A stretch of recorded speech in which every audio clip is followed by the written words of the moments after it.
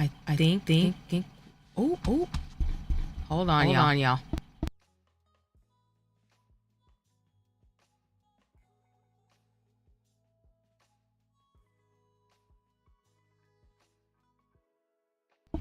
Okay, I think we're good. Wait. Okay. Sorry. I didn't see my mouth move, so I was like, did I break my model too? Because that's not what I need at all right now. Actually, hold on a second. We're having a lot of shenanigans today. Hold on. Because, okay. I don't know. Actually, hold on a second, everybody. I always love when I seem to cause myself tech issues during my streams. I think it's just like,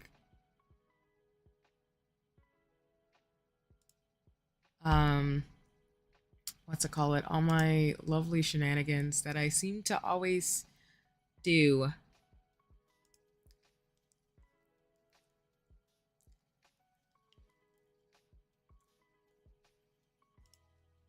Okay, I think we're good. I'm gonna switch us back. Whoops, wrong screen. There we go. All right. Well, hi everybody. I hope folks are doing well today.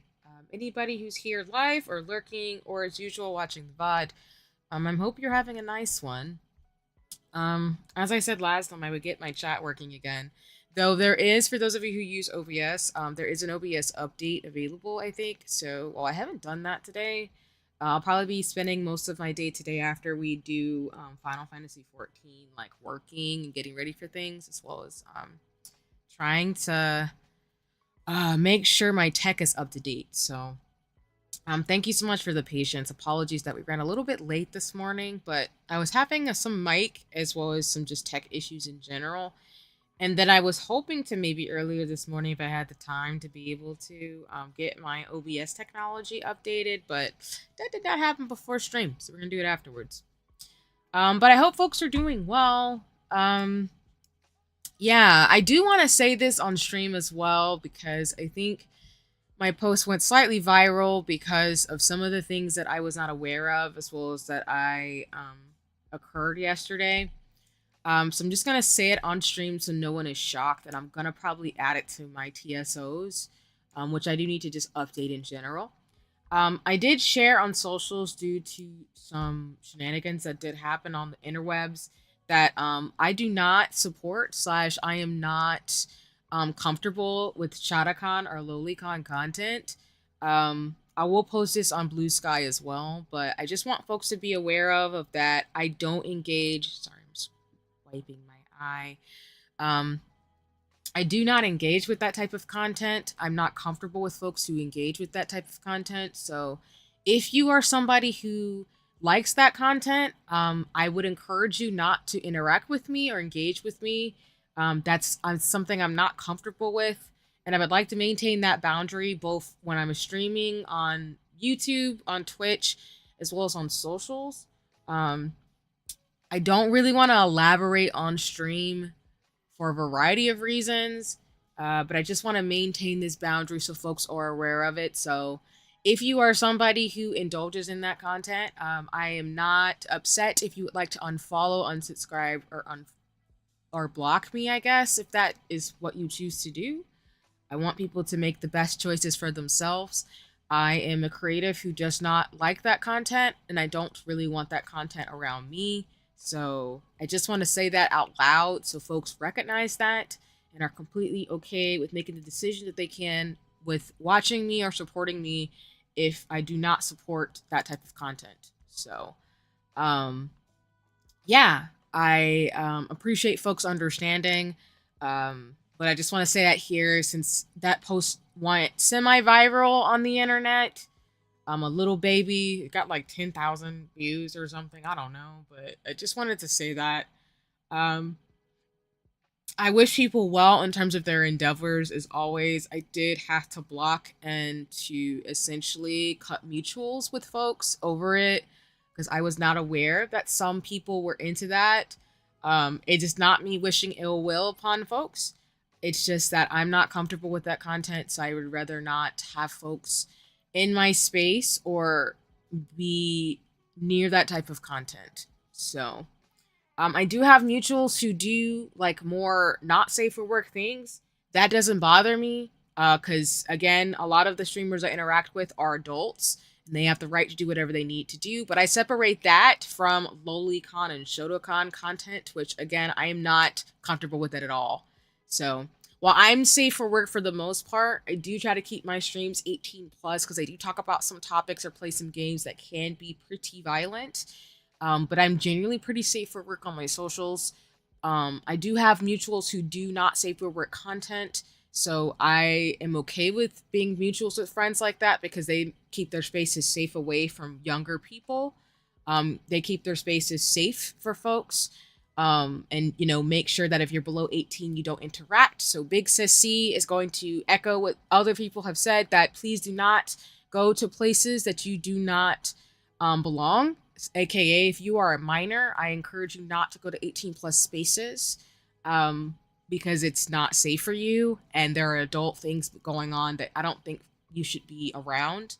But this is separate again from the lowly Shotokan content in that I'm not comfortable with that whatsoever. I don't interact with creators who do that type of thing. I do not plan to interact with creatives who do that type of thing. So if you are somebody who likes that content, I would prefer you do not engage with me at all. And I'm happy if you would like to unfollow, unsubscribe, or block me if that is what you choose to do. So thank you very much for understanding. I hope that makes somewhat sense. If it doesn't, somewhat sense. If it does not, I'm happy to follow up, provide some feedback and thoughts, and go from there. So, other than that, for today, yeah, I did get a little sick, not COVID or anything this weekend, so I'm gonna take it easy a little bit today for stream. I'm gonna probably work on some things for our first setup, and then maybe during the second or third sprint, I'll probably more than likely spend some time talking about the books I was gonna talk about as I finish editing things on this end. So you'll see me just working live and things like that, as well as updating my Discord for some of the assets and things I have coming. And then I'll be answering messages and just talking as usual. So we'll go ahead and get started because I know I've been running late this morning. So we're gonna probably do the first sprint for an hour, and then we'll go from there. And then we'll probably do 1 or 2 sprints today, and then we'll play Final Fantasy 14 and then call it a stream today. Whew. Okay.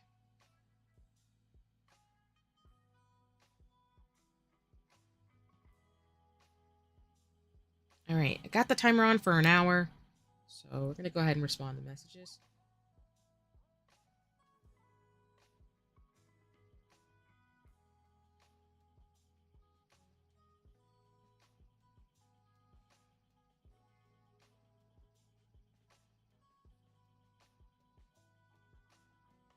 Okay. Just for some short updates too, like I said, I got my updated chat widget um, from Sterling Design for those of you who would like to check them out on socials. I got updates from them, and then hold on a second.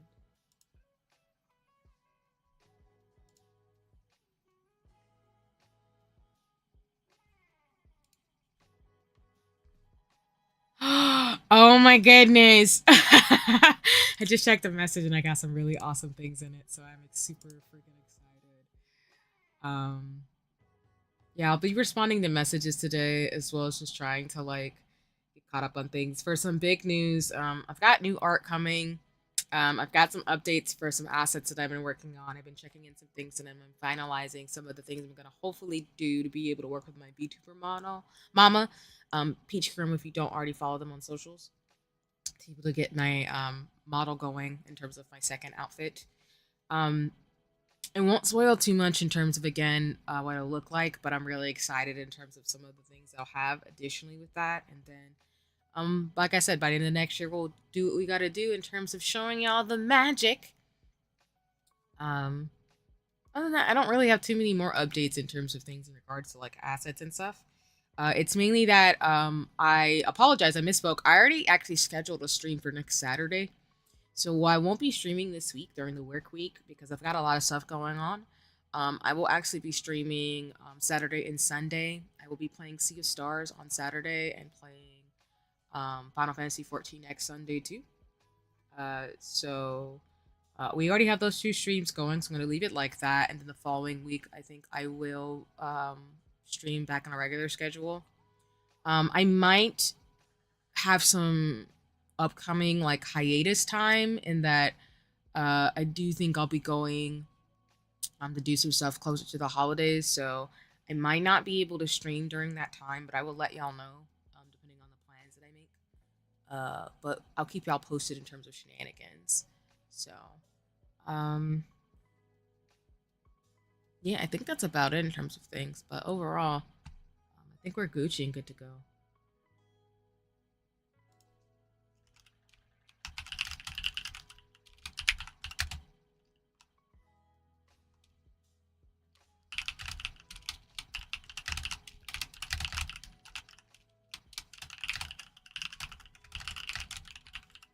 Yeah, you hear like typing noises and like scribbling sounds today because, like I said, there's stuff I gotta do. And I'm hoping for folks who are watching live or lurking, or if you're watching the VOD, that you'll, like I said, I'll be talking sometimes in the co-working streams, but I'll also sometimes just be quiet and just be working too. So, and I'll always like give maybe like 45, 30, and then 10 and 5-minute updates, and then we'll take a 5-minute break, of course, before the next sprint. So, yeah. Let's see. Oh, did I say I was live actually? My other socials. Whoops. Let me do that actually if I haven't already.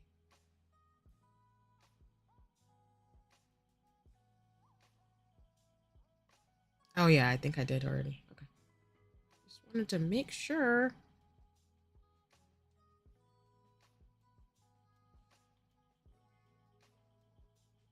But yeah, like I said at the top, by the way, I'm a mostly safe for work streamer, but like I said, um, I have mutuals who do not safe for work content, which I have no problem with. So I have no problem with that at all. But I do have a problem with interacting with folks who do Loli and Shotokan. So again, if you are into that type of stuff, I would prefer you don't interact with me. So that's essentially the tweet I made last night, where I said like Loli and Shotokan is something that is a boundary for me, and I will not interact with folks who do that type of content or are in those type of circles. So,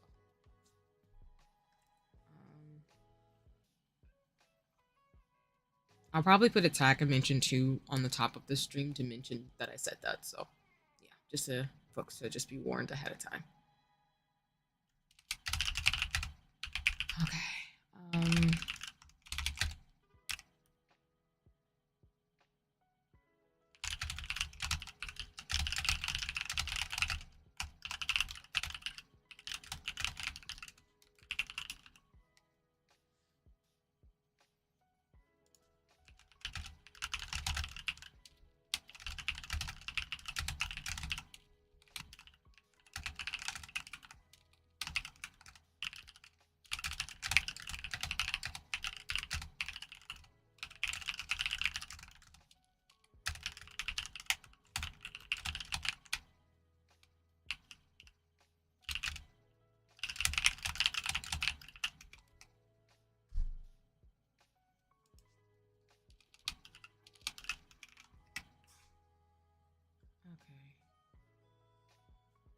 I think the best thing I've realized as we're talking about co-working too is that sometimes I get overwhelmed with some of the things I have to do, and I always have like stuff on my to-dos. But I think the big thing to realize is that if I break it down into chunks in my head, it's actually a technique I can use. It's not gonna like stress me out in terms of like being able to move forward.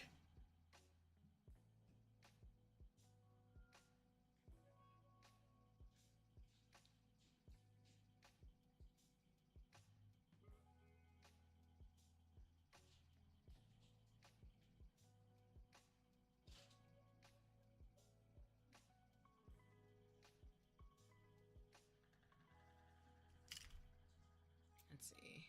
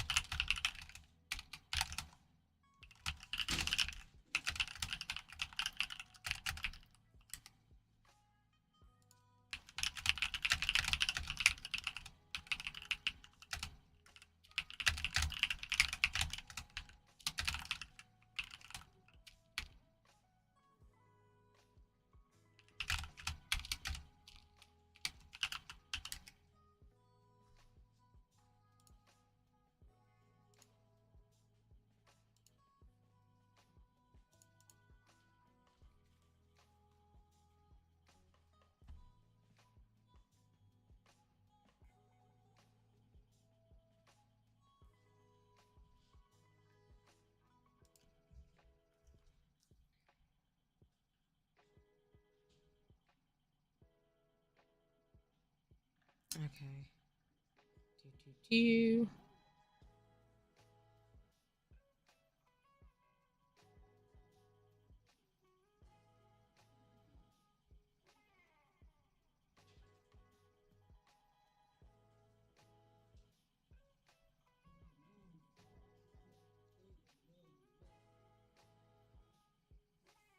All right, let me see. Oh, it looks so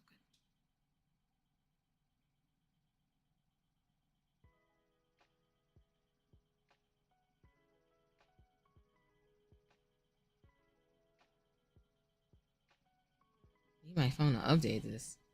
Ah, let me save it. Come on. I believe in you, phone. Oh, why would it do that? Can I edit this? I don't know what to say. Like, why would you do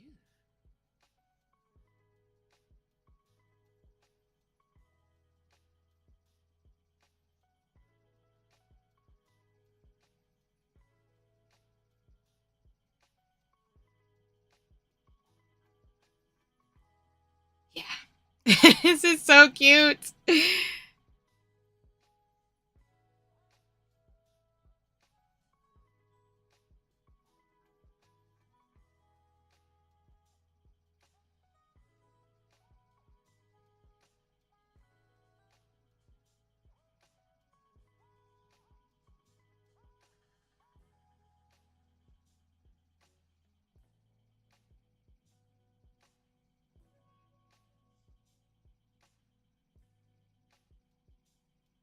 Okay.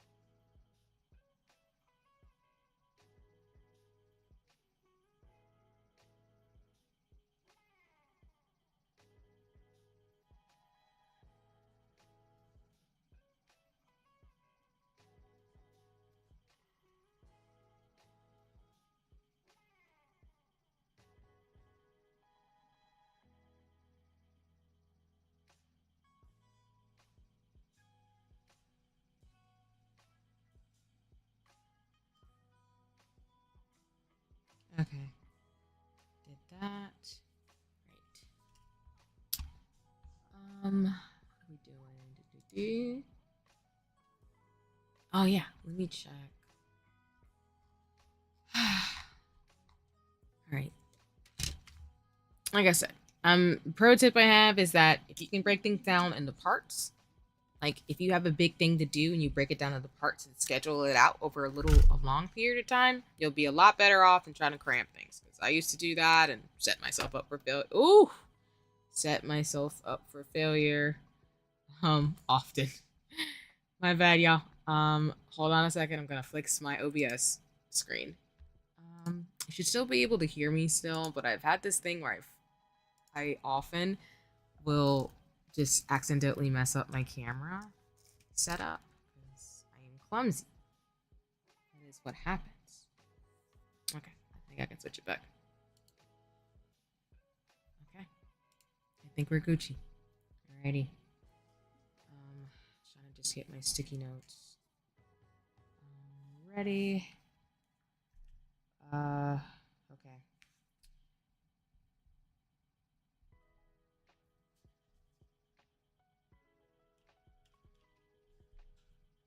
Trying to get some transfer notes too that I need.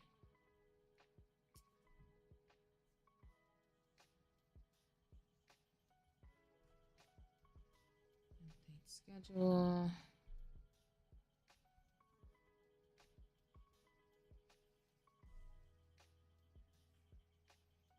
Oh wait, hold on.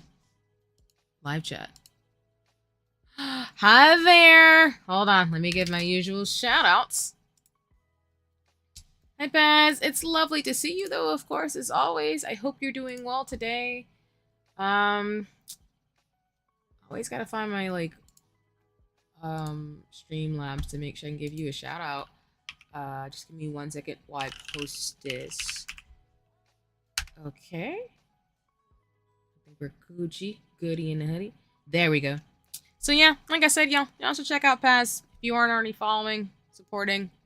Paz is on socials, Blue Sky, and on Twitter, and it's gonna do great things. Always doing great things, of course, but just want to put that out there. But it's lovely to see you, Paz. I hope you're doing well today. Um, I'm feeling a lot better today. I was trying to rest for the last 2 days. I definitely needed it more than I thought for a variety of reasons. Not COVID related or anything, but just needed to rest. And take care of myself. So I'm feeling a little bit better today, but I'll probably feel 100% tomorrow. But I'm doing okay. I still wanted to do a co-working and like chill stream, despite that. And yeah, I'm just right now we're in the first sprint. We're about like let me check it out. About 15 minutes in. I started late this morning because of shenanigans, but I hope you're doing well today. I hope you're having a nice one. A little bit and just put my I also staked my claim. Oh wait, hold on. Sorry, I saw my OBS start dropping a little bit. I did give my claim referring to, I think you saw it, to my semi very traction heavy status about shenanigans that happened on the interwebs. So yeah, I did give a disclaimer about that. But I hope you're doing well. I hope you're having a nice one as always. Also trying to like get my sticky notes together about the tasks. I can break them down so I won't be so overwhelmed by what I need to do today, between today and tomorrow. Update OBS.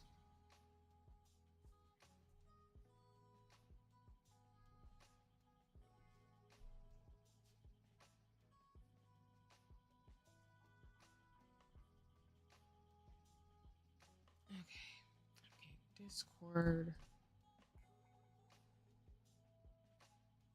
This is. Oh yeah, this is my working Discord.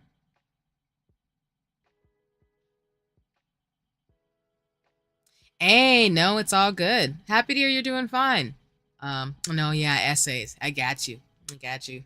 Yeah, it's definitely that time of the year. Like I think we talked about this before in another stream, but it's definitely the time of the year where like finals and midterms are coming up, and then it's holiday season.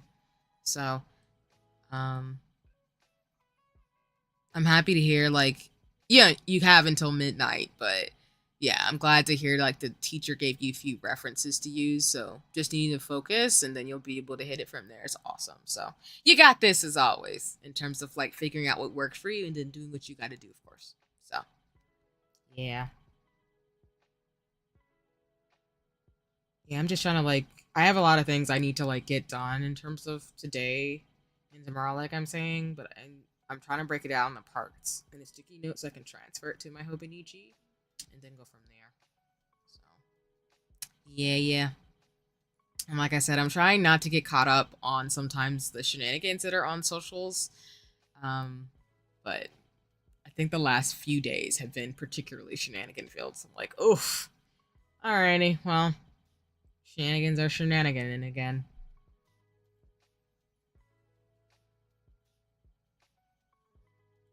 I'm happy though my status didn't get picked up, but I do know some mutuals and friends got caught up in a maelstrom for setting boundaries too related to what I shared last night. So that was crappy, but the internet's interneting. So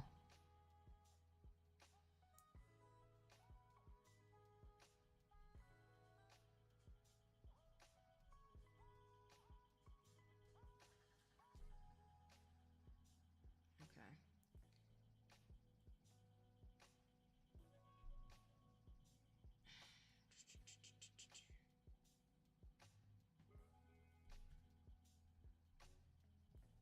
All right. I think this is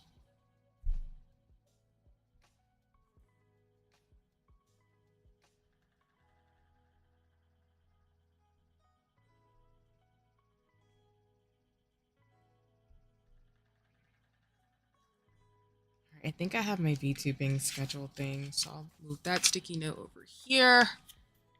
Then now I'm gonna do like updates in terms of like messages to folks.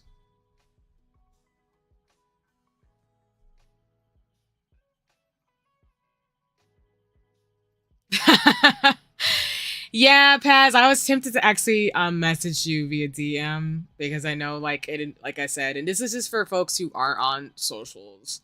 Um I'm a type of person where I'm slow and steady for a reason with all connections, including this community that I'm building out here as a fellow streamer. And I know that people have their different values and ethics. And I recognize that like we all don't really know the people behind the screen. Uh, so I want to say that because I don't necessarily think that parasocial relationships are bad in the psychology sense of like having people you look up to and model, as I've talked about on streams, is really important. But the negative side of the internet and socials, Janae, what's good in the hoodie? Hello, it's lovely to see you. I got super excited because I was sending you messages about the dope arts that I'm gonna be that you shared with me, and I'm super excited. So I think that enthusiasm carries forward. But let me send you your let me do a shout out for you too since you're here. And I'm good. I was just telling Paz that I am feeling a little bit better today. I needed to rest because this last week or two has been wild. It's not COVID or anything. I just needed to like rest and like take care, which really helped. But I'm gonna be 100% better tomorrow because I think I just need to take it slow and steady. And for those of you watching the VOD and live or lurking as usual, please check out Janae. Janae is super awesome. And a great creative and a super dope mutual and person I really appreciate as always. And yeah. I was just talking about Janae, I know you saw it too. I was talking about the status I made that kind of went semi-viral.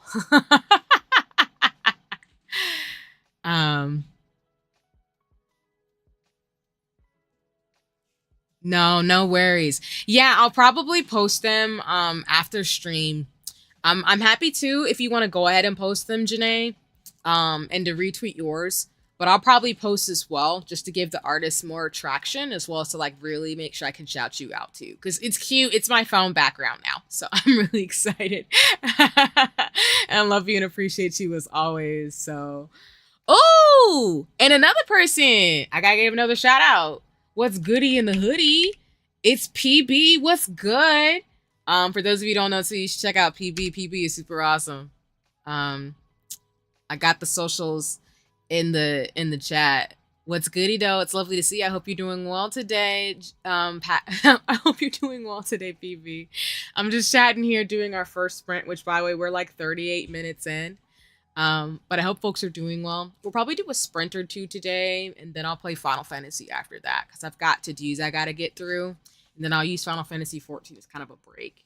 But today I'm hoping to do like a genuine co-working stream and really just like folks like body double.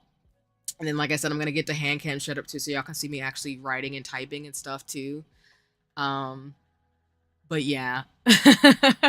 And no worries, Uno Reverse PB. I appreciate you and real recognize real. That's why I want to give you a shout out because I appreciate you. And I love seeing you on the socials, and I hope folks check you out and follow and things like that too. But yeah, and Janae, like I was saying, I'll probably post the art too, just to give the folks traction for the artist as well as to like really spotlight you so folks can go follow you. But yeah, I can also retweet you as well in terms of decision making. So whatever feels comfortable, because like I said, I just love the art, so I'm happy to just like have it as my phone background. It's super cute. I love we got 3 different versions too, so I'm super excited about that. And yeah, Janae, in terms of what you're saying too, and I won't name names here, but yeah, my status was in reference to what several of us found out yesterday, as well as just in general to some of the things I've been seeing on socials for a bit. And while, like I said at the beginning of my stream, well, I didn't get any backlash or like shenanigans on my end, it was wild. Like you're saying. And I didn't expect my post to get so much traction because I just was stating a boundary. But like I've said at the beginning of the stream, which I also will put on when I upload the VOD after today's streams too. Um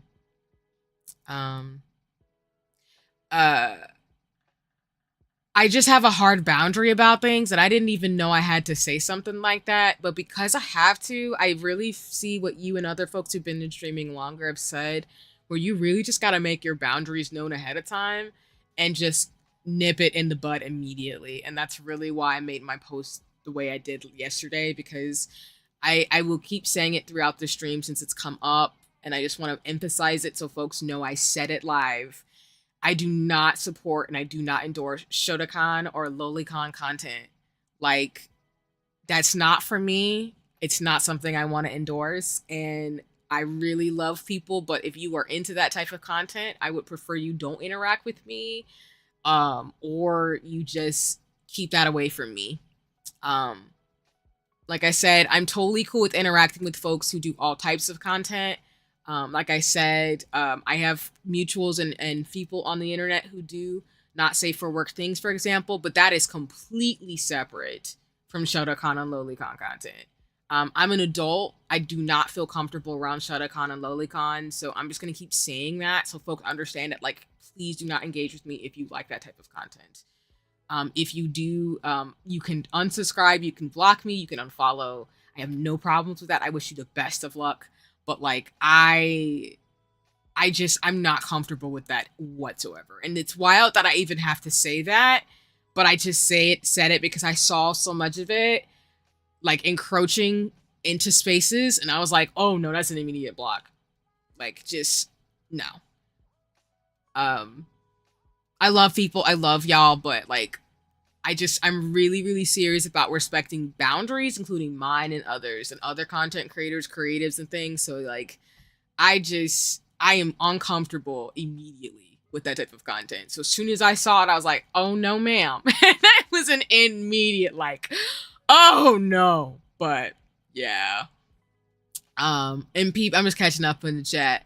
It's good to hear you're doing well, PB, in terms of trying to be up and be productive. That's real. That's why I try to get up early too, even though I try to sleep in and like rest, even if I'm up, because I just want to stay consistent with using the morning hours if I can to do some stuff.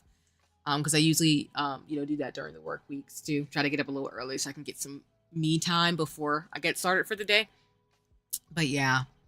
And no worries, Janae. That sounds good. In terms of like, again, posting it. And I'll make a post and retweet it too. I got you. I appreciate you.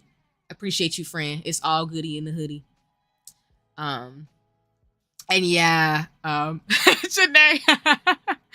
Yeah, I feel you on that one. That's a whole word in terms of just the wildness that people are here on the internet. And I just want to keep my spaces, and for folks who interact with me, whether you're watching live or lurking or on the VOD, I want you to know I want to keep you safe. So it's really just about that ethos too. And I'm not about that life. So I'm just gonna nip stuff in the bud immediately as soon as I see it, because I'm just not about to do nothing wild. And I appreciate folks were genuinely respectful and used my tweet to,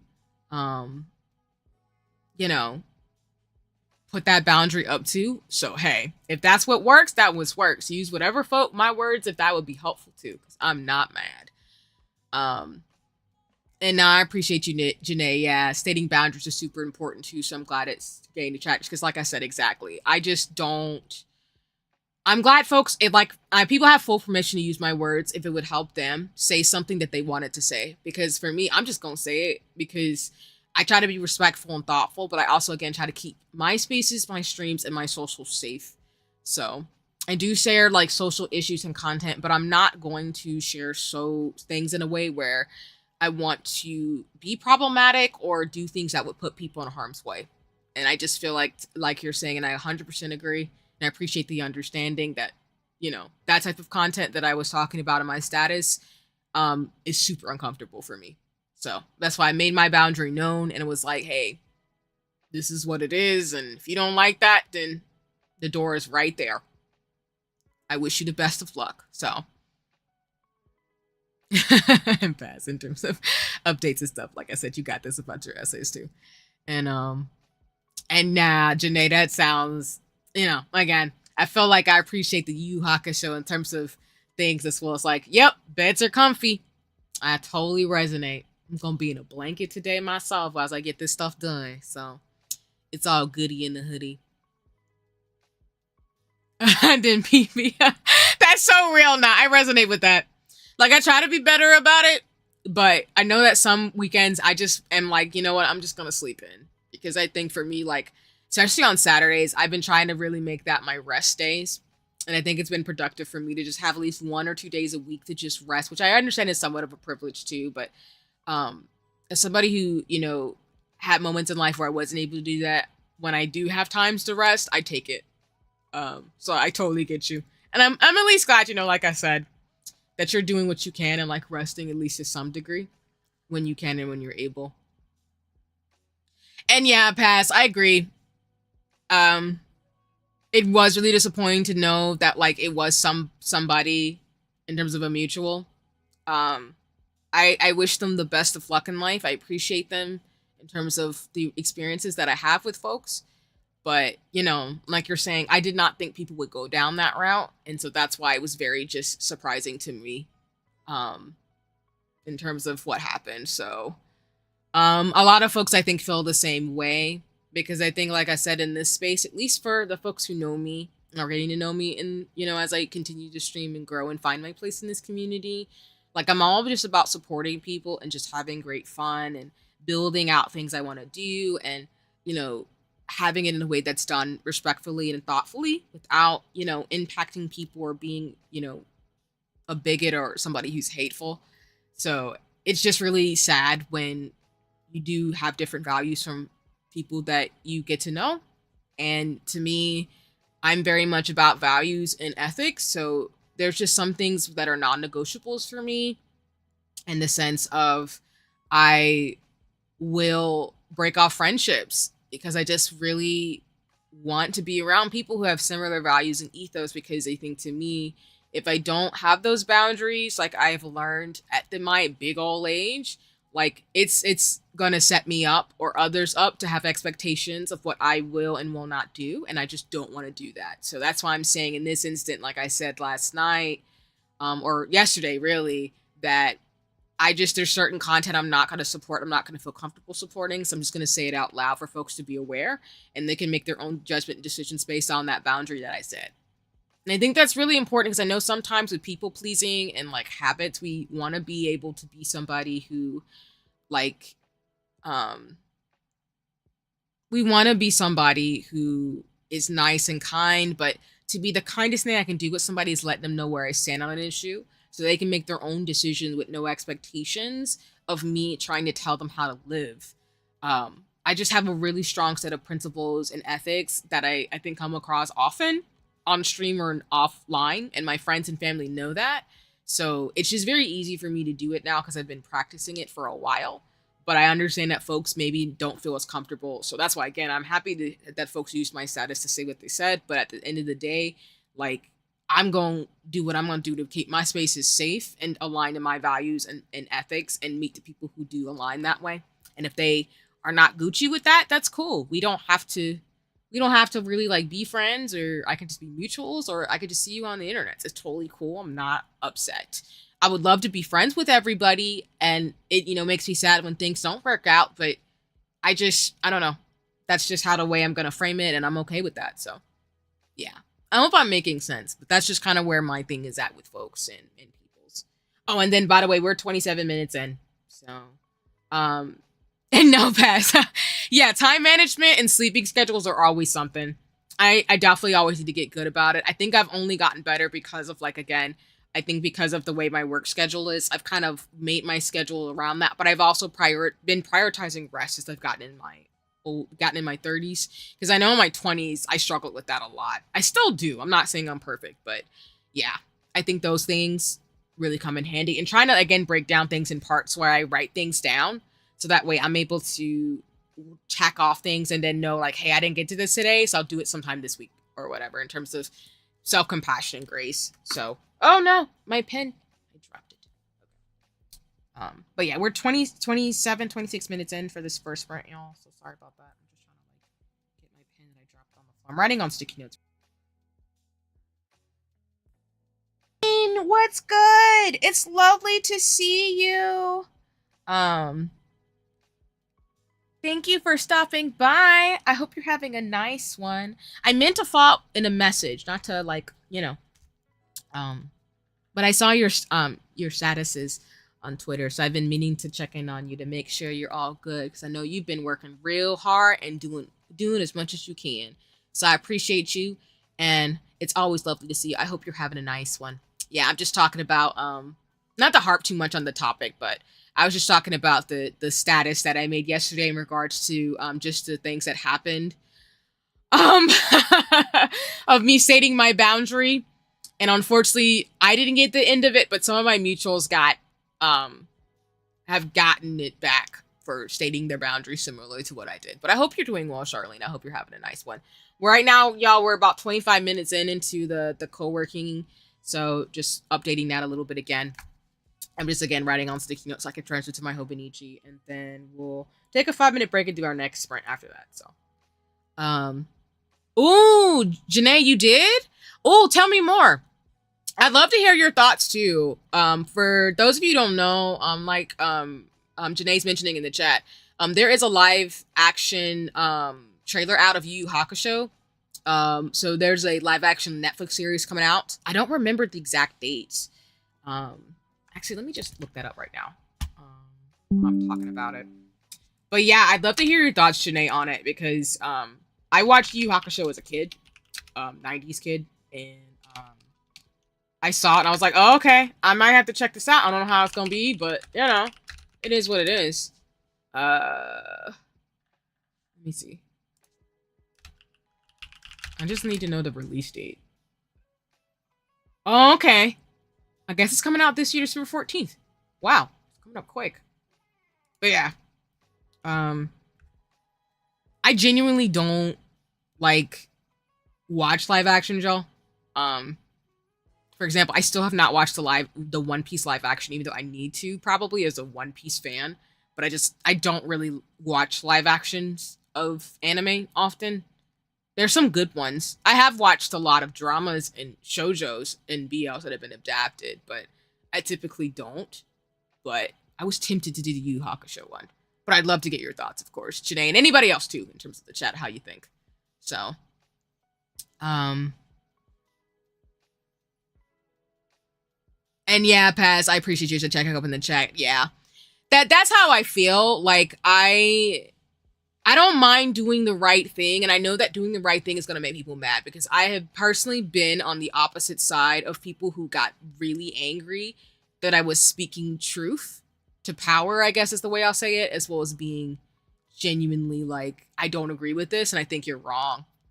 So I'm okay with that, but I have a savage conscience, as Octavia Butler, may she rest in peace, says. So I just so it is what it is. I mean, that's just how it's gonna be for me. Like, I love y'all, and I hope that, you know, I appreciate y'all and folks who follow me and people who engage with me, because I see that value system is very similar, which is why, like, I haven't had so many issues in the VTubing space, because I've been very, very blunt about that from the start.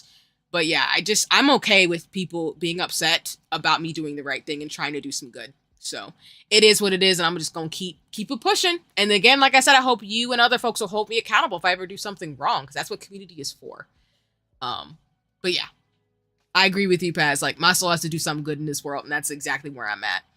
And then Charlene, I'm glad you're doing okay. Especially as you're working on projects and things and editing. I've been meaning to follow up with you in terms of like us being able to collab and like game together. So no worries in terms of things. Like I said, you keep doing what you got to do. And if you ever need anything from me, you let me know, because I'm always here for you and everybody else, of course, that I'm in community with and interact with. So yeah. And yeah, exactly, Paz, the Yu Yu Hakusho live adaptation. And then Janae, following up with what you're saying, yeah, it seems to be going to Dark Tournament arc. So I'm interested to see, but I have thoughts about how they chose to make some of the characters look. Yeah, Janae, you're kind of right about that. I'm not gonna lie. So for those of you who haven't seen the trailer, I will say that the live action costumes and stuff, I wasn't. I'm a little curious about that, but like I said, I'm in the same realm with Janae in that I I really think for the way that people do productions and stuff like that, I really want characters to look a certain way or be a certain way.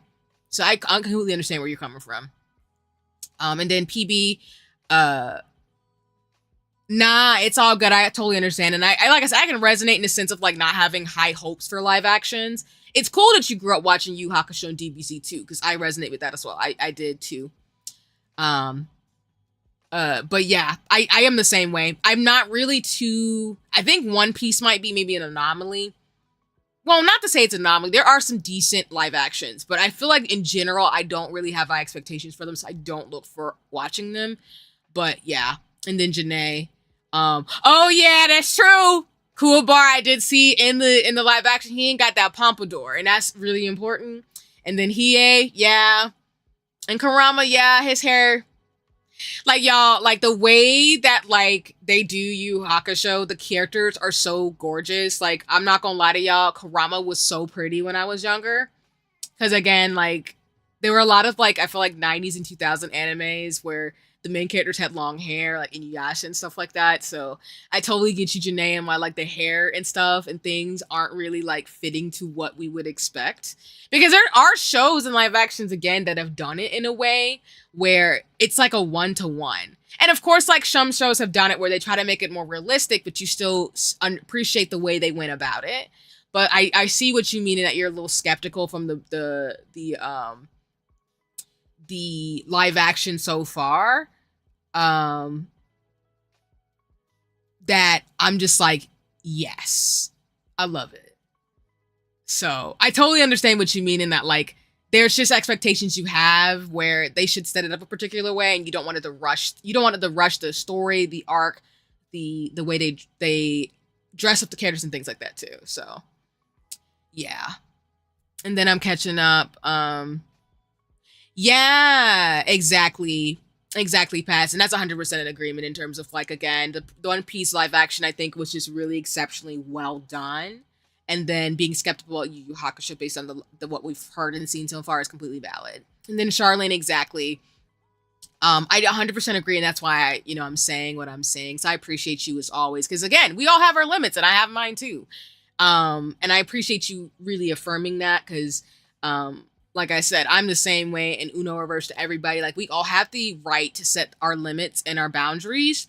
And I appreciate you, Charlene, because exactly, that's why I said it. Because again, I have worked with kids, and I appreciate families and things like that. So I'm just never going to be the type of person where I want to make it uncomfortable for people to interact with me and engage with me, because I know way too much. And it would just go against my ethos. So, and I appreciate you, Janae. Yeah, you were valid in setting those boundaries, and folks that got something to say, white back to the front, and that's final. Exactly. I appreciate you and love you, and appreciate everybody here understanding and respecting that too, and everybody pretty much on the same wavelength. Because I'm just like, yeah, I'm not allowed to do anything weird and wild, and I want folks to check me for real. So. And Pass, yeah, exactly. Yeah, I'm loving the chat talking about Yu Hakusho, but you 100% right in terms of where's the pompadour, why is his hair blonde instead of red hair, and why is he acting goofy but badass at the same time? Exactly. And then Charlene, no, it sounds good. I'll check in with you via DM. We'll work it out. Take as long as you need, and we'll figure it out. Like I said, collabs in like gaming can always happen. So. We are all good. I appreciate you doing what you got to do and taking care of business first, because that's all that matters to me. So I appreciate you. And like I said, I'm always grateful to see you. Interact with you as always. So, and then, Janae, about the brothers, I got you on, the brothers in terms of things. I got you, Janae. I totally understand. In terms of like, they're going to have something to show me, a little something, something. And then let me see. It seems like they're going directed to the normal route of the manga. It looks like they're going to do it quickly. I hope they'll do the previous tournament arc for the Dark Tourney art. Yeah, exactly. I agree with you. There's a lot of build up and character development for those of you who haven't watched the Yu Yu Hakusho that happens way before the arc that Janae, Paz, and others are saying in the chat. So, like, Janae is also saying, too, I really hope they don't rush it and omit things myself, too, because, like Janae is also saying, and like others are saying, the story has a lot of depth and a lot of character to it, that if you rush certain parts, you lose some of the motivational factors of why some characters are doing what they're doing, as well as it doesn't make the story as good as it could have been, and that sucks. So, I just really, like, I know I haven't seen some aspects of Yu Yu Hakusho, like every single episode, but I've seen enough of it to know the general arc of the story, and I've seen the ending. So, like, I've watched enough of it to where this is why I understand the train of thought of the chat in terms of, like, what we're saying about, like, the different arcs and stuff, because, again, a lot of the story in Yu Yu Hakusho builds on top of itself, to where, like, you have to have watched certain things to understand why the characters are moving the way they do and why they grow the way that they do. Because it's just really important. And yeah, Paz, exactly. For real, I hope they'll actually do the Dark Tournament art justice, and I hope they do the Four Saints Beast art good, because I love when the homies gang go beat up some demons, exactly. And for those of you who haven't seen Yu Yu Hakusho, you know, slight spoilers here and there, but, you know, we're not giving enough information where you're going to get completely spoiled, so you're totally good. Janae, I love you in terms of I want to see them demons get folded. But actually, though, like, Yu Yu Hakusho had some of the most tightest fights as a kid. That stuff was lit. Like, Yu Yu Hakusho is just such a classic. If you haven't seen it, you should watch it. It's such a good show. It's really good. And yeah, like Paz is saying, Yu Yu Hakusho pretty much proved that Shonen anime and manga can have very cool action while also having deep characters. Exactly. It had romance, it had deep characters, it had, like, well-rounded people. It was awesome. The setting was really dope, too. It was great. And then Janae, I just finished the part where Yosuke does his final training with the Genkai during the Dark Tournament. I'm gonna cry. It's so much. Exactly, Janae. I know exactly what you're talking about. I remember those scenes, watching them, I think, on Toonami and stuff, I think, when it came out. But I remember just, like, knowing those scenes and, like, watching them if I'm, like, misremembering. Because I just, again, I've watched a lot of the episodes online. Not online, but, like, I watched a lot of the episodes when it came out on socials. So, not socials, sorry. When it came out on, like, Toonami and when it was really popular, when they were showing it in the States. So yeah, exactly. Like I said, like, Yosuke's growth throughout Yu Yu Hakusho is worth watching, because the way that his character changes along with the other characters is so cool. And just the quotes from Yu Yu Hakusho are legendary. So yeah. Oh my goodness. And yeah, exactly. I 100% agree with Paz in terms of, like, again, the Dark Tourney art was emotional to Togeshi, made the character so cool. So good. And, like, Yu Yu Hakusho enters the world, the original homies, the gang, the boys. Exactly. Nothing but a word. So yeah, I mean, I would be cool, like, checking it out with folks. For anybody who is gonna watch it. But yeah, this is, again, they have to do it right. If not, I'm gonna be disappointed, because it's Yu Yu Hakusho. And then, y'all, we have, I'm checking the timer. We have, like, 12 minutes and 42 seconds on the timer for the first sprint. So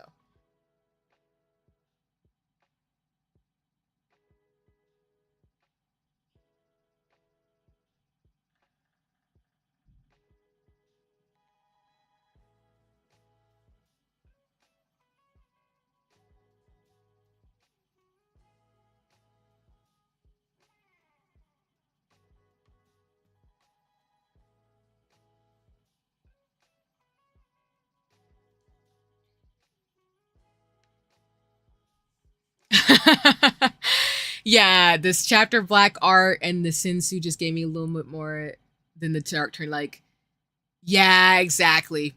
Nah, it's real. Again, Yu Yu Hakusho did a good job of fleshing out the characters in a way where, like, you understand their motivations. So, um, oh no, Janae, it's all good. No worries. No, I appreciate you asking. Yeah, I would be down when it comes out to watch. Like, I'm so serious. Like, anybody here who's interested in Yu Yu Hakusho, like the live action, I would be down to do a watch party to watch it with friends. Because again, I don't really know if I trust if it'll be good, but I'd rather watch with friends and make commentary. If that's okay with you, Janae, or anybody else, Paz and such too, to watch it. Because I'm down, like for real, for real. I can literally like send you my schedule today, sometime today in terms of things, but nah, I'm totally cool with watching stuff. Like this just goes in general. Like if folks want to watch stuff, I'm totally down. The only genres I don't watch is horror or like really gory stuff, but I will do an action and like I will watch most shows. Um I don't really mind. So yeah, no, let's do it. I'm totally game. Let me know when and where on Discord and such, cause I'd be down to watch Yu Yu Hakusho the live action. I don't even know how many episodes it's gonna be too. I should, but yeah, I would be cool to watch it with friends. We can make this work because I would be down. Because I love, like I said, I generally, just for context, so I watch like Viki and Netflix a lot. I don't really watch Hulu, but yeah. Oh, and then no worries, Charlene. Yeah, no, please come through. It is totally cool. We'd love to have you. I mean, again, this is an open invitation. And yeah, I mean, if you're cool, we're happy to like get you up to date on information, of course, in terms of like, because the anime is a pretty decent length in the manga or the series. But yeah, Charlene, if you want to join in terms of this watch party, for real, you're welcome to come with. Because yeah, I know all of us who've watched Yu Yu Hakusho can fill you on the details, because it is what it is. It's real out here in these streets in terms of like us who OGs who don't watched it. And yeah, and like Janae is saying too as well, Charlene, I'd be down to just watch the anime too, like rewatching it, because it's been a minute for me. Like I don't think I've seen Yu Yu Hakusho in like years. I think I've watched old clips, I think on YouTube and stuff when I get nostalgic for it, without spoiling like the ending and stuff. But I would be down to watch Yu Yu Hakusho because I think there's some episodes, like I said, that I didn't actually get to see, but I've seen enough to know the story and plot. So, exactly. And Janae's exactly right. There are so many anime breakdowns and like commentaries on Yu Yu Hakusho that we can always watch them before we watch the live action. So no, whatever we choose to do, we can make a schedule happen. Let me see. I could probably like either like message in the Discord. I know a lot of us are already in there, but I also can just arrange deets, and then maybe me, Janae, Pass, and those of us who are interested, we can like make it happen on a Discord and stuff like that too. And then Janae, I'd be happy to just jump in your Discord to watch it, or we can do whatever works. I'm totally chill. Let me see, Charlene. Yeah, no worries. That's real, Charlene. Yeah, a lot of the early 2000s anime, I will say, they're very long. Like Sailor Moon. Well, not Sailor Moon's not really early 2000s, more like 90s, but basically that genre, 90s and early 2000s, like some anime is super long, so it can be really intimidating. And I think sometimes it's just fun to watch a long series with friends or mutuals and stuff. So, yeah, if you're down, 100% happy to walk and watch shows with folks. Because I know for me, like, for example, I've never really watched all of the One Piece anime. I read the manga because there's so many episodes. But I would honestly be down watching One Piece if folks were interested in that too, for example. But in this case, like I said, with Yu Yu Hakusho, oh yeah, I'm happy to do whatever works. And we'll arrange deets and stuff and make it happen. Because I'm happy to make time to watch shows with y'all. So, and no, appreciate you, Janae. Yeah. I got Crunchyroll too, but yeah, we can definitely do it. And I appreciate that you're saying it because yeah, we can share screen and stuff for a watch party. I know my Discord and stuff and my setup's finicky, so yeah, if you want to share screen, we can watch with you too and jump in your Discord or whatever works. Not to volunteer your Discord or anything, but just wherever we decide to do it, we can arrange details and talk about it because I'm totally chill with that. Yeah, exactly. Janae, exactly. Appreciate you. We be vibing. Hey. But yeah. I'm totally cool going in your Discord and like watching it. And then yeah, I'm happy to Janae saying since she's given consent. For those of you interested, just hit me up. Yeah, exactly, Janae. Either group chat or again, if folks want to join Janae's Discord with her consent as she shared in the chat, just let me know. I'm happy to share deets so y'all can join in and we can watch there. So I'll probably hit up folks to let them know from today. Let me write that down actually. I'll work with Janae to arrange like some times and maybe some dates we want to do this.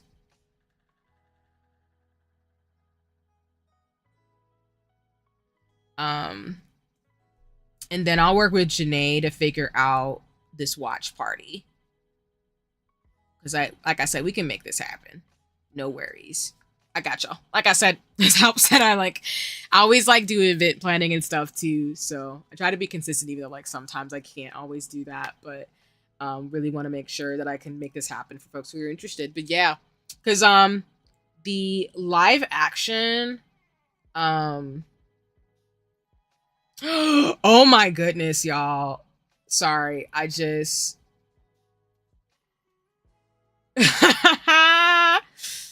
um sorry. So for those of you who don't know, I'll drop in the chat.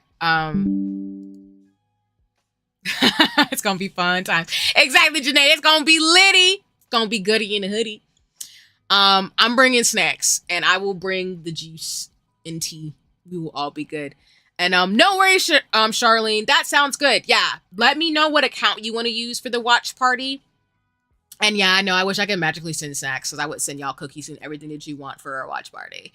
But yeah, I will hit you up then in terms of setting up like which account you want to use. But yeah, I'll work with Janae probably this week, if not next week for sure, on like finding a good time and spot for us to start. Because I know that the live action is December 14th. So we can try to maybe set it up for maybe early December. And then, like I said, I know it's holiday season, so we can just, do what works in terms of planning and stuff and have fun with it. So yeah, I'm excited though. I appreciate y'all bringing this up. Because like I said, I'm happy to do plans and shenanigans with folks too. So, I'm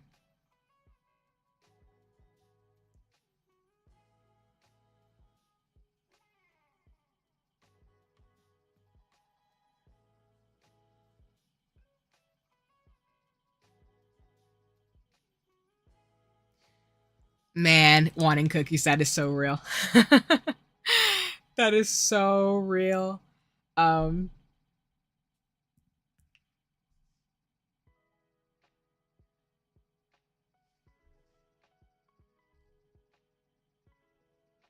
I'm gonna drop in the chat a shout out, but I just want to say, y'all, Ionix he's a mutual slash friend of mine. I don't know if he's here today, but if he's not, it's totally cool.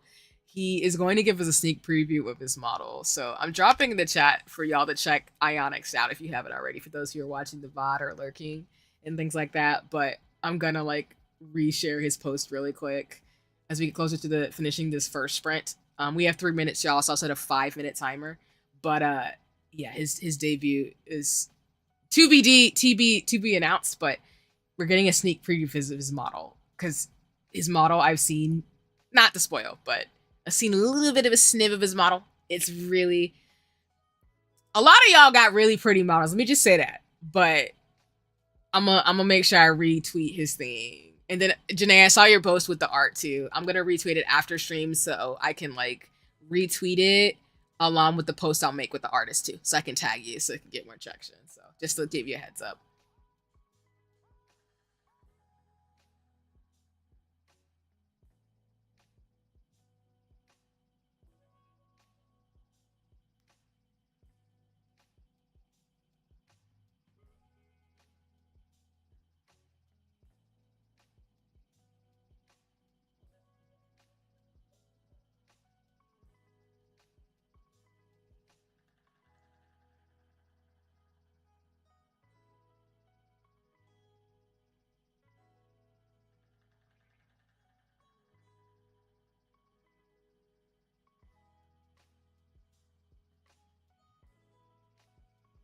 Okay. I just quote retweeted it, so it's all goody in the hoodie as always. Okay. And then I think the timer's gonna go off in 2 minutes, so I'm gonna make sure I get my messages going in terms of today.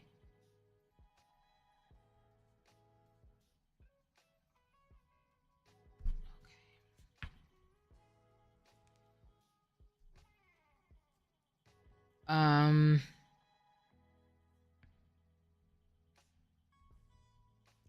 yeah, so you'll see art from me with Janae today, and then I just reblogged. Check out Ionics, of course, as always, but Ionics for Ion Nation, as for those of you who watch. Ionics, like myself and others who visited too. He has his model reveal, so I just wanted to make sure like I got that going. Um, and then yeah, we're coming up again on the first sprint. So I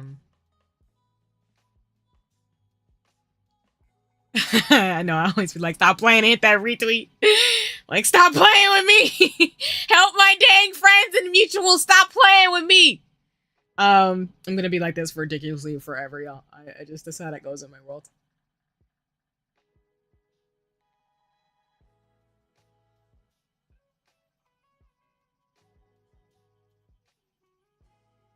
And like I said, y'all, what gets me about people's avatars, especially like the men of VTubing, I am a simp for men who are really pretty. So I'm just gonna have so many issues next year because so many people I know are debuting, and I'm like, your avatar is so pretty. Why would you be a pretty man? Like, you know, the just everybody catching this smooth support. Exactly, Janae. Exactly. Everybody catch this smooth support. All right, I'm gonna put timer for 5 minutes, and then we'll do the next sprints. Just give me 1 second to do the timer. And thank you for your patience. So if you need to go get some water to stretch, let me know. But we're doing 5 minutes already. The riz of support, exactly. Like, listen, I really am, like I said, that mutual. Because again, like I've talked about, I genuinely just want to, like, I really am, like people say, trying to get more and more invested in streaming. I think it is something I really want to do for the long term, along with fashion and makeup and the science. So I'm really excited to go in this new direction and also kind of prune out the ways that I want to give more time to this. It is a hobby still, but I do want to like actually collab with folks, do fashion stuff. That's why I'm going to get it, maybe an iPad and a sketchbook to draw. I do want to collab to do fashion stuff. So I have goals now that I knew were going to manifest in my head because I get like intuition, or like people follow their intuition and follow what makes sense. But I've always had it in my life where whenever I want to do something, I usually get like hints via like seeing a flyer, or I don't know, something in me is like, I gotta do something about this. And I've really loved consuming in the sense of not like getting caught up in consumerism, but really just enjoying the art of creating things and being immersed with people in terms of making things to build community and to share what I can as a human. So I think that's why I'm having so much fun streaming, even with the shenanigans and things like that. So I don't know. I'm just really about support. And no matter the gender of the folks I follow, because I follow folks of all genders, all races, all backgrounds in terms of streaming. But I love pretty men. So I know, for example, like, don't tell Ionics and Kika, not that anyone's not going to tell them, but like their avatars, for example, and any of the other mutuals I have that have avatars who are men, I'm just like, you can't do this to me, because then I'm going to want a marketable plush, or I'm going to like sim for your avatar. I don't know. It's like a platonic thing where it's like, you can't just be pretty out here in these streets. I have to tell you that you look like amazing, you know? And unfortunately, all my mutuals have pretty avatars. So this is how that works. And I'm just like, well, I want a marketable plush. If y'all know from Ionics Nation, y'all should know that like I want a marketable plush of my friend. So if y'all know Ionics, you tell them that I said this on stream, that I still want my plush.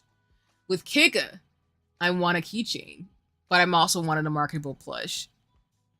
So again, usually with people's avatars in general, like I either want a plushie, or I want art, or I want like a keychain of you, because I just want like a little piece of of like people in like a respectable, non-weird way. Because I don't know, I just feel like people who make merch of themselves, I just want I'm gonna say that. Like, I need to have like these things. And big folks are like, oh, I won't make it that big. I'm like, excuse you, I don't care what you say. I will buy that marketable plush. Stop playing with me. Give me the plushie. Love plushie. Again, like, why y'all so pretty? I'm simping. Exactly. Exactly.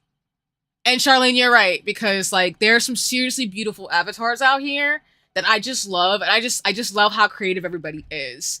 I love folks who just bring their whole self to their VTubing experience, like whether they're doing it as an extension of self or just like they have a character. I just love it, and I'm so grateful for it, honestly. And exactly, Janae, I want a plush. I want a plush, and exactly, Kiga needs to make a hand over that ankle biting plush, because Kiga. And also I'll give Kiga a shout out. Kiga is actually on break for those of you who aren't aware. For those of you who watch too from my community, Kiga is actually on break until December 1st. But yeah, Kiga's super dope as always. So you should check him out too. But yeah, I'm with you, Janae. Like, I love plushies. I've become a plushie girl. It's kind of a problem. Because I like Kickstarters and stuff. So I love when Kickstarters give like plushies and like keychains and things like that too. Because I just think that stuff's really cool. It's left on the dot. I'll do another hour sprint, y'all. And then I'll debate towards that hour sprint whether or not I want to do another 45-minute one, and then we'll do Final Fantasy 14 or from there. But we're going to do another hour-long sprint after I start it off. So just give me 1 second. Wait for the timer to end, and we're Gucci. All right. So we got an hour on the dot, and we're good. Okay. And yeah, Charlene, I think I can probably give you some information about that. I know that, for example, a lot of people, for context, for those who want to do this, I know a lot of people have made their plushies from Makeshift. That's a company I've bought a lot, and Makeshift actually has a Discord too. But I also know there's other routes to go about it. I just need to find the thing I found for folks who do want to make like merch.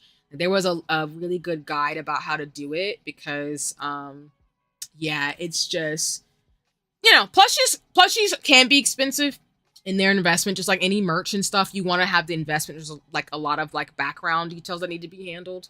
But yeah, Charlene, I definitely think you can do it though. I think you can have a marketable plush, and I would buy it because I love plushies. And Janae, I'm the same way. I have too many plushies, but I love them because I'm not the type of person who, like, I've gotten better as I've gotten older because I try to watch my consumerism. But I've gotten better about not just buying things just to buy things. I really think about the choices that I make in terms of consumerism. But if I like a plush and I see it, I want it so badly. I'm really bad about that. And yeah, PB, exactly. Like I need to make a plushie budget because it's kind of a bad thing. Well, it's not a bad thing. People have the right to spend money the way they want. But I really try to be mindful of, like, if I want something, I need to, like, spend time thinking about it, / if it's something that, like, I've thought about for a while, I'll more likely get it, versus, like, if I see something, I'm like, oh, I think it's cute, but then I'm not going to just go ahead and just buy it just because. Because I feel like sometimes you can buy things just to buy things. You're just like, oh, I didn't really need to buy this. But that's just me. I'm not judging anybody else. Oh, no, that's cool, Janae. I actually love pens, too. I really do. That's actually going to be a good talk in terms of, like, I do have to PowerPoint y'all with books and stationery too, but I can talk about some pins as well. So I appreciate you because I collect a lot of pins as well. And Charlene, plus you're such a problem. My office was so tidy. I might need to plurge it again. Oh, that's so real though. But plushies are so cute. They make great decorations. So I understand. And no worries, Pass. Welcome back. Welcome back. I appreciate having family time. And Shaun of the Dead, that's a good one. I think I've watched that with my mom and my family too before. It's a good one. And hello, Pretty Count. I hope you're having a nice one. Thanks for coming by stream. I hope you're having a good one. Yeah, it's lovely to see you as always in terms of streams. So I hope you're doing well and taking care of yourself. We're talking about like plushies, and we're in our second sprint right now for our co-working session for the day. We're about 57 minutes in, so get comfortable, grab some drinks. You can meditate or do whatever you need to do. And also just co-work with me as well. I'm still writing out my sticky notes before I transfer them to my Hobonichi. And then we're going to go from there in terms of shenanigans today. Because I'm trying to like get myself together tidy-wise as we talk and chill and do stuff. Janae, not a lopsided gremlin. That's so funny. I would buy it. For those of you who don't know, like Janae has the cutest avatars and things, and she has this one that people say looks a ridiculous way, but I think it's the cutest little thing. So I would love a lopsided gremlin, and I just would love that. And then Janae branded condensed milk, exactly. Like you're gonna get both. I can't wait for it to happen. And when it happens, I'm gonna sit here and be like, I got the Janae plushie in the Janae condensed milk brand. Like, I would be so happy. I'm looking forward to that. I can't wait till it happens. It's manifesting right now. So you got this. And yeah, exactly, Pat. We're talking about Yu Hakusho and then plushies. And then like again, this segue because like we were talking about the fact that Ionix is doing his preview. I posted it on my socials as well as I'm gonna reblog Janae's art today too, in terms of things that she's already posted. But like yeah, Ionix has this thing, and like I said, I was saying that his avatar and Kick It, and just people's in general's avatars are so pretty. Because I love pretty men in VTubing. I'm sorry, that's a problem for me. I'm not gonna apologize for that either. I love everybody's avatars in general, no matter what sizes or body types and whatever. I just love people's creativity, but I love pretty men. So if you want to see Ionix's thing, he's got his like reblog like thing going on, and y'all should just check it out and reblog it so you can see how pretty he looks. So I've gotten like a little tiny preview, like I said, on one of his streams. But yeah, you know. And if he's lurking or watching this VOD or something, or if he stops by, I'll just tell him that I was like simping for his avatar. I simp for all my friends in a platonic way, humans. That's just how that works. So, yeah, Janae, man, they say I look undercooked, and I said, how dare? Exactly, how dare? How dare? First of all, I didn't cook it all. I'm putting. I see you. I'm screaming. That's why I look so squishy. Hey, no. You better say that to them. They better recognize, Janae. They better recognize. They better recognize that for real, for real.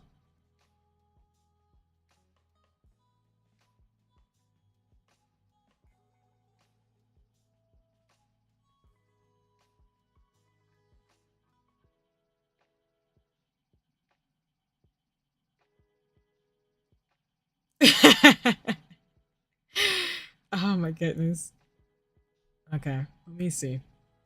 All right, I think I got all my messages done I need to get for today. Check into that.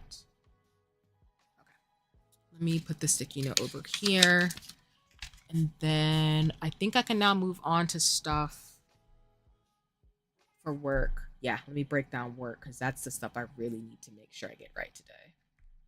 So we need to do that. Ooh, no, that's real. Yeah, probably between one of either this sprint or the next one before Final Fantasy 14. I'm probably gonna have to get some snack food before we get going. But no worries, Janae. Um, yeah. Do you have any particular cravings, or can I help you in terms of decision making? Ooh, I see. I see. In terms of choices, it's Liddy. Oh no, Wendy's is always a good choice. Yeah, I know for me, I'm black, y'all. That's not like obvious. But I had some black eyed peas and chili. So but nah, that sounds good in terms of Wendy's. I'm here for it. Get your snack on, get your food on. Cause like I said, when we're doing co-working streams, y'all, I want y'all to eat too. Oh, let's go, Janae. I see you with the workouts. It's goody in the hoodie. Nah, that's real. And I appreciate that in terms of like working out with the training. Good for you in terms of things. That's super awesome. Yeah, you remind me that I'm trying to like also get back into a regular workout regimen because right now I've been slacking this year. I was doing I think better earlier this year, but I think I've been like bad about it. So now I'm again like I'm writing things down for work and stuff in the buckets on sticky notes. Like I actually need to write stuff down as well. In terms of like my workout regimen. So I'm gonna pick like a few days a week to kind of get my stuff back going. But the food you talking about yesterday and today sounds good because I love me some good chicken sandwiches. So I need to get the script written and then finish today, and then I also need to. What else I gotta do? Yeah, I gotta write the templates for the emails. And then I'm just gonna ask about the Zoom that we need. I think that's everything. Oh crap, I gotta follow up on emails today if I can. Okay, so I'm gonna put this as priority 1. And then let me see if I can tackle some of this stuff while we're doing co-working today. And I think we're good. Yeah, because I think I can update my Hobonichi. Yeah, I'm gonna update my Hobonichi today. So I think that we're gonna do that. Okay. I feel good and accomplished in terms of like writing that down. So let me go to this PowerPoint that I was working on. Oh yeah, I gotta go here. Chatting up in the chat. Yeah, PB, I'm not sure. I'm trying to think if I had the darn nuggets from Wendy's. If I haven't, I need to try them. I've tried most of the major chains for food. But if I haven't, I think I might add it to my list. Because I do love me some chicken, y'all. Chicken is great for me. No offense to anybody who doesn't eat chicken. I just do. I love meats and stuff like that. But I mainly eat chicken and beef.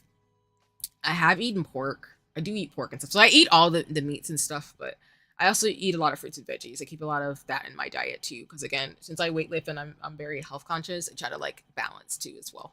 But now I need to try those. It's like for real. Hey, Jeanette, you feel me? Some black-eyed peas and some cornbread. My southerner came out real strong there. But yeah, I had some black-eyed peas, but some cornbread would be so good right now. Oh, you right though. I love it.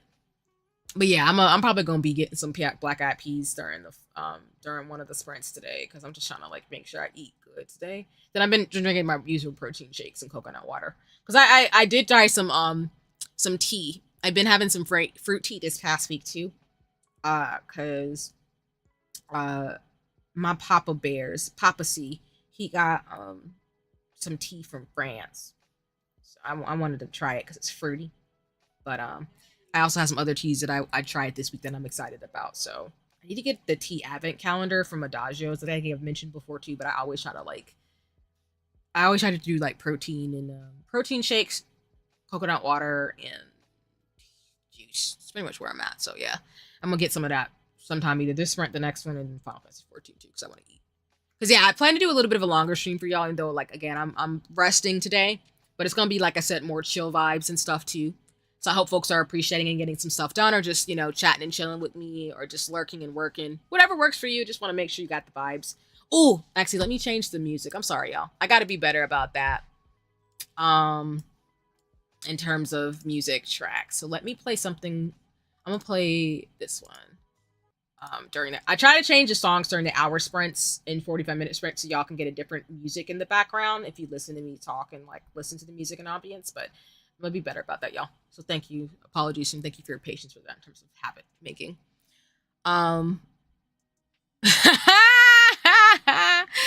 Appreciate the resident with everything. And I appreciate you, Paz. I appreciate you love hanging with me and everybody in the chat. That makes me happy. Because like I said, it's soft Sundays, so I just want to be able to have fun with y'all, chat about different things, and just make it really cool. And also, bring your perspectives and dialogue and discourse.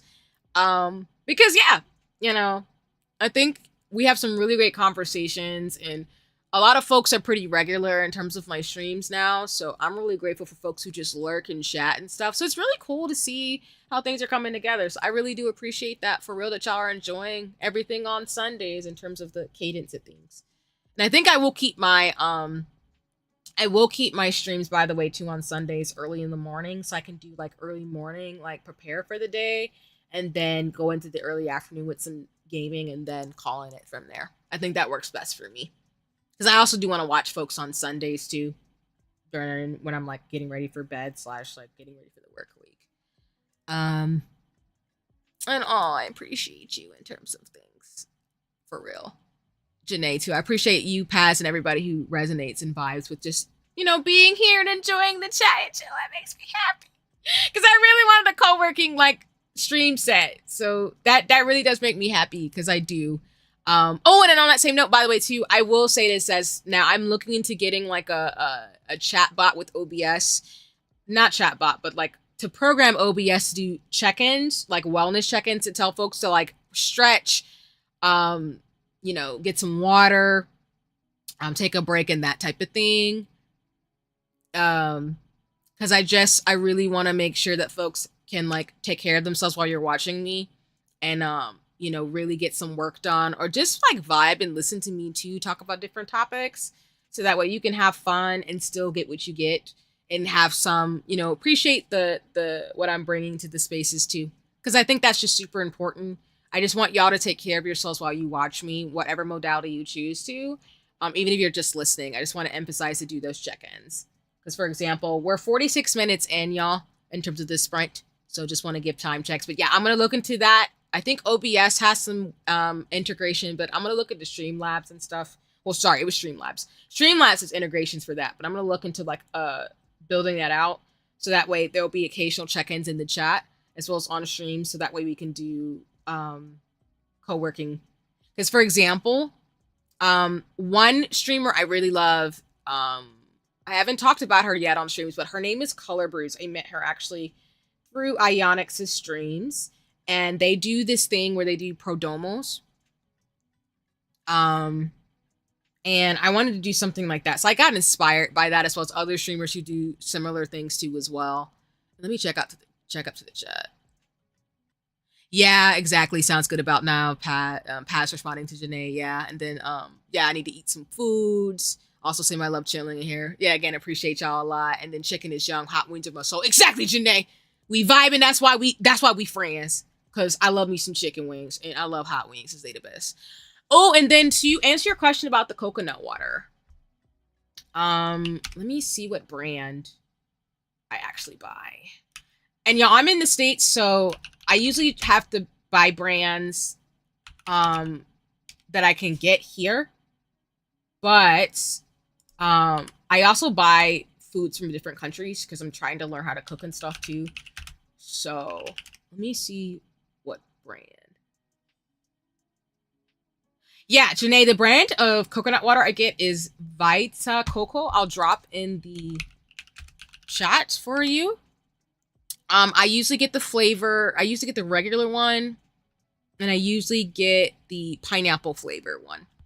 I think there's pineapple, mango, and a regular flavor, but that's the brand that I like. I sometimes will drink coconut water, not too often because I think it can kind of like clean you out, if you get my drift. But I usually sometimes will drink it after I exercise too, because it's good for like nutrients and things, as well as getting a banana or some snack food. But I usually get that type for my coconut water. And yeah, exactly. Yeah, my papa got he got tea from France that I was able to try. I don't know what brand it is. I'll have to check it out and share maybe at another time. But yeah, I really like it. It's like a fruity tea that's really good. Because like I told y'all, if you really want a tea brand that I'd highly recommend is Adagio tea, as well as yeah, I think it's just Adagio for me. I have to find the other brands that my mama appreciates too, because we usually get organic or like tea companies that don't have necessarily like pesticides and different types of like harsh stuff in them.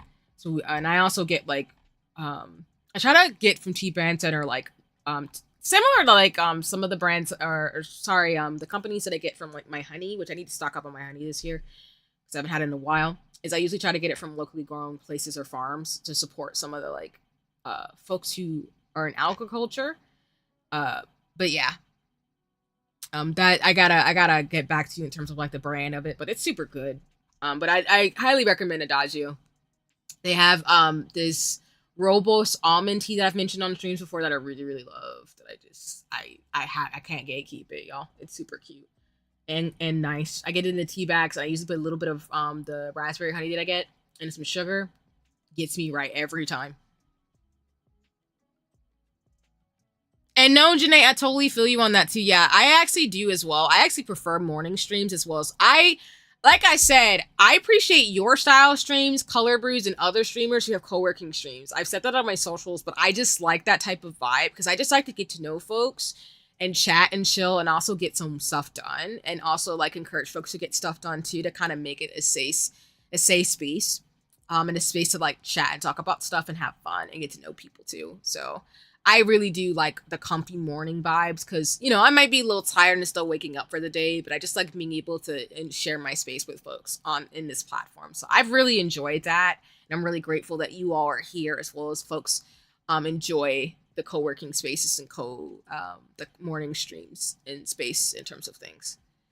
Um, and I appreciate that you prefer during morning streams, Janae, because I actually like to catch your streams. I like your art streams as well as your stream schedule in general. I like folks who do like morning streams and things like that, because I like doing them as well. Just to say that as well.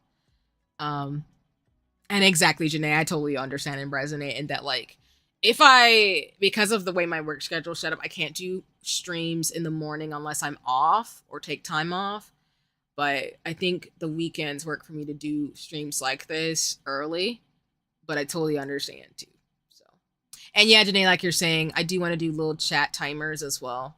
Because oh, okay, you use stream elements. I need to look into that. Thank you for saying that. Yeah, I wanna integrate that too, because I like how yours is set up too, where it drops little messages in the chat every so often.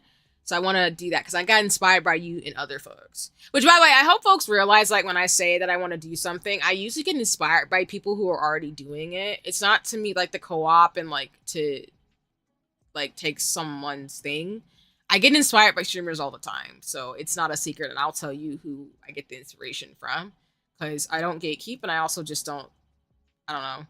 I'm not competitive with anybody. I just think like I'm supporting my friends, they're supporting me. I'm wholly happy to share things. Folks can go watch my mutuals and friends, or they can watch me. But I'm not trying to like I'm not competitive in that way, if that makes sense. And I hope that makes sense, and it speaks volumes of what I'm saying. Because yeah, I don't know, I don't believe in like saying like, oh, someone watches me has to only watch me, because that's kind of that's strange and gatekeepy. I really just want folks to follow who they want to follow, and if they want to watch me, they want to watch me. If you don't, then that's totally cool. But you should watch my friends regardless, because it's all Gucci. Um, but yeah, I'm gonna look into that. Actually, let me add that to my YouTube thing to look into some of these chat widgets, because I've been meaning to do that for a minute anyway. I really have. I just need to get better about OBS in terms of how to set it up. I think that's my Achilles heel right now, is that like I have to research these things. It's like I have After Effects in different like programs I need to get into. I just haven't had the time. So I'm probably gonna do that over the winter break when I take some time off. And no problems. Yeah, pineapple coconut water is great. Highly recommend. Yeah, no, Janae. And for those of y'all, again, y'all should commission Janae, by the way. Janae draws. So when Janae opens commissions, follow, please, and commission Janae. Because I know I will be. That's not a secret. All my mutuals and friends who draw art, I'm going to be commissioning them at one point or another. It's no. If I can pay your bills by paying for art for you to draw me, I am going to do it immediately. But yes, no, Janae, if for those of you who don't know, like Janae has some really awesome art streams. Janae plays some dope games. Just follow Janae in general and everybody. But like Janae's art streams are super cozy and chill, and I love the way she set it up. And I really love to lurk and just sit and chill and chat with folks there. So I so appreciate it in terms of the setup that you have, Janae. And yeah, I'm glad it helps you like practice art too. In terms of like being able to draw. No, Janae, you be drawing. Your art is so cute. I cannot handle it or deal. It is adorable. Nah, because listen, your art is so cute. When I saw it for like the first time and like I think it was on stream / like, you know, I think you've shared on socials. I was like, nah, I'm commissioning. Your art is cute.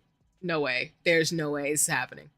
But yes, exactly, Charlene. Like, please keep an eye out for Janae when she opens up commissions. Please commission, because Janae's art is super cute.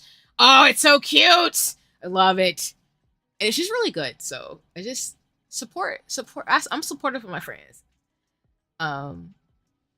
Time I've never picked up a pencil in my life.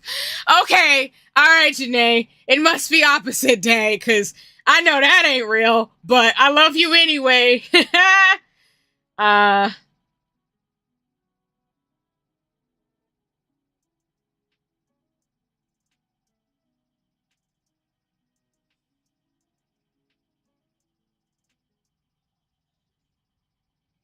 I'm screaming over here.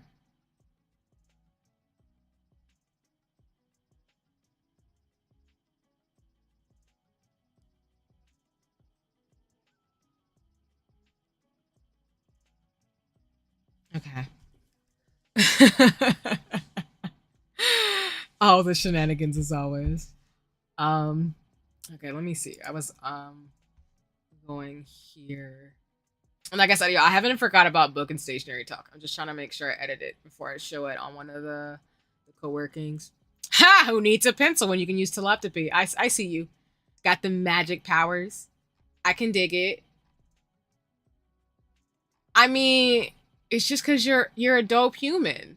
I mean, well, a dope human, a dope person who has magical abilities, and that's just lit forever, like forever, forever. I'm about to get into that song. It's like forever, ever, forever, ever. Ignore me, y'all. I'd be wilding. Okay, let me do it here. And then for updates, y'all, we've got 35 minutes left on the timer, so you're gonna hear me click clacking now in terms of noises for today. Um,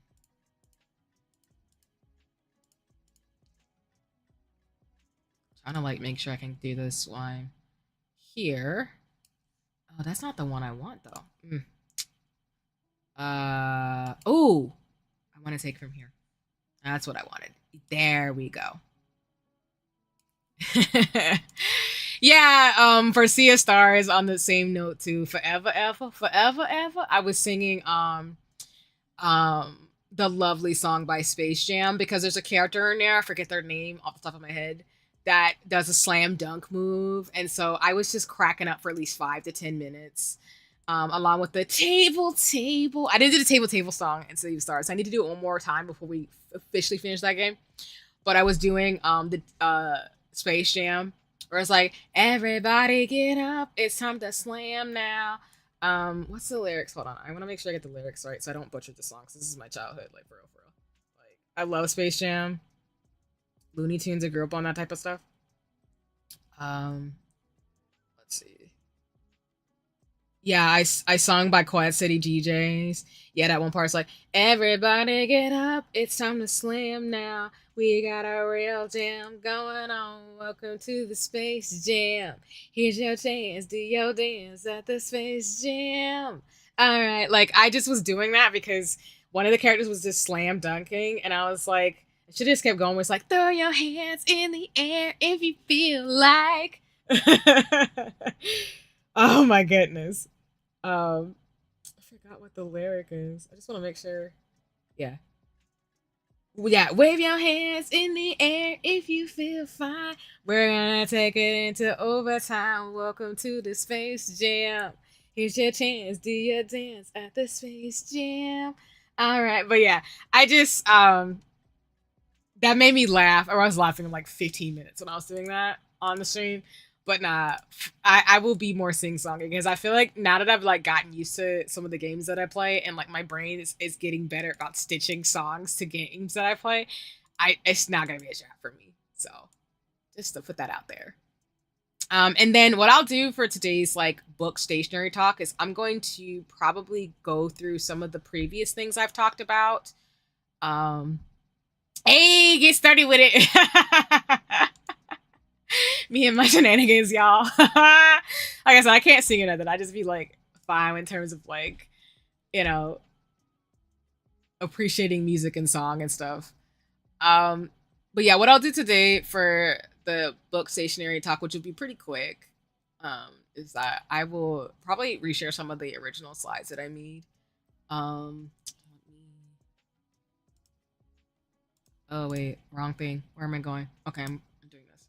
Okay, I'll probably like share some of the previous slides I've shared on my Hobonichi hype. slide deck.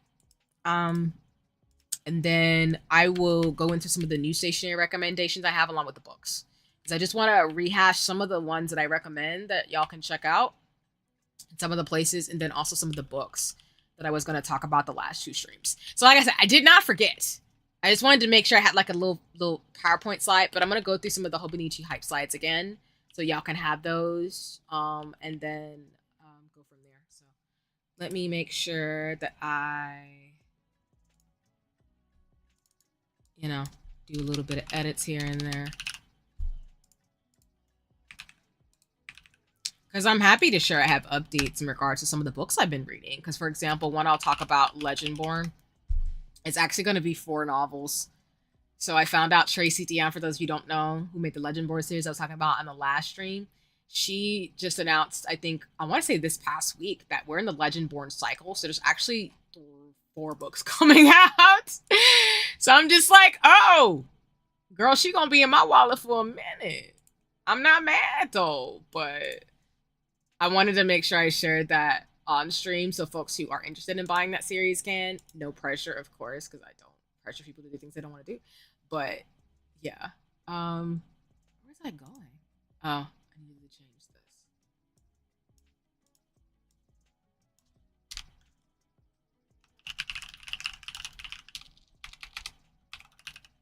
this. Okay, just want to make sure I do that. Alrighty. My not like pristine graphic skills are gonna come in handy. Well, it's not that I want graphic skills, but sometimes like I need to commission to make my own set of slides for my VTubing shenanigans. Also, we'll probably trademark. I don't know. We'll figure things out. But I feel like I need to actually do some things to make this happen because that's just how that goes. But I wanted to make sure I shared my my book recs for y'all. Nah, Paz, we was getting started with it because I was singing Space Jam. Because I was singing that because one of the characters has a slam dunk move that I was singing on that I was laughing about for a good like a minute or two. Cause I be tripping, y'all. I just be tripping. But yeah. Wave your hands in the air if you feel like.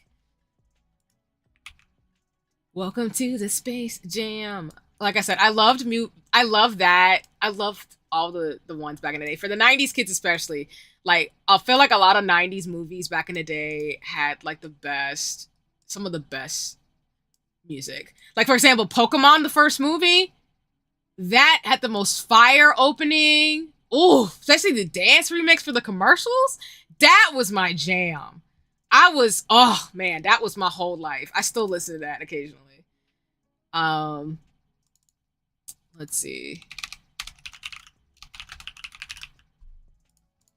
But yeah, we was getting started with it because I will be that person always to be like, we would dance and have some fun. Because like I said, it's not that I wouldn't do a karaoke stream. I just haven't thought about it because I don't know. But I want to do like a rap history stream. Yeah, exactly, Faz. Come on and slam, and welcome to the jam. Come on and slam if you want to jam. That was exactly like one of the lyrics I did, and I was like cracking up. Like, I was cracking up because, I don't know, the timing of it and the fact that they have that ability just sent me, and I was laughing for a good like 5-10 minutes on my Sea of Stars stream. So I hope folks enjoyed that, but if you didn't see it, you could catch the bot where I was just cracking up being a dork. And it was great. I will do that a lot. I'll just laugh. I just be having fun times. So it was great. And yeah, exactly. I appreciate you, Paz, like with all the getting started with it and all the, you know, the Space Jam planet emoji.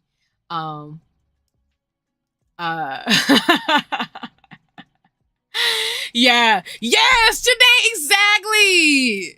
Fam, for real though, for real. Like the first Pokemon movie was so lit. I appreciate somebody got me. Not that you know, people don't have to get me if you don't get it, but if you don't check, if you want a hype song, it's like the epitome, like that 90s freshness that I love in the 2000s. The Pokemon first movie dance remix is just the most fire thing ever. just the way that lady just brings like the oh yeah, and she just goes into it. That made me so hyped when I was a kid. I was like, this is the most fire thing. I love that song. Along with like the Sailor Moon original like soundtrack and like the Yu-Gi-Oh theme song, like all them songs from my childhood like hit me hard. They just was hitting it. Just like if folks people bring it up like what is it? What is that I'm thinking of? Oh yeah. Eye to Eye from Goofy Movie. Like it's just that era of like songs that I'm like, yes, hit me in my feelings. But yes, I appreciate you vibing. But for anybody who doesn't know, like you should check it out for real, for real. Like please get your whole life if you love that type of music, because I just love it too. Oh PV, you're so sweet. I have been told I'm a lot of fun. I'm the type of person where I think I'm pretty similar to how I am on socials as I am in real life, because I'm not trying to necessarily hide anything per se. But I am also somebody where like I'm more cautious, I'm more ambivert. So once people get to know me and like we have common interests, like it's a wrap. Like if we have similar values and common interests and you know, we vibing, yeah. I'm your girl. I'm that girl in terms of like shenanigans. So I appreciate you in terms of commenting on my energy. Yeah, I can be a one woman party, or I can bring the party to my friends and we gonna have fun. I don't mind if it's just us in the library trying to be quiet and trying to like listen to music and have fun, or if we just walking around a park listening to music and just chilling and chatting. I'm always going to focus and do what I got to do. So I hope I bring that energy in streams in terms of like really trying to make that work. So yeah. Hold on, I'm trying to like grab all the books that I was going to talk about. I was going to share with y'all today. I'll make sure I get the covers right so y'all can see them, and then I won't dox myself in terms of things, because sometimes my like OBS is mean.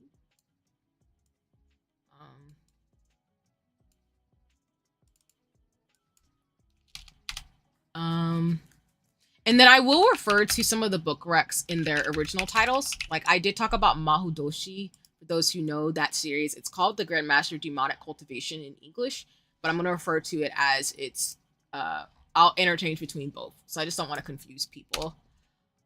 What is the other one I'm thinking of? Oh no, that's the same title. Sorry. Whoops. Ow, y'all. Sorry. Oh, okay, that's the one I was looking for. Paz, I'm hoping so. I think most people do at this point.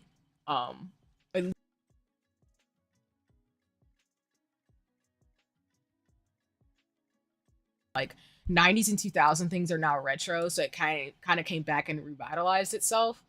But yeah, I hope most folks know what Goofy Movie is. If you haven't seen it, you should check it out. Really awesome movie. Let's see.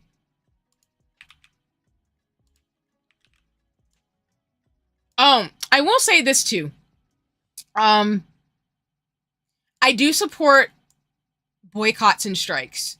So while I will be talking about some things I like, please don't consider it me ignoring what's going on in the world, because it's not me ignoring what's going on in the world. I speak for myself and no one else, and I don't speak for my job representative or anything, but as I always say on the streams, I'm always going to be supportive of people making and doing things to make their voices be heard. So I just want to say that, and I also want to encourage folks to please support when industries and people go on strikes. I know that SAG recently struck a deal for the actors and writers, but I do know the animators and the video game industry might be going on strike next year. So I want y'all to hold me accountable, but I will make sure to not talk about things that are struck, because I do not want to cross the picket line. So I'm trying to do that as much as possible. And I thank folks for understanding, because I just, as a streamer, even though I'm doing this for fun, I still don't want to do anything to folks who are full-time or in the art industry, because I do love artists and I want to be in solidarity with folks in terms of their work.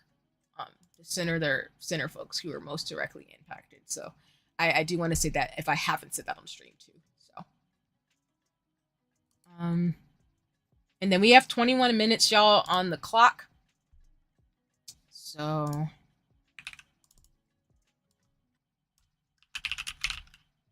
just want to put that out there for folks who are co-working with me.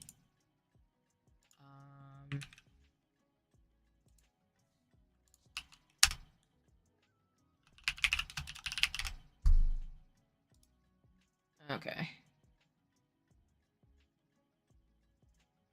Then I'll actually change up the song again.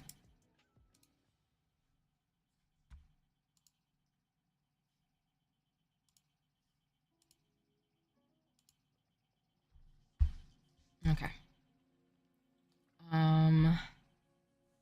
Let me. I'll take a screen cap of this. I also will share some of my favorite book services. And what I mean by that is I can only speak to the States context. But if you are interested in any of the recommendations I have, I usually try to support brands that have an affordable option. Or I also recommend to support your local libraries, because there's a lot of ways that you can get things from the local library to read books and get services about things in a way where you can support the folks who do work in those industries. Because I love librarians. I'd be biased. I'm a scientist. So, but I want to encourage that too, because there's some awesome places that I've been recommended that I've appreciated this year that I wanted to share on this stream. I will share other things as we get to the end of the year, because I will always have stationary streams and stuff. But I just wanted to say that on this stream because I will be going through it, like I said, finally, and go from there. So, and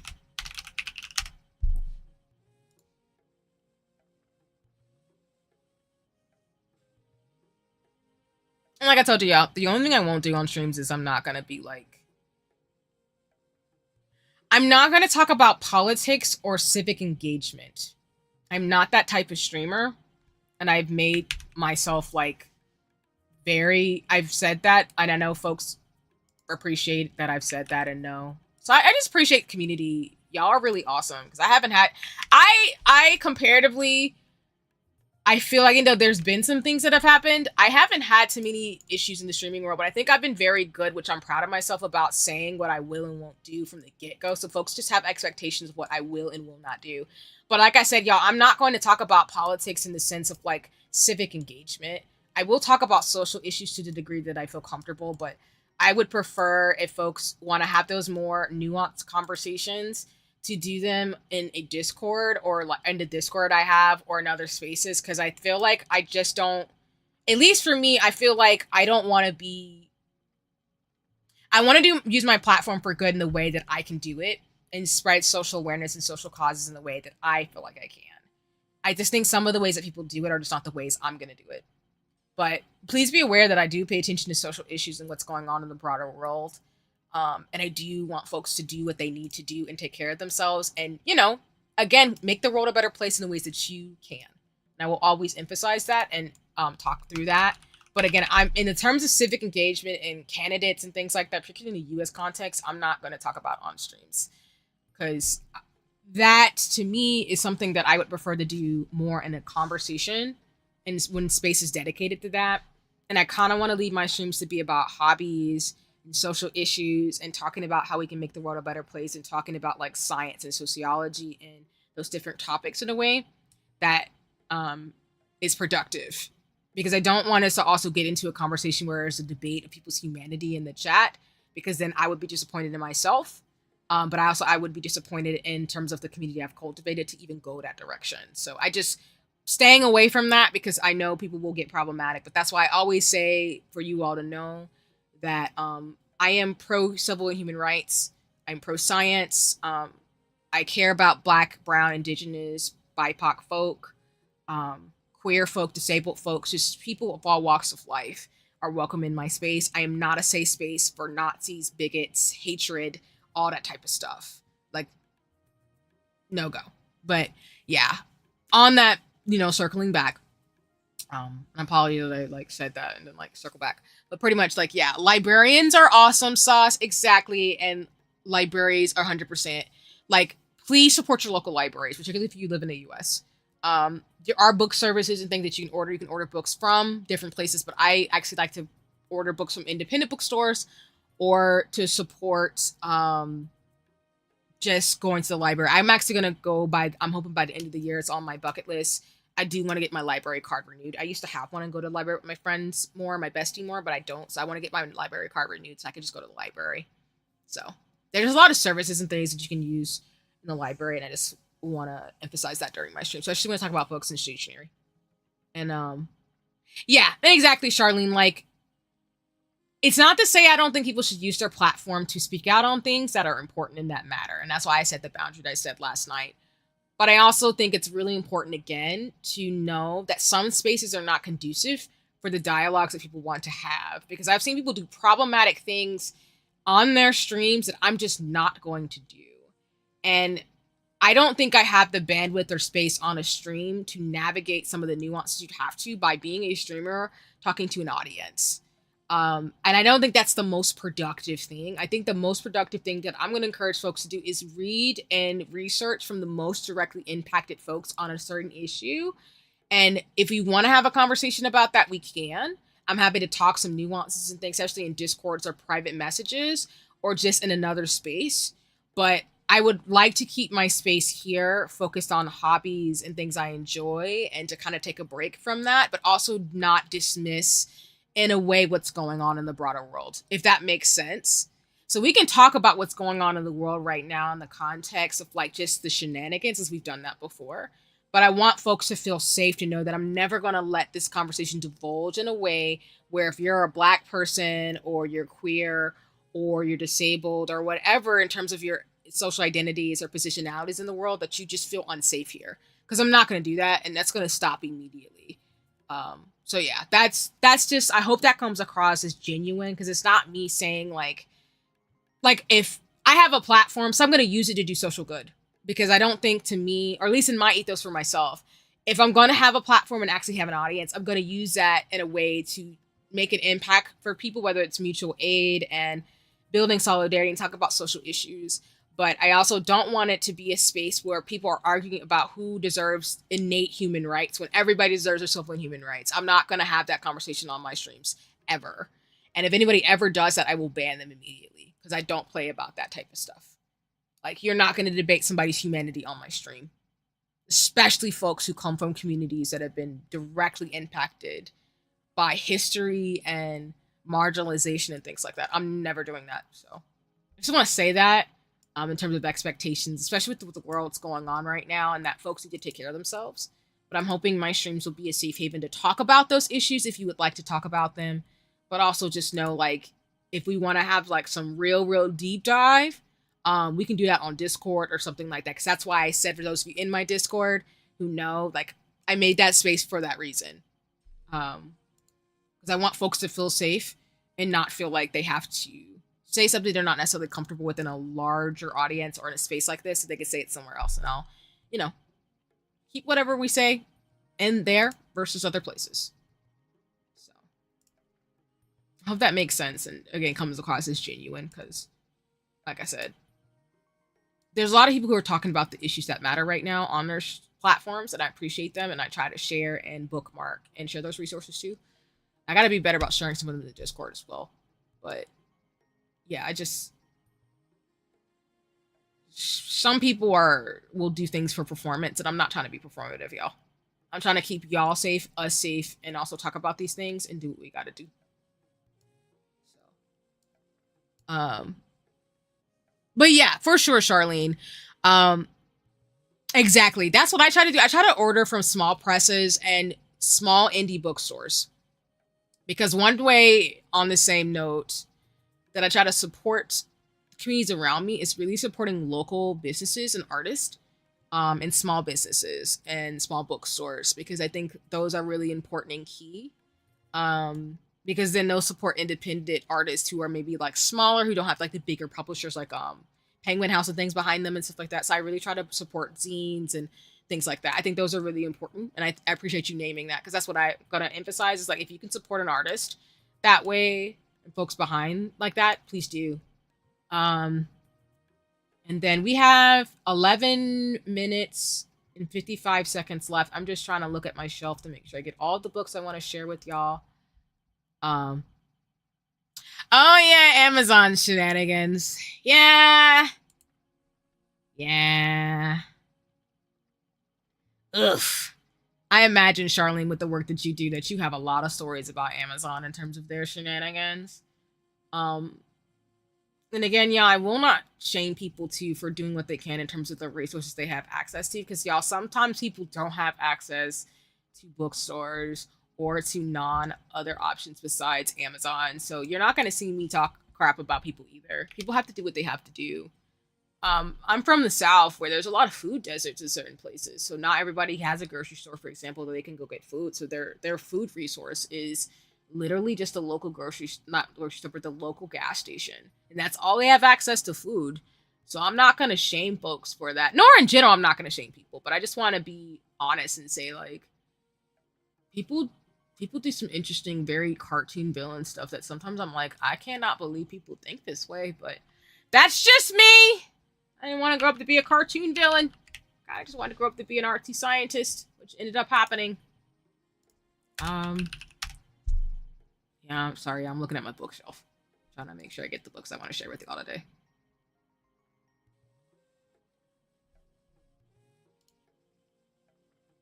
Janae, I love that. I love that that image forever. Okay, Charlene, let's see. Amazon will carry just about everything, and they get things really cheap on their end, so they can afford to put things on sale. What ends up happening is the small press and royalties. Author get less in royalties. Exactly. And that's something that people don't realize, is that if you can buy a book from a local press or things like that, you more are likely going to support the author and the press who made the book. Because then what happens is that, again, a lot of authors make money off of royalties, depending on the contracts and things like that. And of course, like Charlotte, you could speak more to it than I ever could. But I think that's really critical to name that. And that's why I try to be mindful. I try to be mindful of that, like, for real. Because it's wild out here in these streets. So I thank you for naming that, for real. Because that's something I think some folks don't know. And I think it's just a good habit to think about, too. Not that we can always help it. Sometimes we can't go the routes we want to go in terms of our actions. But if we can do what we can, then that's really important too. And no worries, Janae. I've said this, I think, before too. But I learned in college, and I don't know if this is not me giving anybody advice. It's just me commenting. I feel like as humans, we forge our purpose and meaning. Now, if you ask some folks in terms of their school of thought, there are, like, for example, I think from indigenous and native practices, that there's a belief that people just exist and that's their purpose. And that's fine too. But I think too, in terms of figuring it out, I think because of the isms, including capitalism, y'all, I think it's really critical that we forge our purpose and meaning, and sometimes that doesn't come very quickly or easily. So like you're saying, Janae, I think you'll do whatever you choose to do, because I know you am getting to know you, and you're an awesome person, and you're working hard and doing what you got to do. And I am not worried about you not becoming a mangaka at all. But yeah, I think figuring out like what labor, like what we want to do in terms of contributing to society, is really a big question a lot of people have, particularly these last few years with everything being so volatile. I think the only reason why I landed, or I'm landing where I'm at, is out of, yes, privilege and luck, I will say that. And also, like, not to be cliche, but I feel like I'm kind of a weirdo where I question a lot of stuff. And I think scientists tend to do this a lot anyway. We're very much like curious thinkers, at least the ones that I know. So it comes down to the fact that we just, because I got curious about the world and I didn't want to fit a mold, as soon as I realized some things just didn't work for me in higher ed and things, especially when my grades weren't their best and stuff, I realized there's ways to live and have certain roles that fit me more. And now I'm happy where I'm at in the sense of my trajectory. But I wouldn't say I have it figured out. I just have narrowed down a set of options that work for me that also helps me have a balance between what I want to do, the hobbies, and things I want to learn in this lifetime. But I know that journey takes a long time, and society sometimes is not conducive to people having that time to explore, because it's very much, I think, particularly, I won't speak to every context, but I will speak to the States, which to me, it's all connected to this broader world, because everything's connected. But I think, like you're saying, Janae, for example, like if you know finance isn't for you, then I'm proud to hear that, in the sense of I'm proud of people who realize that there's certain things just don't work for them and it's just not a good fit. Because I'd rather people spend the time actually like knowing themselves and knowing what they don't like versus accepting what they think they might like without ever asking what else is out there.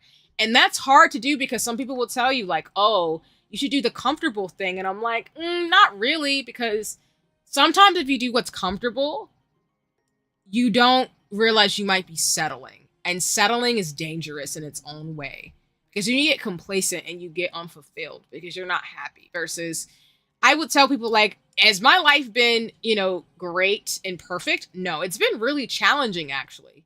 But I'm so much more fulfilled and feel good about where I'm at, because I'm getting better and better about that clarity of like, I don't like doing this. I love doing that, but I hate this. I could stand to do that, but I hate this. Or I might change my mind in 5 years, but I'm okay with that. And I've accepted like life is just a constant change and constantly reinventing yourself. And I feel like uncovering a lot of things, to the point where like I tell people, even these last few years, I have unearthed so many layers of myself that I didn't realize, that I'm like, dang, I really gotta like adjust. Because if I want to do what I'm going to set to do in my 30s, there's some things I can't do anymore I used to do in my 20s. And it's wild, but it's really true what they say. Like, you just grow into yourself and you come home to yourself too. Yeah, exactly, Charlene. And I would resonate with that. And like, and Charlene, you're saying like, I've done enough different things in my life to be able to say it's okay to be on a randomized trajectory. You don't have to stay on one straight narrow path. You can change your mind. Exactly. And that's the thing I think people get really stubborn about. And I think that's what breaks people's hearts when they lose their job or they end up breaking up in a relationship. 100% agree with you, Charlene. Life is too short to limit yourself. And life is too short to get caught up in people's limitations of what you're capable of, because they don't understand that you are in a new phase or you want to try different things. You're just like, F this. It's not for me.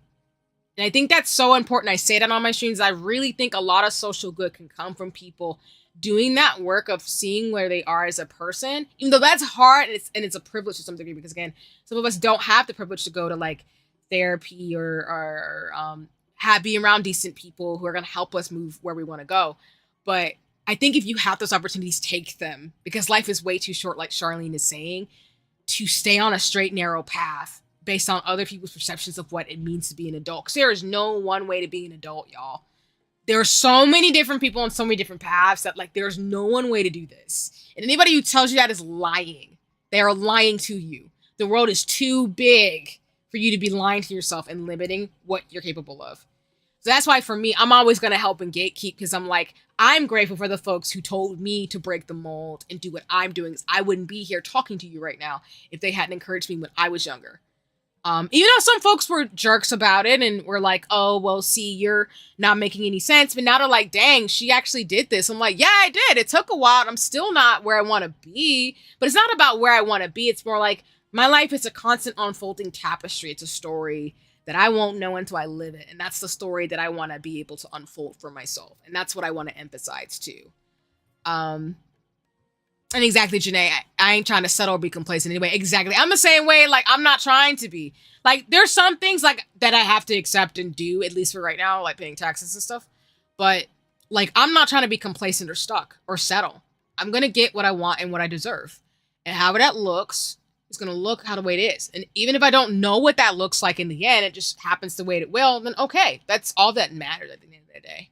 So, and yeah, gonna make sure I spend all of next year working towards my goals, which is letting go of this job to do what I want to do, work somewhere that aligns for what I want to do. Exactly. And I'm proud to hear that, Janae, and good for you.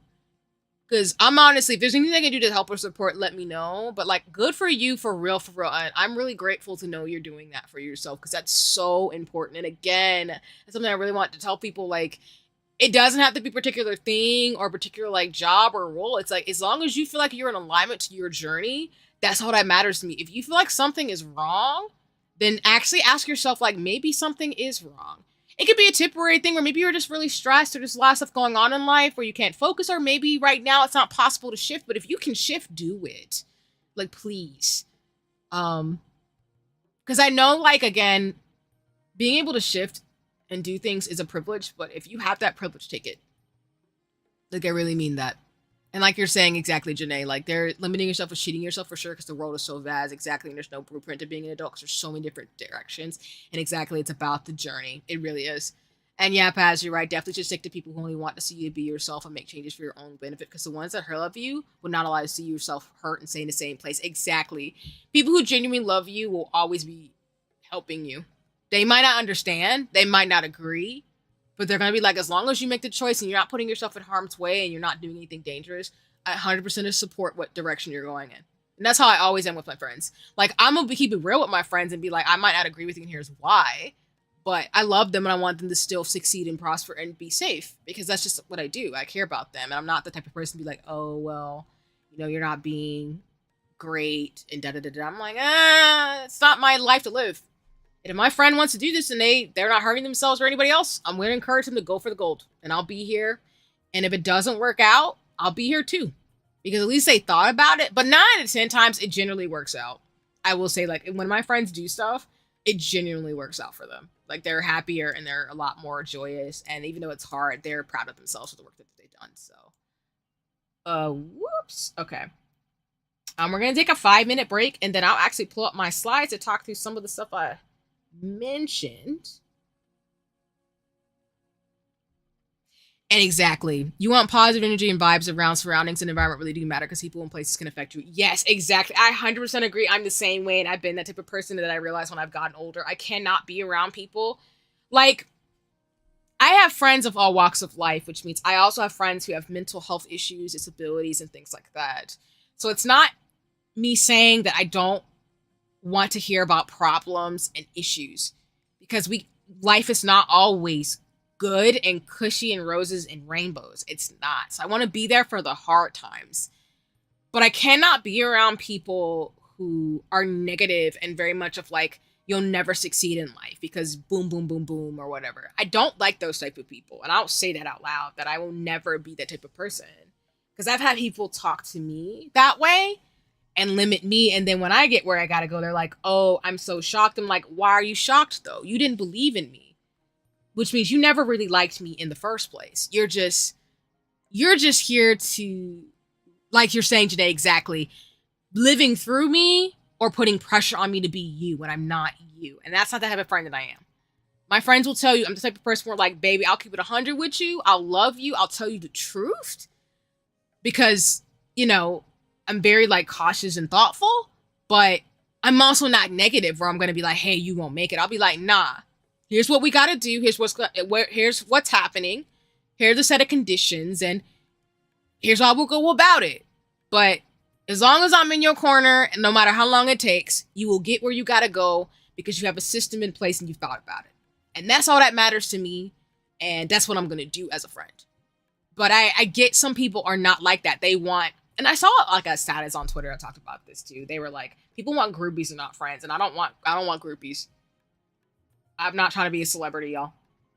Like, to some degree, people have told me, like, because of what I do outside of streaming, that I could be a public figure, but I'm not really trying to do stuff for celebrity or clout or power. It's more like I'm trying to really be a part of this big ecosystem. And if I'm known for my work, that's great. That's awesome. That means I've done what I've needed to do, and maybe I'm worthy enough to be known in the ways where people want to get to know me. But at the same time, it does not matter to me. That's not really it. But I've been around people who care about that type of stuff, and it's not cute. And I don't want to do that. Like, I want people to get what they deserve in terms of, like, I want to be recognized and amplified and to do the work that they do. And so get accolades, awards, and stuff to the degree that makes sense. But I don't want people to get so egotistical about it where they lose themselves or treat people badly. Because that's the part of it that I don't like. Where it's like, you're not better than anybody just because you have the privilege or the power to do certain things. So that's not my ethos. And if folks are like that, that doesn't align with my values. I'm not an egotistical person. I love some me, don't get me wrong. I think I'm a baddie, you know, a baddie with ethics and morals and a fatty A. But like, I'm not better or worse than anybody. And I just have my life that I live the way that I do. And that's all that is at the end of the day. I'm grateful for the privileges I have. And like, I think it's Toni Morrison said, it's like, my job is to liberate other people to be who they want to be too. Because I've had the chance to be liberated to be who I am. I try to embody that ethos as much as possible. So, exactly. I appreciate that, Charlene. And I definitely think you do and continue to do that. And I can tell your ethos in terms of, I just want to be someone that helps everyone feel valued, supported. The world is made up of people, and more we're at our best, the more our world will be our best. Exactly. 100% resonate. And I definitely agree with you there too. That's kind of my thing. Batty with the fatty. Hey, I be working out. I be on my Meg Thee Stallion where I be like, listen, y'all. I be working out, getting my fitness. And yeah, Faz, that's super dope. And I definitely agree. I've learned that you can be the best authentic version of yourself, but if you're in invalidating environments, that is so detrimental and toxic to your health. So you cannot necessarily sometimes change. You cannot change and be the best version of yourself if you're sitting in poison, to say that analogy. And that's why I tell people, like, if you can change your scenery, do it. Don't be around people and environments that are negative if you don't want to be around folks like that. Because, for example, I have friends and people who do things that I don't do, and I don't hate them for it. But in my community, well, maybe not friends and family, but I have people in community with me in different social groups and stuff who do things that I don't do. It doesn't make them a bad person, but again, it goes back to really knowing yourself and writing down your values and things that you care about and aligning yourself to those environments and people that care about those things. Because the people that align with you are going to bring you with them. Like I tell all my friends, like, if you align with me and you know yourself and we're good and Gucci's goody in a hoodie, like, I will make sure that we all make it. Like, for real. I mean that. I'm not leaving nobody behind. But I know I'm going to do my part of the work in terms of checking myself, so that way we can all move forward and actually like get to know each other, build together and things. But that's kind of why with streaming and Final Fantasy 14, like I bring that ethos of just wanting to build community in a way where it's like, I want to get to know folks, not in an invasive way, of course, because it's none of my business to know people's lives and things like that. Because again, people can mind their business too, if it's not something I need to know, but I want to leave my mark on the world by being the best version of myself and also like making sure other people can be liberated to be themselves too. And that's why I'm always really doing the right thing or call people out and be like, hey, that's not cool, or hey, this person's left out, or hey, this person feels excluded, or hey, we didn't hear what this person has to say. Let's flip the script or something, you know? Like that stuff really matters to me. It really does. Because I know I've been on the receiving end of some really, really stuff that that didn't make me feel good. And that made people feel excluded and powerless. And I just don't want to ever strip anybody of their power. Or have something, like I'm willing to give up stuff for people to have more. So. Exactly, Paz. Very true. People have to know who they are and how to be true to themselves. But that way no one feels insecure until he knows who they are and what they want to do. Exactly. Because I think everybody has insecurities. They will never truly go away. But I think sometimes people get caught up in those insecurities where they start taking out other people and projecting on folks. And that's not fair. Like, that's not fair at all in terms of things. Because I know I have to catch myself sometimes when, like, I'm being mean to myself and being hard on myself because I know I can be. But I've learned self-compassion and tried to be like, as long as I'm not hurting anybody and doing anything bad and I'm contributing to the world I can and just trying to make the world a better place, then I will do what I need to do. But I don't want to do it in a way where I'm being dismissive of someone and their lived experience and expertise. And also, like, I am not privileged in some ways either. So I want that to be recognized and for people to know that I come from a place of very deep self-awareness. because I've done that work and I've like had to catch myself being wild and stuff too. So, ha, Bree Leezy, yeah, I appreciate him too. I love seeing this content. He's funny. Always speaking facts, exactly. Okay, let me see if I can get this to work, y'all. In terms of my screen, so I'm gonna transition us to see if I can get this working, so I can show y'all books and stationery. Yeah, I'm so sorry to hear that, Charlene. Yeah, that's real. And again, like I said, I'm holding space for people going through it because some people, sometimes their mechanism of self-defense and like processing is to lash out at people because they're going through so much.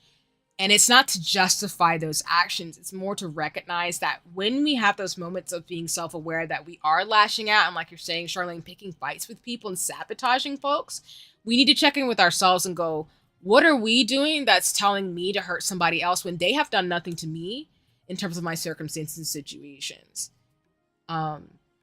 And like you're saying, Charlene, it is really hard to watch. Like, I've seen people do some very bad things to people because they're going through stuff, sabotaging people and harming people because they want the accolades or they want the spotlight. And it's awful. And I hate seeing it. And that's why I'm just very much like, I'm not that type of person. And if I catch it, I'm going to be like, excuse you. You don't get the right to take somebody's spot. Everybody's going to shine eventually. You do not have to diminish this person's light just because you feel bad about yourself. It is not that serious. And you have value intrinsically that you shouldn't feel the need to. But we live in a world that does make us competitive by default. So that's why I just, yeah. And I'm sorry, Charlene, that the damage is done, that it might not be repairable. Because again, like you're saying, like you're trying to take care of you too. And you just, when you see that type of stuff, you have to take care of you and other people because you don't want to be in that line of sight either. And it sucks that we have to make those decisions. But I've had to do that myself with people in the past too, where I've had to be like, we just can't be friends because I cannot believe you are capable of this. And I hope that when you do recognize this and work with the friendship to build it, that we can be friends later on. But like you're saying, Charlene, and what it sounds like, but again, not to speak over the situation, I appreciate the honesty and transparency. It just sounds like, again, the damage was done. It's just, it might not be fixable. And that's real. That's so real. And I just don't want to deny or diminish that because that happens. And I've had to do the same thing with people where it's like, we can't be friends after this. And I love you and I'll always appreciate what we had. But it's like that Tupac quote where it's like, you ain't gotta, I don't want you to not eat, but you're not going to sit at the same table with me. But it don't mean you're my enemy. It just means we're not close like that. And that's real. Yeah, I'm appreciative of opportunities that are given to me with the jobs I've gotten so far, but none of them align with my goals, only push me to be somewhere it's comfortable as a good job. So it's like gaining those experiences, realizing there's better jobs out there for me and I got to work hard for it to get there. Of course, once I finish this last class this spring, I'm on the hunt. Now, that's real, Janae. And like I said, you're doing that self-awareness, and that's why I have no problems in knowing that you're going to make it. And if there's anything I can do even just to send memes and cheerlead you on, let me know. But that's why I know that you're going to make it because you're having that self-awareness of like, I got some stuff I got to do, and I appreciate all the opportunities I've gotten, but this does not work for me, and that's okay. And I wish more people would say that because I think people are like, I have to be ungrateful. It's like, you're not being ungrateful saying that this doesn't align.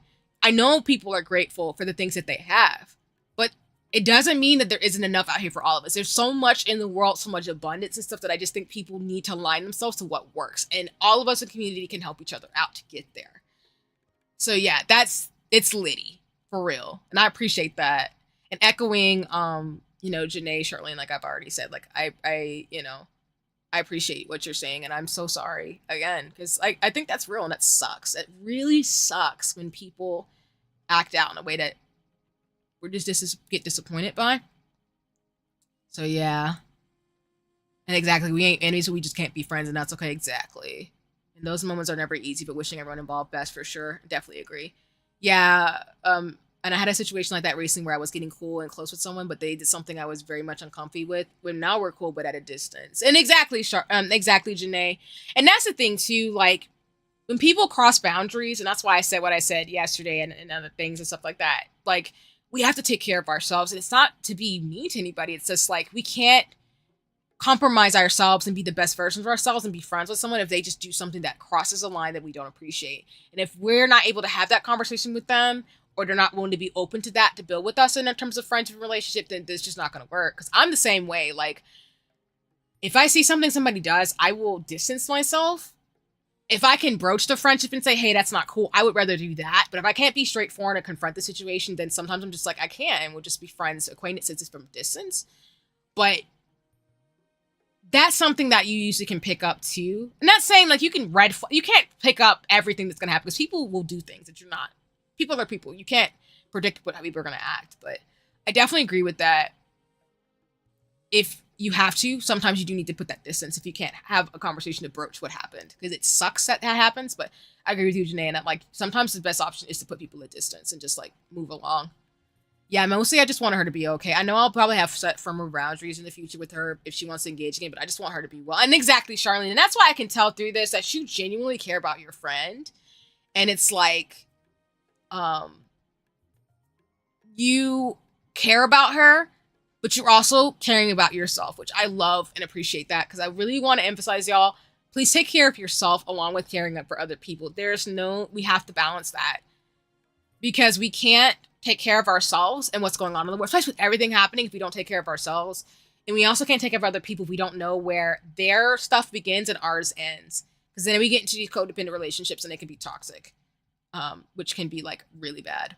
So yeah, that's the analogy. We truly don't want people to be starving. They need to eat and thrive, but they're not going to eat at the same table where I'm at if they're not close to me. Exactly, Paz. And that's how I am. Like, I want people to be able to survive and do what they got to do, but not everybody has to be close to me or friends with me if they don't align with certain values and things that I care about. And that's just it at the end of the day. And humans are not supposed to be friends with everybody. You resonate who you resonate with, and you don't, and if you don't, for other people. And it doesn't mean I don't care about people. I care about the collective. I'm also just aware that like some people I'm just not going to vibe with, because we don't have the same values and ethics and morals, and that's okay. But I don't want people to starve or to not have food or access to care or services. That is so against my ethos to say that I'm for that. Like let me put it this way. I care about people where I want everybody to have access to food, water, shelter, basic necessities, because again, civil and human rights are non-negotiable. But at the same time, if we don't align in terms of values and things like, and stuff like that, I care about people and I want people to be able to live and survive and have things because I care about other people. But I know we're all not meant to be friends, basically. And that's just kind of where I'm at. And I've accepted that, even though it sucks, because I love people. I'm a care bear, but I know that everybody's like not meant to be close to me, and that's okay. As long as I'm not hurting nobody, I'm good. Okay. And again, sorry to hear that, Janae, in terms of things too for you as well, for your situation. Like, I'm slowly creating my distance. I always wish him well, but just not to be in my space anymore. I always want to be kind, but I won't tolerate someone making me uncomfortable. It's hard setting that boundary, but I've chosen to slowly make my distance and let him exist in a friend group with others. No worries, Janae. And again, thank you for the honesty and transparency, you, Charlene, and everybody else in terms of today's space, because that's real. And I'm glad you're doing what you need to do. I hope someone in that friend group is aware of what's happened, or if they're not aware, I hope you're still being taken care of, because you shouldn't have to put up with someone's bad behavior too, even if they're in a friend group. Not to speak for you, of course, and not knowing more of the situation. I don't want to impose, so please push back on me in terms of things. But I really hope that people, I'm glad to hear you're taking care of yourself, and I hope that someone's looking out for you in the group too, to know that like people can hang out with whoever they want, but I'm always going to be like good in terms of friend groups where I'm like, is my friend good? Like, if they don't agree with something, or I'm hanging out with folks and they're not comfortable, then I'm gonna look out for that person too. But because I've been that person too, where like I didn't like somebody in a group and I was alienated and isolated out because I didn't like that person, and it sucks. But I'm always looking out for people, because it's like, not saying this gonna happen in this thing or implying anything either. I'm just saying, like, in general. I appreciate what you're saying, and I'm glad you're doing what you're doing for yourself. I'm just saying in general, in terms of things, like, I think groups are really important, but I want to make sure everybody's comfortable. So I'm just glad you're doing what's important for you. There's enough in my friend group who know that she's in a bad place. Her behaviors affect a lot of people, but we're slowly weaving things back in place without her right now. I see. No worries. Thanks, Charlene. No worries. I'm glad that y'all are finding stability and trying to like process what's happened within the group, because it's so important. not to like talk badly about the person, because again, when we know that people are suffering and that they're going through things, sometimes, you know, we have to recognize and hold them accountable, but also know that like they were friends with us for a reason and see what happened. So, yeah.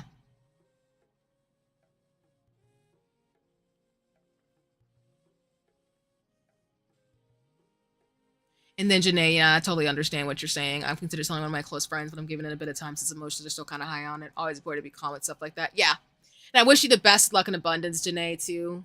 I'm happy. This, like I said, all of y'all in terms of like chat and community, I mean it where I say like I might not have a thing on my Discord, but if you know me, please feel free to reach out to me if I can be helpful, even if it's just hearing little details and trying to give space. But um here transparently too, I appreciate what folks are saying to really kind of again create these friend groups and environments that are safe and to have these important conversations, because that's real friendship to me, to be able to have these conversations where like, hey, somebody such and such did something to me and I want to talk to you about it.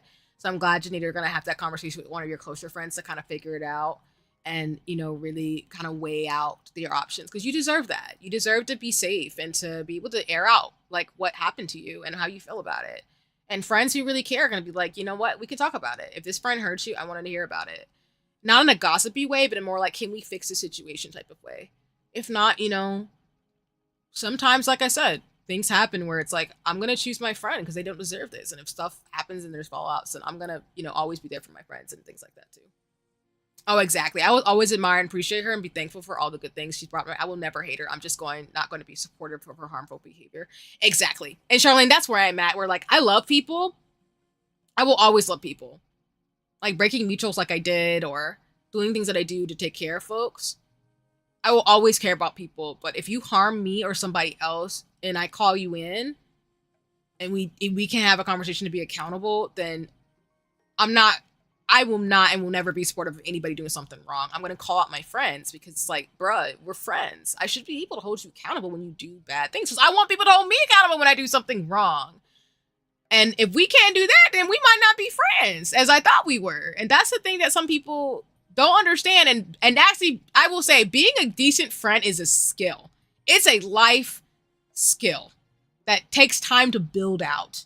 Because it requires you to know yourself, your boundaries, and to keep building on that, but also to be really thoughtful about your friend groups and stuff, and to actually spend the effort to do that. And that's why I think a lot of people say they're lonely, is because sometimes they don't make the time to do that, or just not a lot of time to do that. Because I get in the sense of like not a lot of time in the sense of like they're struggling, going through 50 million bad things. So I'm not talking about that. I'm talking about the folks who can make the time, who won't make the time, of like, you have to build and get to know people and then know that like things happen.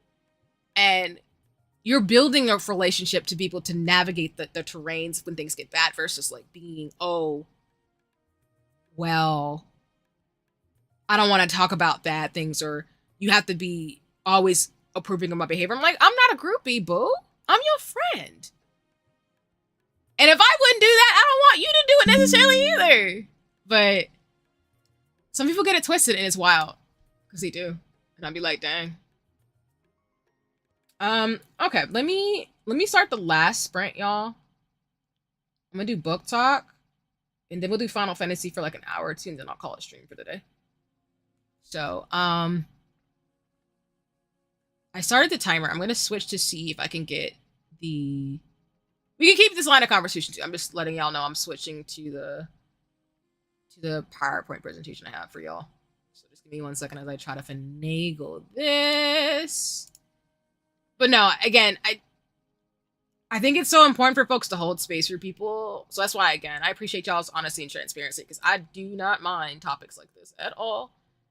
Because I've had some very wild adventures with friendships and relationships, and I've just learned so much that where if I can avoid some of the things and share with people's experiences and resonate, I'm happy to do that, because people get hurt and it's really important. So. Hey, let's go, Janae! Wendy's! Let's go! You're getting snack foods and all the foods. Not just snack foods, but just foods. Yeah. I agree with you, Charlene. I lost a friendship, I think, in my past over that. But you're 100% right. I think people don't realize that being there for them sometimes means calling them out when they're being harmful to themselves and other people. Yep. And I've gotten a lot of, excuse my language, shit for that. And then I will say, not to say to this person, but I've had people come back to me years later and tell me that, see, you were such a good friend, and I'm so sorry I didn't realize at the time that I didn't realize that you were trying to be a friend to tell me I was being a shitbag. And I was like, yeah, I was. And even though, like, I'm not friends with those people, I tell them, like, I don't want to be friends with you because, one, I shouldn't have to be treated badly. I shouldn't have to go through what I did being your friend. So I don't want the friendship back. But I want you to know, and this is something I've always told people I'm not friends with, or at least I try to hint at this, or at least I feel like I've said it a lot, where I'm like, we don't have to be friends, but the best thing you can do for me is just don't ever do what you did to me to anybody ever. Excuse my language, the fuck again. Like, just don't do it to me. Don't do it to anybody ever again. And as long as you do that, that's all goody in the hoodie to me. Because you hurt me super badly, but please don't hurt anybody the same way you did to me. As long as you do that, that's all that matters to me. You don't have to talk to me again. You don't have to apologize. I don't really care about all that, because sometimes I feel like people think that apologies mean feeling sorry to go back into the same behavior versus sorry being accountability. The sorry because you feel bad and not changing behavior is something I don't appreciate. And that's why I tell people, like, don't come to me with an apology once you mess up and you're not holding yourself accountable. You're just going to do the same thing again, because I don't want to get hurt again. And I'm not saying, like, first strike, you're gone type of thing. I'm talking about, like, people who've, like, hurt me multiple times and then they don't change their behavior and they're like, oh, dang, she cut me off. I'm like, yeah, I mean what I said. Like, don't keep doing this. I'm going to cut you off. And then they come back around being like, oh, I'm sorry. And I'm like, well, we're not going to be friends. But I appreciate your being sorry and you understand. But do you understand the sense of being held accountable? Or are you just saying this because you're absolving your guilt? Because if you're absolving your guilt, keep your apology. I don't care about that. That's between you and whatever you believe in or whatever you need to do to take care of yourself. I don't hate you. I just don't have you in my mind space. So people get upset about that. I'm like, you're not taking up any space in my head, but I do want you to know, if I can afford it, like I've told people in the past, if you hurt me, just don't do it to anybody else. And as long as you do that, cool. Be a better person. Because that's what I would do if I in the same situation. Like, I've done some messed up stuff. Well, I'm a Care Bear, but let me put it this way. I've done messed up stuff in the sense of, like, we're all human. We all make mistakes. So I hold myself accountable to the mistakes I have, and I try to confront them instead of, like, what, like I said, in terms of the habits that we develop, where we don't confront things or we try to, like, blame someone else or whatever people do in coping in terms of things. We all have coping mechanisms and things that we're not proud of that we do. But I know for me, like, I'm always trying to be self-aware, especially at my age, where I'm like, I've gone through a lot of life now where I will check myself before I will actually, like, check somebody else. I'll ask myself more what I did versus somebody else, which is why I've gotten better about not blaming myself for some of the things people used to do to me, because it's not me, it was them. But like I tell people, like, if I love you, I'm going to check you, not because I don't care, it's because I care. And because if I don't check you, I probably don't care enough.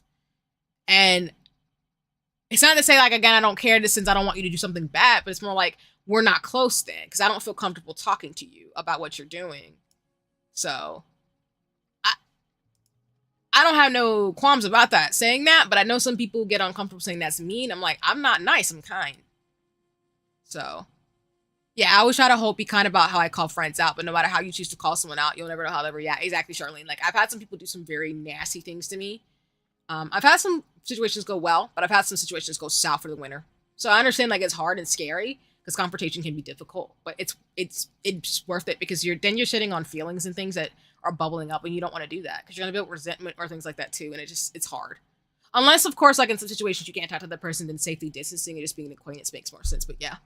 And yeah, people need to realize they aren't owed forgiveness for doing wrong. Taking accountability and not doing it again is what they need to focus on. That's more important. Exactly. And that's my point. Like, I just don't, some people don't get that, and they don't want to get that, or they know and they don't want to. And that's their prerogative, but you're not going to be around me like that. At least for me, I will speak for myself. Like, I don't want to be around friends who won't hold themselves accountable and cannot be checkable, because I am checkable. I am human. So I don't want anybody to be around me who got an ego like that, because that's wild to me. Like, I've been wrong, and I have people wrong me, so I'm not finna do that. Even though, like, sometimes you don't want to be wrong and it feels uncomfortable and it hurts, but, like, it is what it is. Like, sometimes we're just wrong, and that's okay to be wrong. It's okay to be human and make a mistake. But when you be constantly making mistakes, or the gravity of what you do can make a difference, and people need to understand that too. So, okay, let me see if I can switch over to the gaming stream, y'all, and then I'm gonna see if I can switch to where y'all can see my screen for shenanigans. Let me do that really quick. Can I not do that?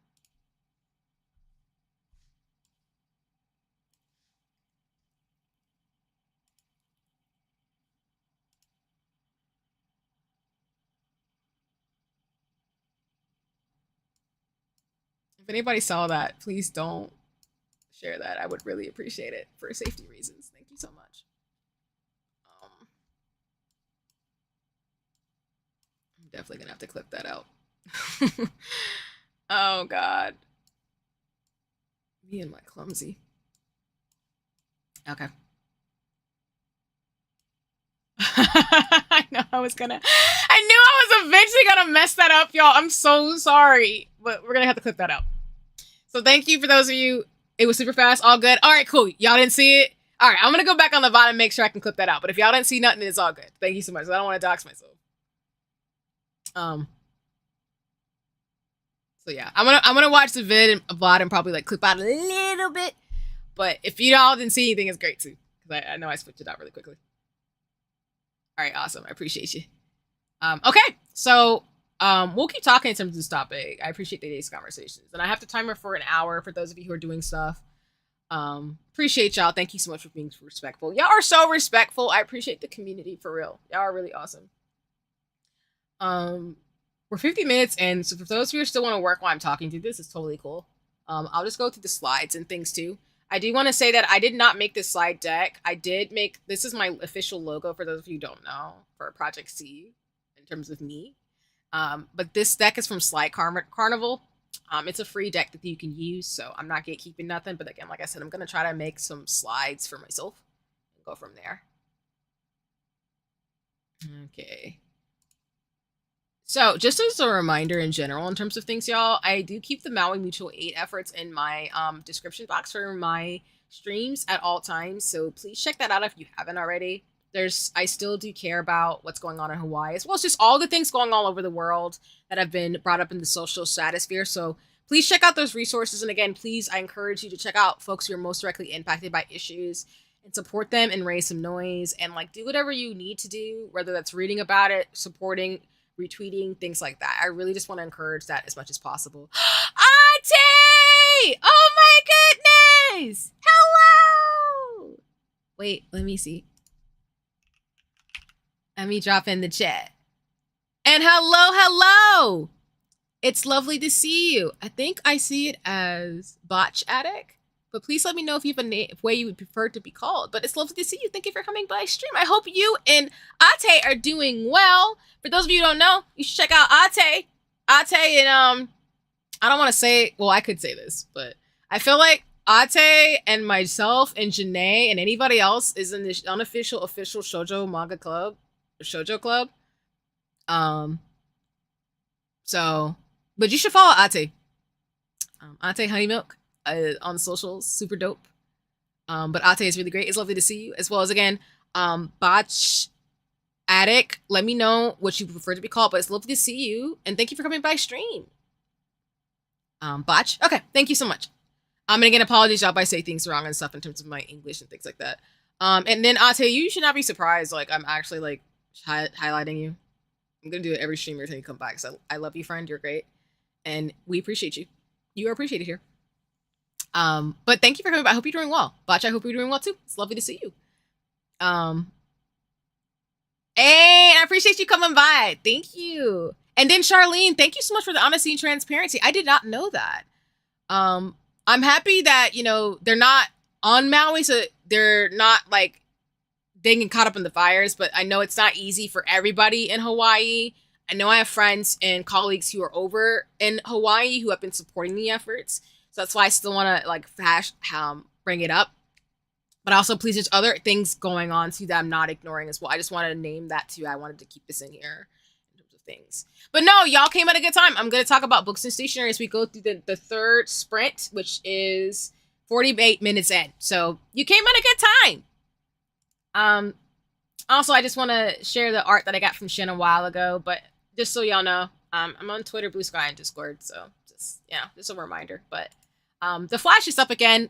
Like y'all know, this is from my Hobonichi hype stream, but I just want to flag up that again, I love Hobonichi. Hobonichi is officially out, so if you haven't bought for 2024, if you're interested in trying a new system, please do. It's super great. I love them so much. I love my Hobonichi books. I'm hoping to share more photos with y'all as the year ends, as I get my book together. I'm probably going to more so start decorating my 2024 books into next year, because I kind of want to bring the energies of next year fresh and new in January.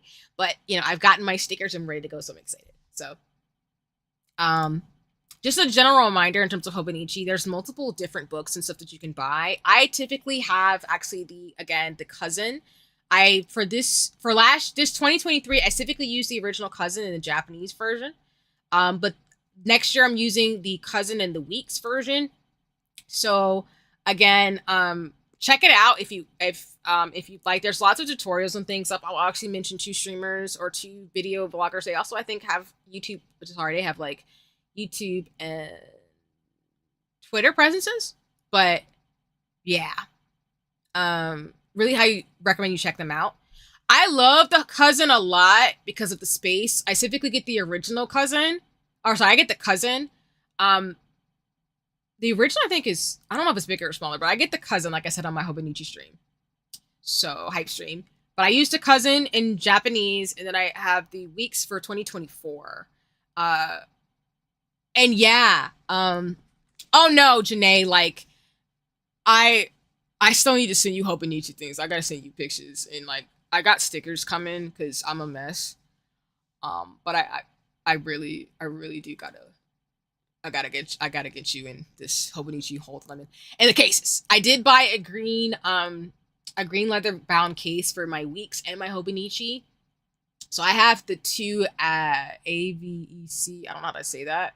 But I split my cousin into 2 books, and then I have the weeks. But then again, some people have like, I haven't watched tutorials necessarily for the 5-year Techo or the Hon or the Day Free. But I've watched weeks and cousins, I think, before when I was researching and stuff too. So just want to flag that those are the books that I use. You do not have to use this system. I use this planner system because I like the paper and stuff.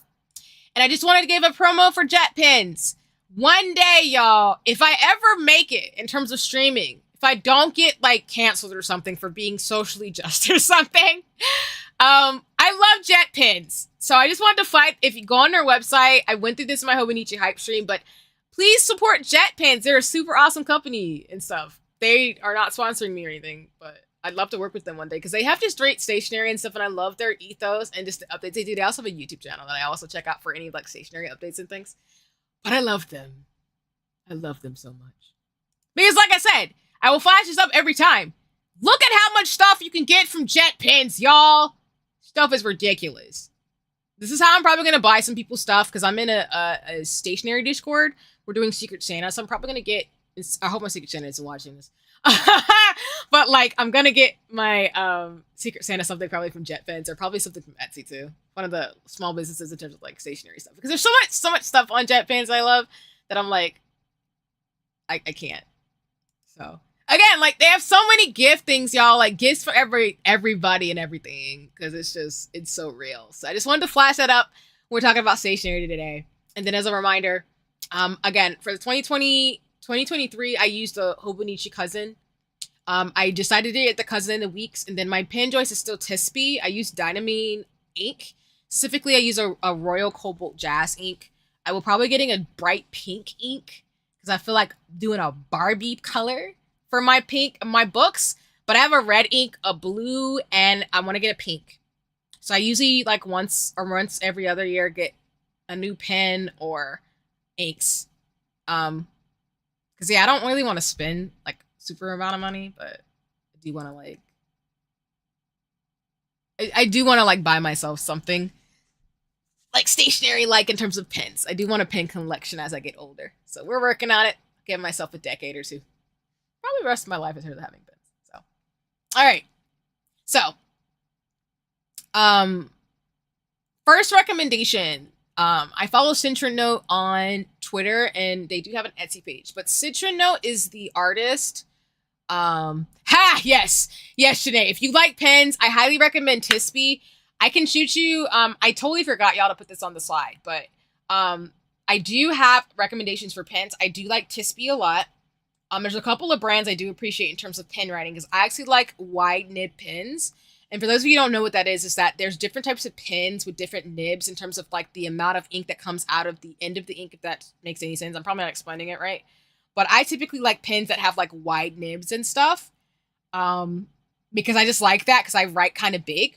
I just like the way that when I write with my Tispy pens, I get like sparkly ink when I write. So that's why like I'm biased towards that in the Hobonichi because like whenever I'm done for the evening, I need to be better about decorating and getting my like template style down because I've been using Hobonichi for about a few years now.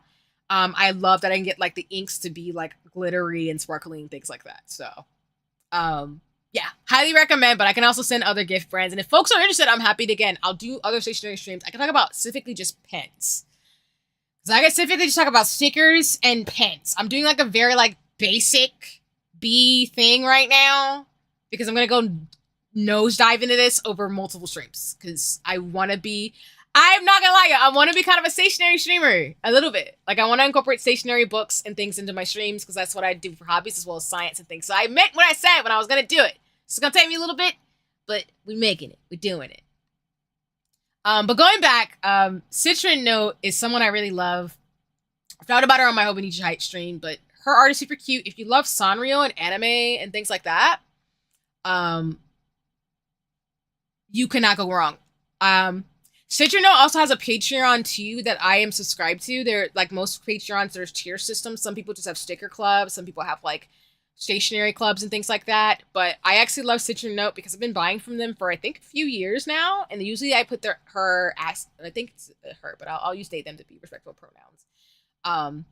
I usually put their stickers in all my books because like I just love the way that they're really good for accents and they're Sanrio theme, and I love Sanrio. I love Hello Kitty and stuff like that, so I just need to like buy. So I'm just going to share with y'all. Like, if you want cute, like, anime-themed cute style stickers, highly recommend.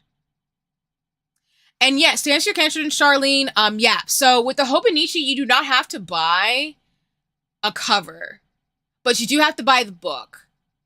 So for Hobonichi, every year they come out with a book, and usually they come out with different style books of the ones I shared. So if I go back, every year they always have the Cousin Day Free Weeks and Hon in this style, as well as like, you know, the A6 size.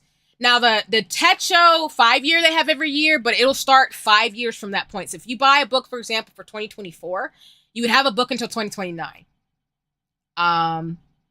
But you can buy a book, so you get the book itself. So like on this slide here, you would get the book, but if you want a cover, that's separate. And they usually have different styles of covers. So they have, and that's the thing about Hobonichi, which I love, which is why I love my friends and Fidi who got me into Hobonichi. Hobonichi comes out with books every year, but they also come out with different covers every year. So some years they'll have like different themed covers. Like I know not this year, but the last year I think was Animal Crossing. They had an Animal Crossing themed set of Hobonichi accessories, like covers. And then this past year, which they also brought back again, they had a One Piece themed Hobonichi with One Piece themed like art stuff, but they also just have general things that you can like too, as well. And also, yeah, I just want to say, if anybody knows Hobonichi too, please feel free to chat and stuff. I am not Japanese or Asian, so I don't want to like speak on issues that I don't know, because I know like there's culturally relevant things in terms of the system and stuff. So I just want to say that too from all my stationary streams. Like, I'm not trying to be culturally appropriative, so like check me of course, but like I'm just speaking from my perspective and not like a problematic like person's perspective, if that makes sense. I just like to be respectful, yeah, so I always want to say that. So I probably didn't say it sooner. But yeah. So basically you can get the book, you can get accessories. They usually send you some free stuff in the mail. Like this year they gave a little like tiny bag and like a pen for free. But I usually buy the books that I want and then a cover. not every year. Like last year I didn't buy a cover, but this year I did because I've had Hobonichi for 3 years and I've been using the same system that I have, developing my thing. But I bought a new leather bound because I wanted to go with green. So I went with the green Hobonichi cover with the green weeks. And yeah, I love my life. It's great. I appreciate you, Faz. Thank you. Yeah, y'all could tell I was trying to do curriculum, and I'm a scientist and have a because I like PowerPoints and slides. Recognizing, of course, that like I have the captions up because like I know that visual cues are not accessible for everybody, so I hope for folks who are hearing me can understand me try to describe as best as I can what I'm talking about. And thank you, Janae. I appreciate you. And Ate, no worries.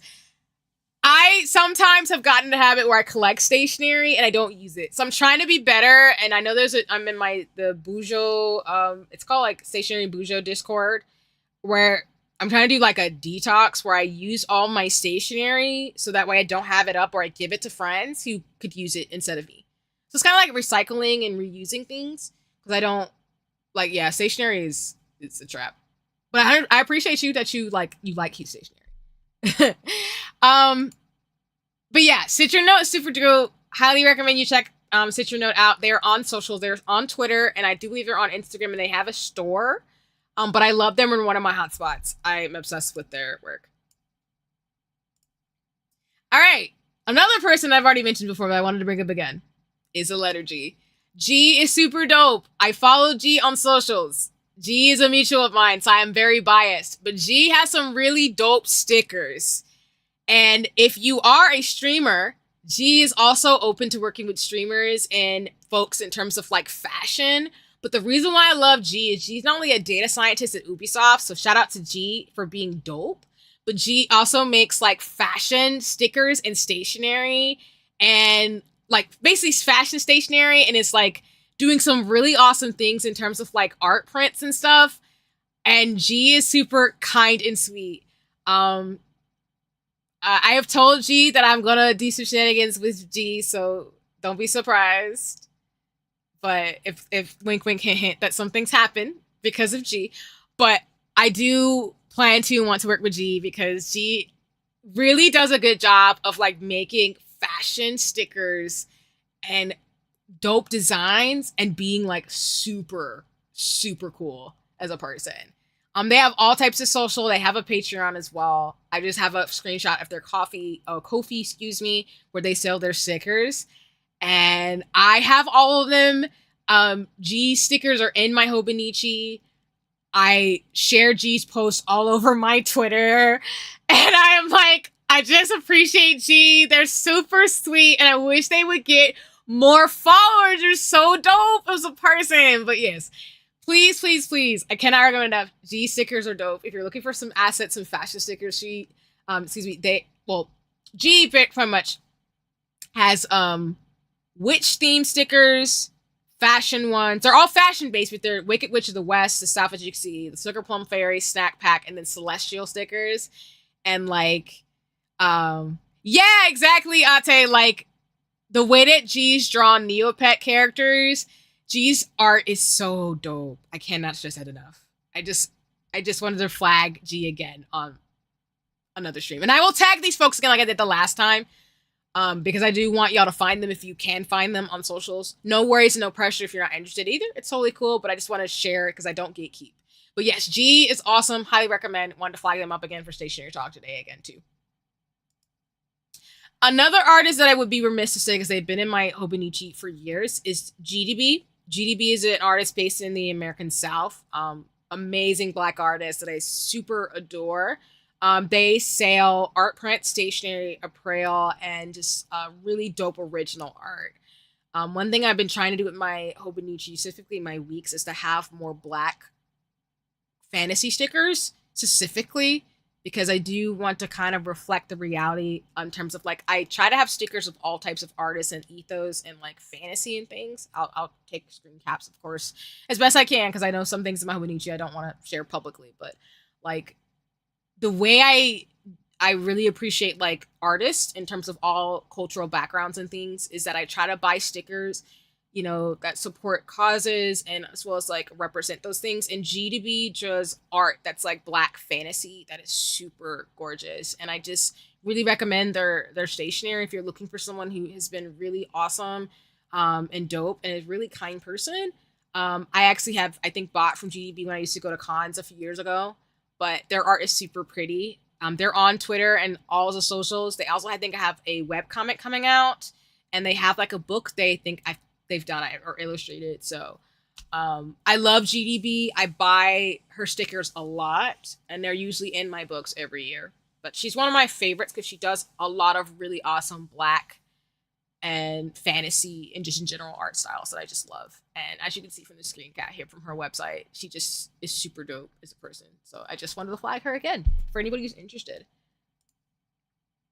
And this, sorry for like the really itty bitty like screen cap for this, but Altair by Joe, and I apologize if I'm saying this wrong, is another stationery recommendation I have because like I said on my previous Hobonichi hype stream, Altair has some really cute asset stickers that are really adorable. Their mascot is super dope and cute. And if you go on their Instagram, because I think right now, unfortunately, they're closed. I think they're going to reopen soon. They have really great tiny stickers if you want to like have accents. And what I mean by accents and stickers is that like sometimes stickers are not really big. So they're really good for like putting on the edges of your Hobonichi or like your journals to like decorate stuff, because I just like decorating and things and having like the kind of like layouts that people have. But I really like their stickers because the way they sent their packaging was super cute, first of all. And then like they have themed stickers from like New Jeans and different brands. And, well, not different brands, but like New Jeans and like different themes and stuff like that. Like the other folks I've named too. So if you're looking for like a cute set of like stickers that are really small and dainty, but also really adorable and bunnies and stuff like that, I highly recommend you check them out. I love cute things, y'all. So I'm probably going to more likely recommend like cute fantasy stickers, but bear with me. I just love them. And Altair by Joe is going to be all over my week's Hobonichi too, and just in general. Another person that I recommend who's also on Twitter, they don't go by Egg Butter Toast, but that is their actual name on Instagram, as you can see from this clip, is Egg Butter Toast. I love them. I actually have bought stationery. I have a tote bag from them. I have a, what do you call those things when you zip them open? Like if you put pencils and pins in there. I have a carrying case, I'll call it that, from them. But Egg Butter Toast has some of the cutest, like, bunny stylistic art that's like food and seasonal themed that I really like. So for those of you who caught my Hobonichi hype stream, Egg Butter Toast usually opens their shop every couple of months, every couple of weeks. But I highly recommend if you're into like cute, like our animal food, cafe themed coffee stickers, to check them out. Again, on social, super cute, very nice person, and I've never had an issue, and I love the packaging. And again, I keep my stationery in a few bags. I have a Kinokuniya bag too, for example, but I specifically keep my stationery stuff in my tote bag from Egg Butter Toast. It's cafe themed with like bunnies on the top of it. So I'll take a picture if folks are interested, but I just wanted to flag Egg Butter Toast for folks who want to know. And let me know if I'm going too fast. I'm just getting excited, so apologies. I love talking about stationery and like books. Oh, and then on the timer, we're 30 minutes into the sprint. So while you're listening and stuff too, just want to know we have 30 minutes left on this like timer. Another one that I really appreciate and enjoy is Mochi Cake. They're actually on Etsy. I have not bought from them yet, but I love their style because everything's so fat and swole. And y'all, I love cute fat things. Like cute, chibi, like fat things. Like adorable plushy things. And their store is super adorable. Like I can't handle their store. Everything's cute. They have anime themed stickers in the design of their little mochi cake little bunny. And as you can see from this like really tiny screenshot, doesn't do it justice. It's so cute. I haven't bought stickers yet because I need to figure out where I would put them, because I think it would be like me just buying them and not knowing where to put them. But I do want to buy from them and I do want to support them because their stuff is so cute. I do know Etsy has issues, and I will name that too. So I need to double check if they have a website outside of Etsy for those of you who don't want to necessarily support Etsy in terms of their shenanigans. But I do say like their stuff's adorable. So go check them out. Because it's cute. It's anime themed, cafe themed, and they have like, just the way they draw is so adorable. And I love adorable, cute art. So if any of you artists out there follow me or interact with me, if you draw stickers, I'm buying from you too. That's just what I tell people. Like, if you draw stickers or any stationery, I'm washi tape, whatever, I'm buying it. And we will do probably a separate stream just dedicated to stickers and specific type of stickers like washi tape and stuff too. Because this is just like basic B right now. But like when I get going, y'all, like when I actually like figure out the cadence of this thing, it's like it's gonna be real. You know what? I'll tell you right. You right. I really just need to stop playing with myself and like really just go ahead and put it on my sketchbook. You right. You right.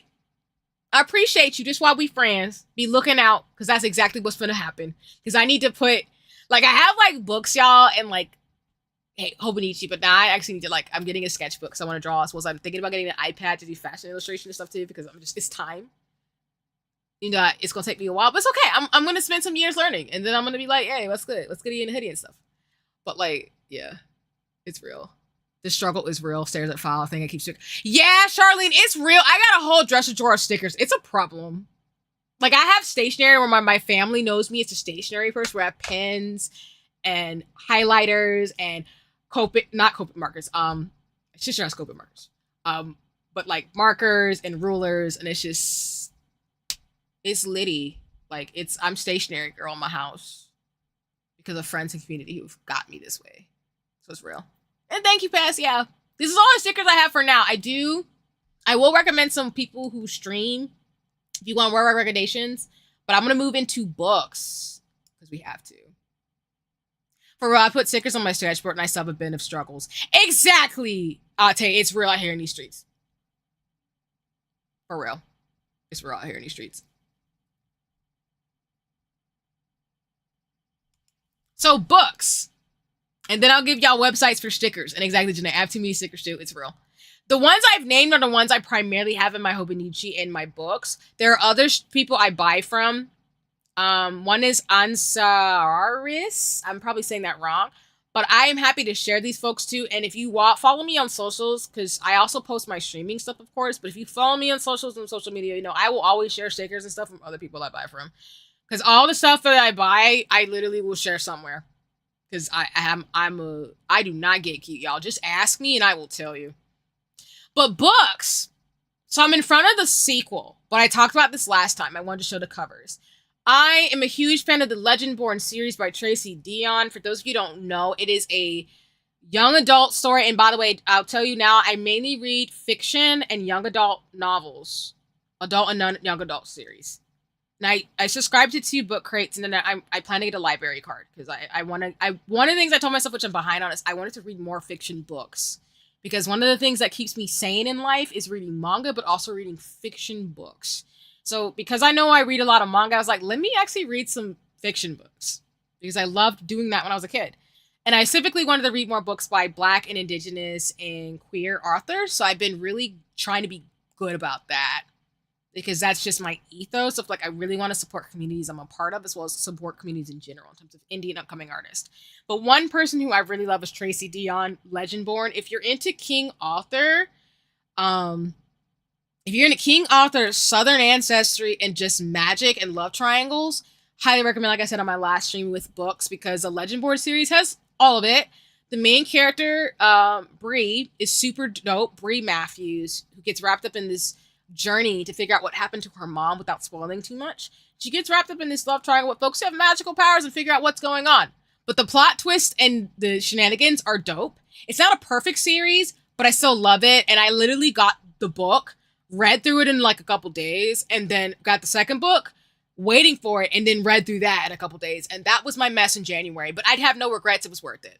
So I just wanted to share that with y'all, that like, I'm wrapped up in this. And for those of you who might want to indulge yourselves, there are 2 more books coming out in this series. One I think is coming out next year, and then the other one will come out maybe a few years from there. But if you're going to know me and be my friend, you will know I will be talking about this book a lot, because I'm ridiculous. Because when it came out, I was like, I need friends to talk about Legendborn with. And even though I don't have friends to talk about Legendborn with, I'm going to talk about this book, because I was talking about it when I was reading it. Because I be tripping, y'all. So buy me books if you love me. My friends know this, because my bestie Bunny that y'all saw, she's a bookworm too. So I'm a book nerd. I am a nerd, but I love the series a lot. So if you're into King Arthur, that type of mythology, highly recommend. super awesome. And of course, the book is very inclusive. There are queer characters, black and brown characters. Bree's best friend, for example, is an Asian woman. So I look for books like that too in terms of being inclusive and having different types of communities and people involved, because I don't want to read anything that's problematic or weird. I mean, I can't separate. Well, I tend to like to have my stories reflect real life in the sense of like having everybody be included. So that's why I love it too. So I highly recommend. Appreciate you, Janae. Yeah, I will share all the things. Another book that is like my favorite book that I will not get over is Divine Rivals by Rebecca Ross. This has more Greek mythology in it, more gods and goddesses and things like that. But it's a story about a girl named Iris who is trying to survive and take care of her loved ones. Her brother has been sent off to this mythological war in the book. And she's taking care of her mother, who's not in the best place. And she's a writer, aspiring writer. And she has a rival. I forget his name at the top of my head. I won't say what I was thinking his name is because that's a spoiler in the book. You're not supposed to know that name that he goes by. But she has a rival that she works with in her news story. And it's a story that is just so good because it's about coming of age and mourning and grieving in terms of life and like falling in love, like enemies to lover type of story. I love it because the book is so quotable, and I'm a writer at my core. I will say that as somebody who's a scientist and an artsy person, like I love writing. So the story really does go on the harp of writing because the stitch is that Iris has a magical typewriter that she's writing with somebody that she doesn't know, but they write and exchange letters back and forth through this portal that sends their letters when they're done underneath the door of their houses. I won't tell you any more than that because I'll spoil the story. But there's some shenanigans, if you hint, wink, wink, get it, in terms of the typewriter falling in love with someone and, you know, trying to survive the circumstances. So I love this story. This story has a sequel, I think. I don't know if it's out yet, but I highly encourage you check it out if you're into it. I really love the story. I'm a sucker for romance, y'all, and people simping for each other and falling in love and being like, not. Like, I love characters who fall in love, but who are not, like, weak. Not saying there's anything wrong with being weak and vulnerable. I'm saying more so in the sense of, like, people who know themselves and who they are, and they fall in love, and they're still who they are, and they still are, like, a team with their partner, and that's why I like this book. So, highly encourage you, check it out. Super awesome. I next need to finish it, but I was obsessed with this book for the longest time. I still am. I will get the sequel because I just love writing and the magical typewriter concept. It's just super dope. And yeah, Charlene, I actually got this book, which I'll talk about from the book crate I got, because I'll talk about this more in terms of the book crate for those who are interested in these types of things. I got it, I read it, and I was like, oh gosh, this book is great. So now I appreciate that I got the subscription service because I will not shut up about this book either.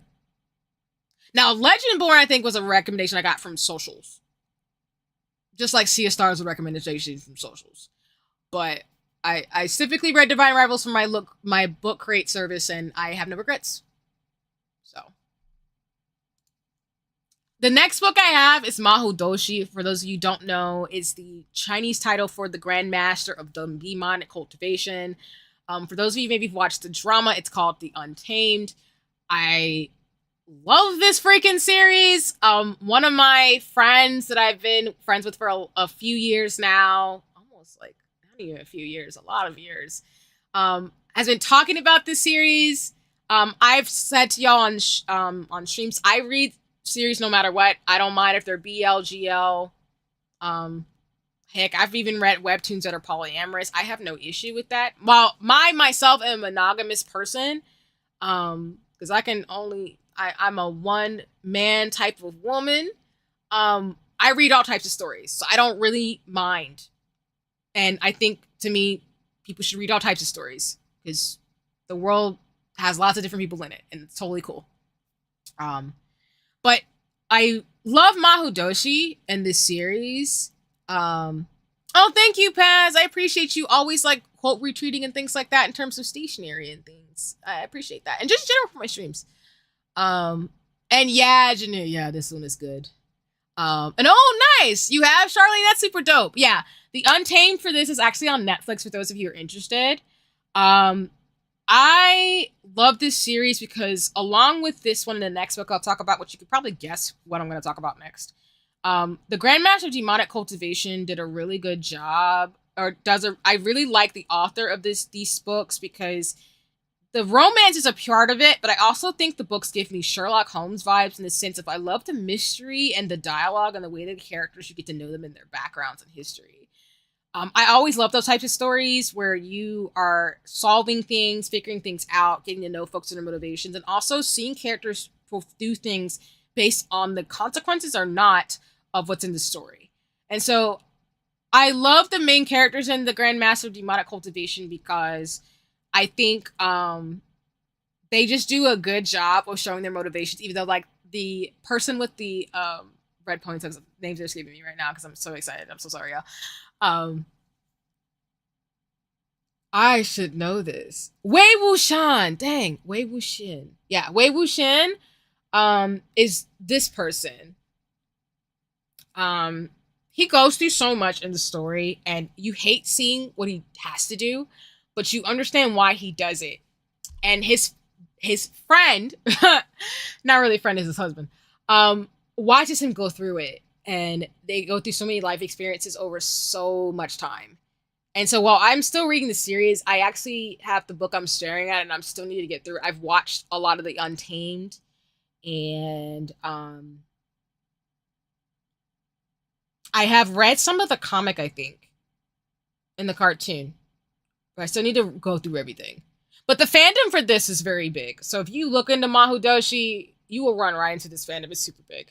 But the story is really good. I highly recommend it if you're looking for something that has a lot of like genuine love and care, but also the story being really good. It is a BL though, I will say that. So if you're not in the BL, probably won't like this. But I like it. It's cute. There's also drama CDs and stuff too, I think. So yeah, exactly, Pass. Like I read manga, manhwa. I also read Chinese comics too. I just read a lot of different stuff. I love particularly to read from different cultures and groups. Not in like a culturally appropriative way, but a culturally appreciative way. I also have read manga in Spanish. My Spanish isn't good enough for me to feel comfortable talking in Spanish on stream, but that's one of my goals. As well as I need to get back to be able to read Chinese enough to be able to read it in a story, because I do want the original novels from Mahou-doshi, the next one I'm going to talk about. But yeah, there's some really cool comics that folks should check out. And also support your artists, y'all. Because I do support, like, I do have webtoons and a couple of other apps too, because I try to support artists as much as possible. But yes, if you're into like mystery, pain, emotional pain, I guess, and really great storytelling, highly recommend this one too. And of course, like I said, no one should be shocked about this recommendation because I am a simp for the series too, but Heaven's Official Blessing is super great too. I like this one too because again, it's not the exact same plot as Mahou-doshi, but some of the same themes of like mystery and solving things and stuff like that is really good. The main character here goes through a lot of stuff where like he has a great rise and a great fall. And I won't tell you the origins of this character because that would be a major spoiler. But I think the reason why I like Heaven's Official Blessing is that the characters, even when I'm reading it right now, again, it spends a lot of time getting you used to the world and knowing what's going on, but also does it in the way that I love like stories with like mythology and cultural elements in it, in the sense of like the way in which the fantasy is drawn out and the world is built is really cool. And I love it for that reason, because I think I have watched the anime, the cartoon. The second one's coming out, I think, too, on socials. But I have the book. It's actually, I'm staring at it on my wall. I have a bookshelf, y'all. I have multiple bookshelves in my room, in my office, in room. But I like this series a lot because it does the same thing that Grandmaster Demonic Cultivation does. It again. It builds out the world in fantasy. The characters are really interesting, and the story is really good. It's a lot of books, but again, I don't mind because, like I said, I like books like Sherlock Holmes where like you get to know the characters. There might be some love and romance and some like situations going on, but things are moving and grooving. I'm not doing justice to the story in terms of explaining, but I feel like if I explain, I'm going to spoil it, so I'm not going to spoil it. I think you should just check it out. And yes, if you, like you're saying, Charlene, yeah, the anime version of it, Heaven's Official Blessing, is so good. It is. If you love the show, you'll like the books. Highly recommend both. If you're into, like, I think it's pronounced Danme. I'm probably saying that wrong, so apologies. But if you do like BL stories, because I don't like reading stories with problematic tropes in it, y'all. So I try to steer away from BL, GL, or like romance in general that has really problematic things in it. But I really do like these stories because they're really good with the romance, but also like fleshing out the characters and giving them dimension. Because I do like my characters to have dimension to them. Like, even if they're gonna do things that they're not happy to do, I want dimension to it. All right, another book that I recommend is this one by Miss Smith. I do believe it's Miss Smith, but again, I'll use they them pronouns. This one is actually based on Moulin Rouge. I started reading this one because it was very interesting. Because again, this is another one from my loot crates that I get. So I'll explain what that is once I get to it. But if you're looking for a story that's like Moulin Rouge based with like magic and like awesome things, please check this one out. I wanted to flag this one up because this is one I've been wanting to read because I like that kind of like the era in which this book is situated in, as well as some of the magic and cultural elements. But I wanted to flash it up for anybody who'd be interested. I haven't finished it, so if I want to toss the recommendation, I will let y'all know once I finish it. But really like the way the story unfolded and some of the background. I like the circus backdrop too, as well as like some of the characters. And the cover looks really cool too. And no worries, Charlene, that's cool. I recommend it. I appreciate that in terms of honesty and transparency. Like I said, I'm generally someone who reads fantasy, romance, and adventure, and action, and mystery, and sometimes dark stories. I don't mind a little bit of darkness. But again, I don't read stories that have like problematic things in them because I'm not comfy with that. But yeah, I think, like I said, I think the stories that I recommend enough like have, especially Mahodoshi and Heaven's Official Blessing. Grandmaster Demonic Cultivation and Heaven's Official Blessing. I gotta stop switching. My brain wants to switch to Chinese and I'll start speaking in Chinese. I'm used to the English cycle, so I don't switch. But Heaven's Official Blessing and Grandmaster Demonic Cultivation do a really good job of still having romance in them.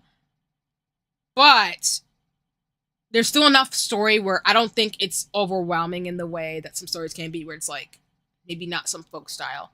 Because I'll be honest with you, I don't like. I've read genres that get a little, spicy, but I'm giving like ones that like I'm not like that basically like balance it basically. So, but yeah. And then my last book recommendation is 1,000 Stitches. This author actually has written books that people said if you like House Moving Castle, you might like this one. This one's about I think a person who,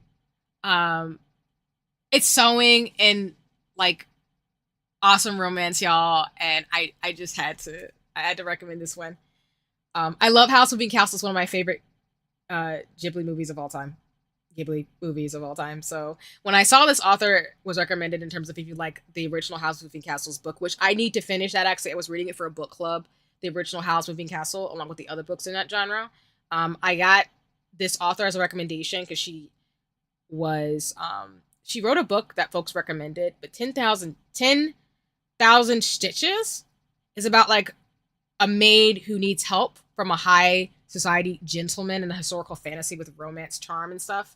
And so I need to read Jane Eyre and like Pride and Prejudice just because I've read all types of books.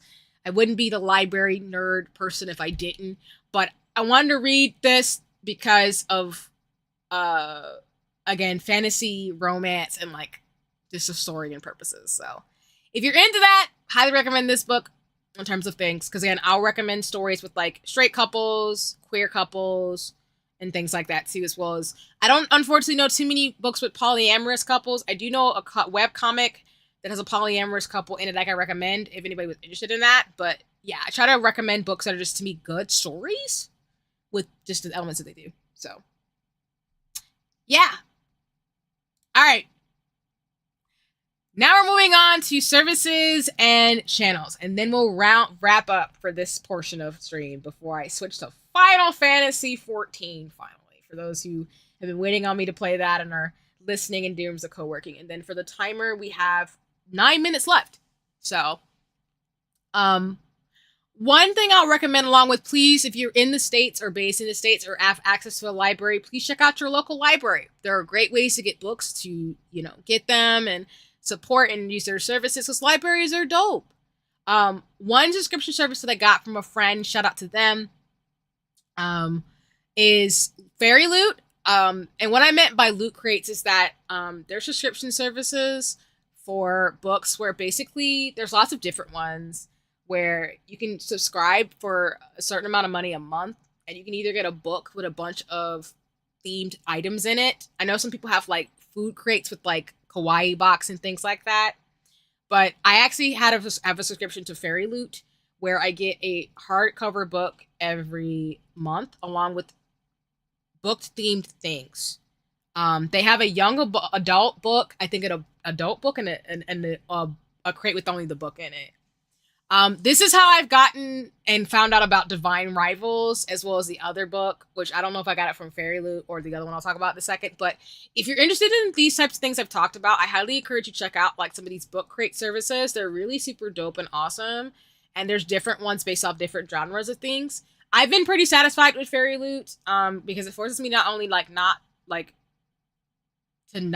buy books, even though again I'm gonna probably still buy manga and stuff from the bookstore because I love supporting bookstores and libraries, but it's not only helped me broaden my horizons in terms of fantasy books to read, but like I really just love recommendations from people in terms of books, because I will probably read from somebody who I care about. And the themes that they have every year, like for example, this month's theme that I'll be getting is Alchemy of Us, and I'm happy to, if folks are interested, I'm happy to take a screen cap and share what's in my books if folks want to see that, because I've been thinking about that for a while as I got started with streaming, to just share the books and the crate. I know like people ask services and like people ask folks to post on socials for different businesses, and I don't mind doing that, but I'm not getting paid to do any of this, y'all. I'm just sharing this for fun, so I'm literally telling you this for free because I just don't gatekeep, and I'm not trying to get paid for this. I just want people to have fun and access to things because I just like sharing stuff. Like now November's theme is Alchemy of Us, so that's kind of a screen cap from the official website, but it's going to be, as I'm seeing the screen, right, East Asian high fantasy. Oh, well, that's cool.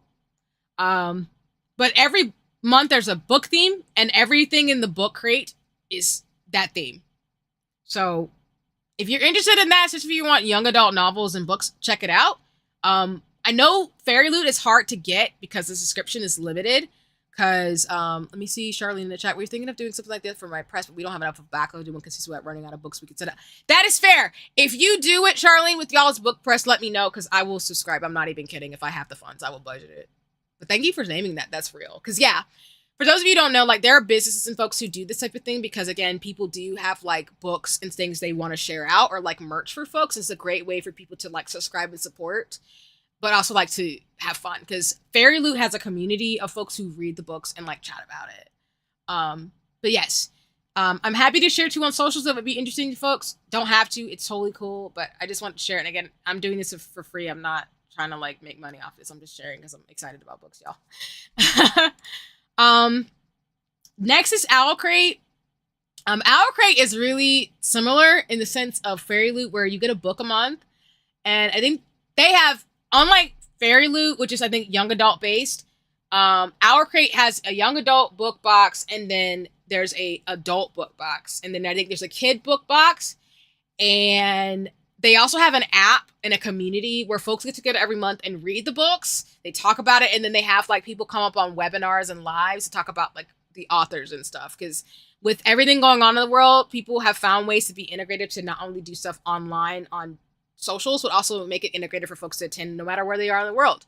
So I highly recommend this too if you're interested. My friend told me about Our Crate and Fairy Loot, and I was like, I want to try these because I want to find more books, and I budget a little bit to be able to do these things, and I have no regrets because I appreciate both services, because I'm a nerd, y'all. So I thought I would share those if you'd be interested. I also have, I will say, Owl Crate also has a website where you can just buy the books and other things that you get from the crates too. I don't know if Fairy Loot does, but I know Owl Crate does. So if you don't subscribe to the box, if you are interested in some of the books they have, like, you can go and buy it from there. As well as like Owl Crate, I think, or Fairy Loot, one of them had where you can actually buy the books with special edition covers of things that people want. So I know, for example, with Legendborn, there was actually a special edition that was signed by Tracy herself that people could order from, I do believe it was Owl Crate. So All right. And then finally, the 2 stationary channels I have, because you don't have to just go off of me in terms of what I love, because I'm biased and my things, is that hold on. I'm waiting for my... Sorry, I see my caption stop, so I was like, did my thing stop? Can y'all still hear me? I hope so. Ay, Dios mío, did my captions die? That is so strange. We were doing great today, and then my captions just straight up said, nah. Nor. What is going on? They died. I don't see them. Can y'all hear me or see me? Oh no.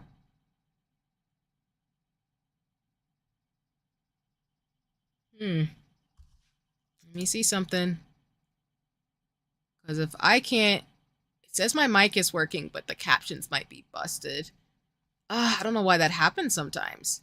I'm so sorry, everybody. And we also have 2 minutes left on this timer, but I hope folks can hear me. If not, I can finagle for a second. Oh, nope. Nope, they're back. Okay. Well, that's always fun. All right, well, I guess I'll keep going. A YouTube channel I recommend, because I need to actually find more stationary streamers. So if anybody knows any, I will follow them, because I don't know that many stationary streamers. And thank you, Paz, for confirming you can still see me and hear me. I don't know why my captions went away. That was very strange.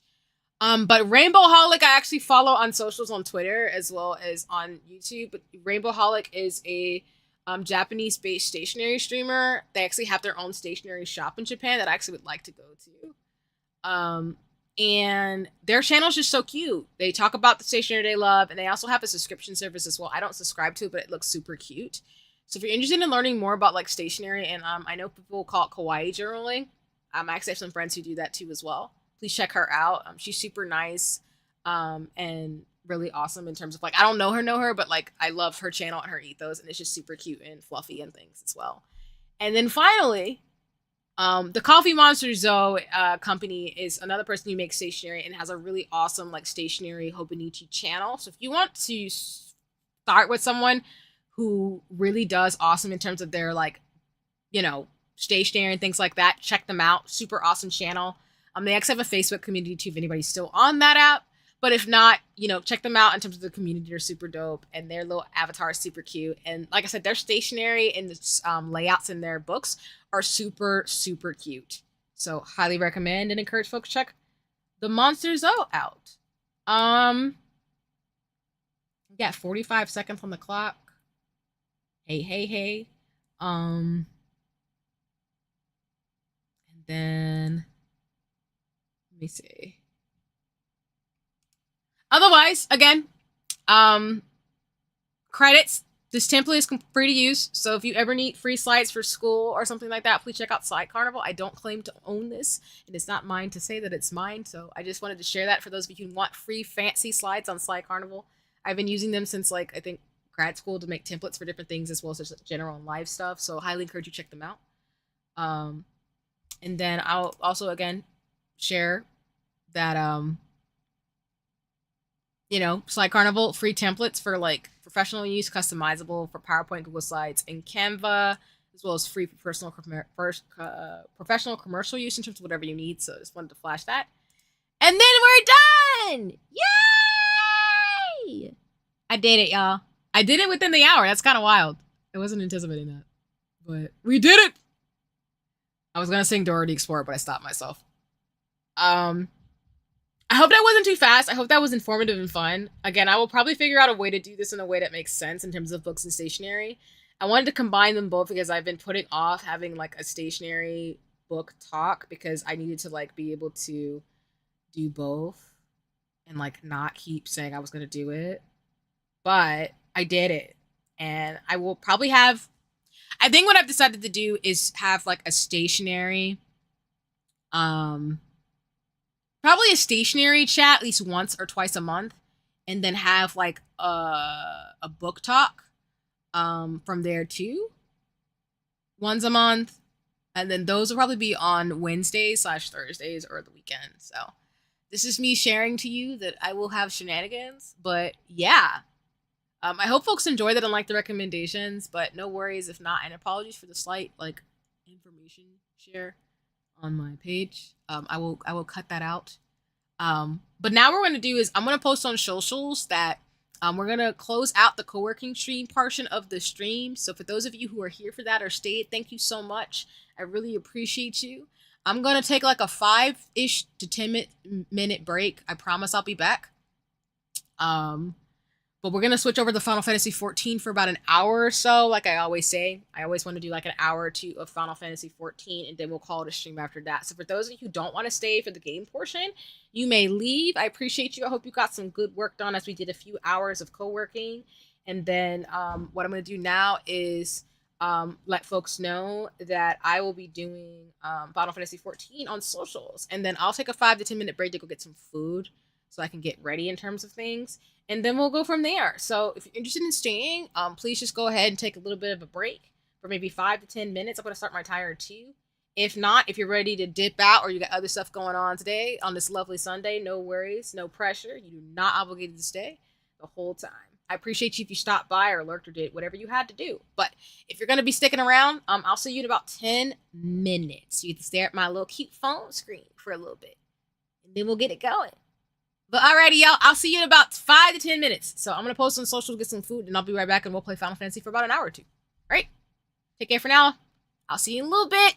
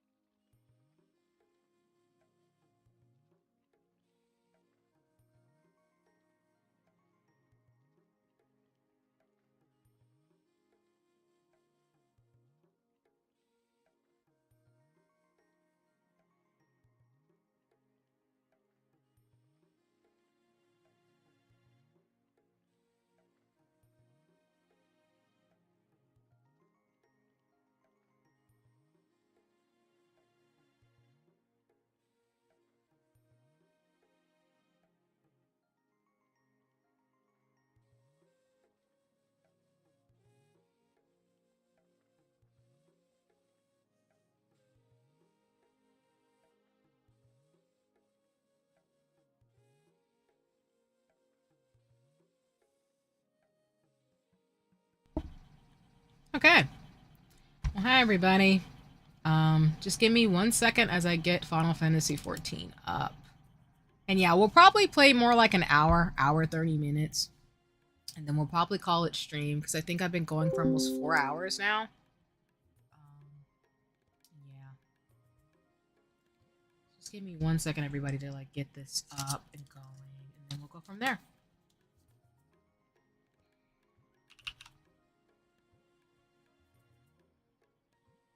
I always have to be careful of like logging into Final Fantasy 14 because I'd be like, is that my thing? Am I doing this right finally? And we still got a minute left on the timer I set for 10 minutes, just because I trying to be better about sticking to time markers in my streams. So appreciate everybody's patience for that. Let's see.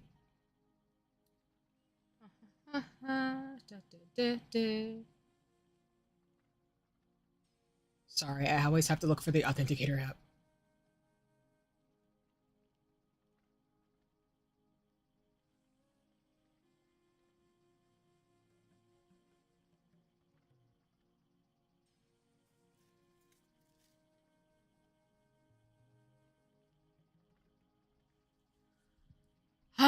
Let's see.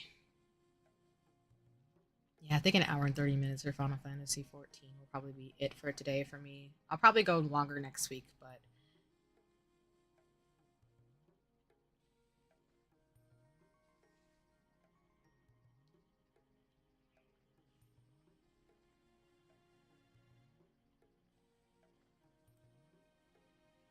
oof, sorry.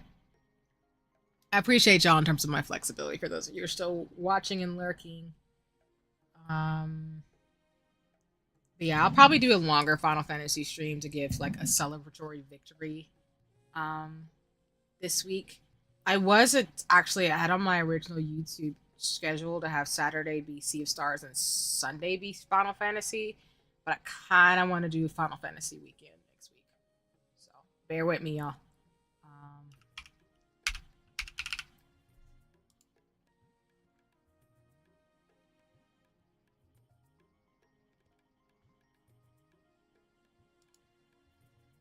Okay.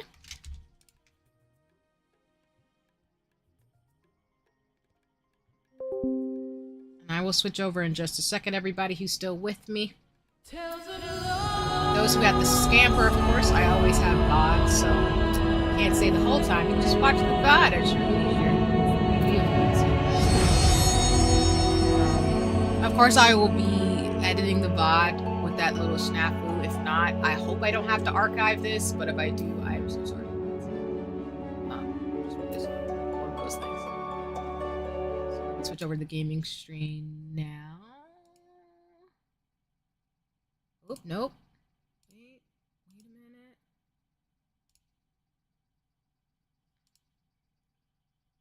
Are y'all seeing a double screen or am I just flipping out?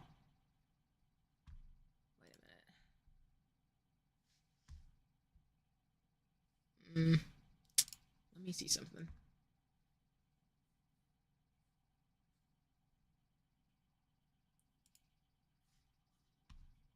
Yep, that definitely was weird. And I gotta change the caption color.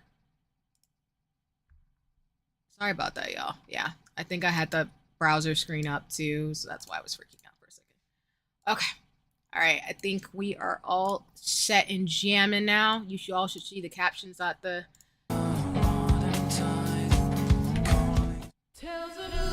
Oh, Charlene, thanks so much. Oh, man. Okay. Never mind. Well, on my end, I saw two screens because I think I had the window screen up, and what I'll do is I'll actually block that out. That way y'all don't see that when I'm streaming. Yeah. So, like, there was one over the other, so. All right, cool. Thank you so much, y'all. Appreciate the patience with the shenanigans, and we're set to go. All right. I'll be eating and chatting, so again, if you have food or things in terms of, like, the game portion, please feel free to eat or do whatever you need to do right now. I'm mainly going to probably focus on leveling up to as much as I can for the hour and 30 minutes and seeing, and then go from there. I really hope I can get pretty far in leveling in Final Fantasy 14 before next year, but we're going to have to see. That's why, as much as I love Sea of Stars, don't get me wrong, yeah, we're gonna finish that game probably this month, if not early December. Well, for sure, we're gonna finish the game. I'm probably gonna switch up, so look for it on my YouTube notifications. I'm probably gonna switch it to Final Fantasy 14 when I come back online. I just want to give it more love. Hold on a second, y'all.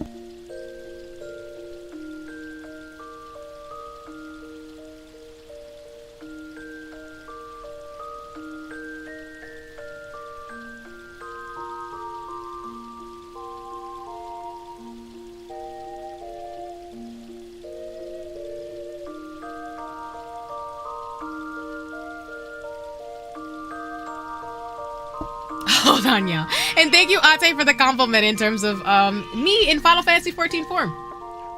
And hi everybody, Mr. Key came to say hi. Mr. Key, why do you do this during my Final Fantasy 14 form? I love you, but why? Why you do this? I want nose rubs as soon as I'm eating and playing Final Fantasy 14. I guess you don't like it when I be in my room drinking tea and getting ready. Get all the pet rubs. While I'm petting my cat as I'm talking. I will probably switch up my streams where I did have Saturday and Sunday already scheduled for next week. I will not be streaming during the work week this week. But I will stream Saturday, Sunday. I was going to stream Sea of Stars, but I actually kind of want to make my 2 streams this coming week Final Fantasy 14 and save Sea of Stars for the following week. Because I feel like, again, Sea of Stars is going to be finished pretty quick. Hi, Maz. Why are you yelling louder? Oh my goodness, you're so petty. You're not petty. You just want my attention. You don't want me to tell people what I'm doing next week? Okay, you being quiet, so maybe you just being... Okay, you better be glad you're cute. Nah, I'm just playing.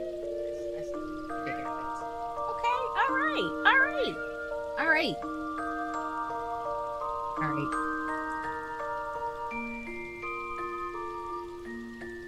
Alright, actually, hold on. Yeah, I think my cat wants me to take him somewhere. I will be right back. I'm so sorry. Hold on. He's doing his meow of like, ma'am, I need you to take me somewhere. Alright, I'll be right back. Hold on.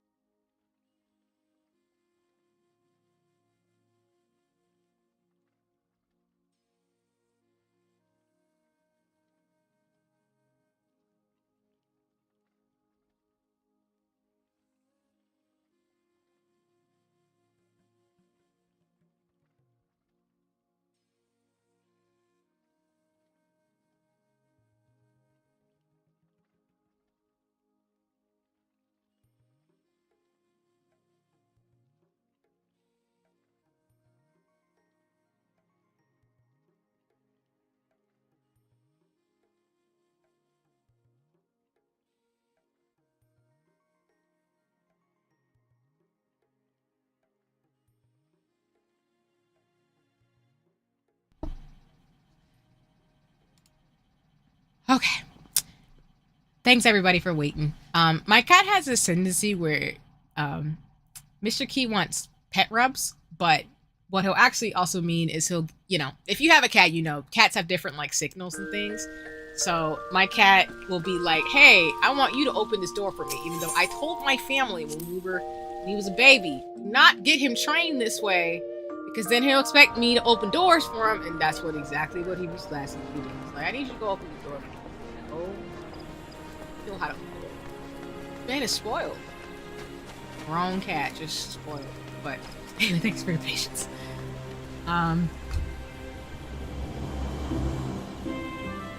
Yeah, we're so basically, as I was saying before, I took a short BRB, so sorry about that. I will probably make my streams this week just Final Fantasy 14 dedicated. I will save Sea of Stars for those of you who are waiting to play that, which we will finish that game, so bear with me. I'm gonna give more love and time to Final Fantasy 14, so you all can see kind of what I've been up to. Well, not kind of what I've been up to, but essentially just to stream some of the story elements a bit more. And then I think the following week I'll dedicate more to Final Fantasy, or dedicate more to Sea of Stars. Excuse me. So I hope that's okay with folks. I just want to spend some more time in Final Fantasy and just have a week dedicated to it, honestly, especially after the things I'll get through this week. Because this game is kind of like a, not necessarily, it's both a stress reliever, but not saying Sea of Stars is a stress reliever, but I like this game and I want to get further in it and I want to dedicate more stream time to it. So I hope that's okay. Yeah. My goal is to hopefully level up enough to be able to get progress this year. And I'm still committed to doing the story quest on stream, and then any bonus / side quests I'll do offline or share. Like today, I'll probably do a lot of side quests if I level up quickly.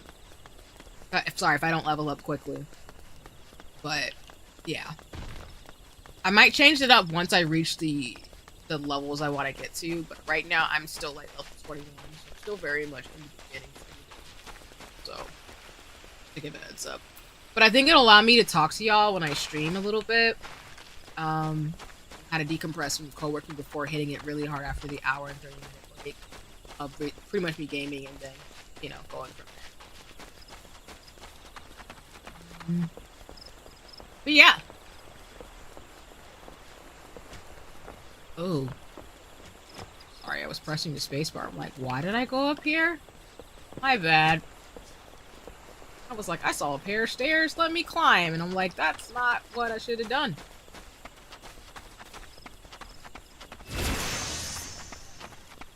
I think my phone finally stopped blowing up, though.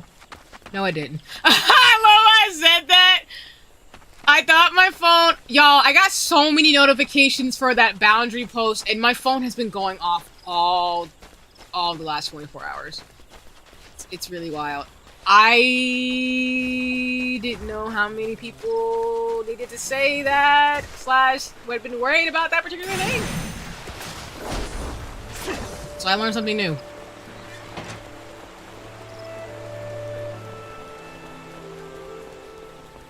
And I think to me, I feel like I am older than a lot of people in the streaming space, which doesn't bother me, it's just an observation. I think a lot of streamers are more in their 20s. I'm early 30s. I'm not that much older than some people, but I feel like sometimes I'm like, oh, some of y'all are like actually, like y'all could be my little siblings.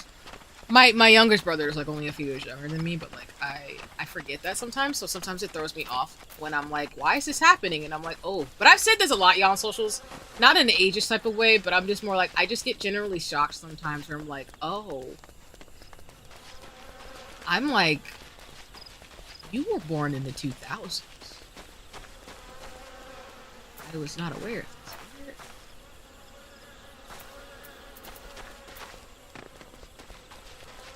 And that makes sense, Charlene. I think that's a good practice, because I have Twitter on my phone, which is probably a mistake.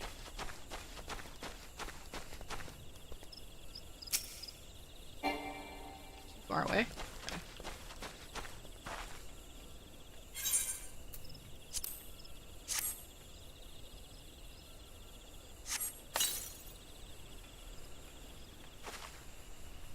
But that's for only check Twitter on my computer, so I don't have many notification interrupt my day. Yeah, I really probably should.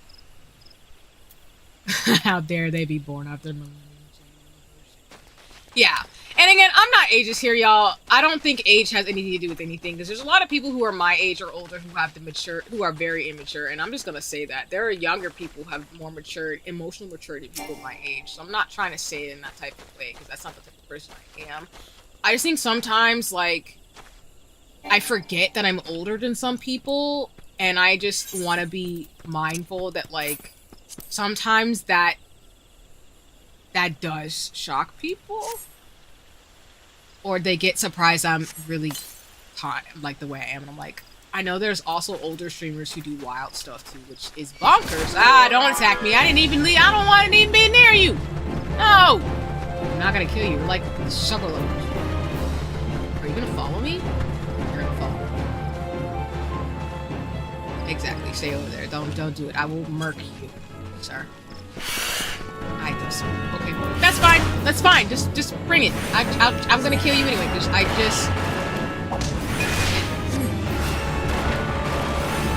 on.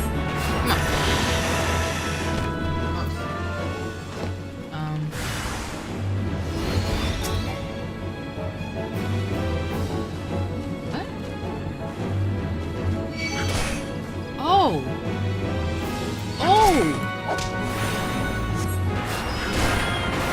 I'm fighting Light? I'm fighting what's-her-face from Legend of Zelda? You did not! Excuse me, this is not free real estate where you can hit me in the face. I didn't ask for this. I'm going somewhere. Thank you very much. Do not want anything you're selling. Alright. Do this quest that I should have done a while ago.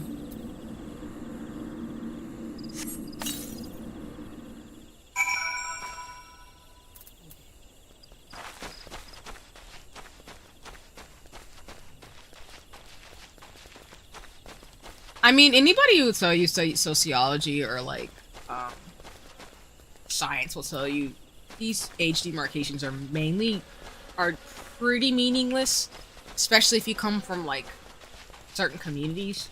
Like, when people talk about Gen Z slang, I'm like, you're talking about AAVA, which is not really a generational thing. It's more of a cultural bound thing, and that's why, like, I can talk to black kids half my age to understand what they're saying when they talk about men and stuff like that, because, like, that's just black slang. It's not shocking, but I think sometimes that gets lost in translation. So when folks make fun of millennials, I'm like, I can't relate, because I don't talk like that.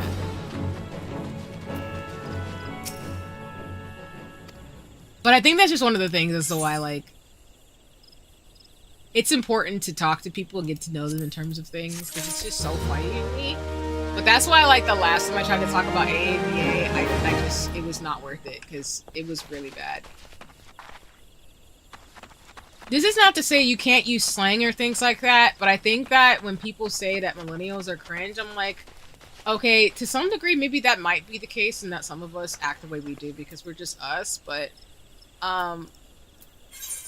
I want y'all to know that, like, some of the slang that people do say is culturally brown, and so it's not shocking to hear someone say what they're saying in a particular way, and I understand it. I'm, like, 10 to 15 years older than somebody. So I'm like, that's AAVA, I know it. Okay. Good, y'all can have this. Have fun.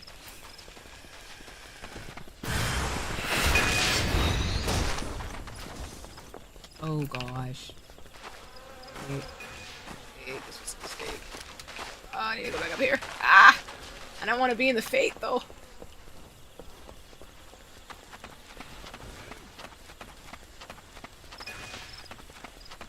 Yeah, and I appreciate you, Charlene, in terms of things, because I think that's the case. Like, I have, like, and being in fandom spaces, like, that's so real, because they do tend to skew younger. I feel like especially with socials, like Final Fantasy 14, for example's age base is pretty unique in the sense that I think the average age is about 30 to 40 years old. There's some younger folks and some older, but it tends to skew around that, I think, based on what I know. But I also think, like you're saying, like, people do say stuff about younger people in a way that's, like, really weird. I'm like, y'all, we were all in our 20s / in our teens doing the same stuff they're doing. It's really not that serious to be shitting on them, excuse my language.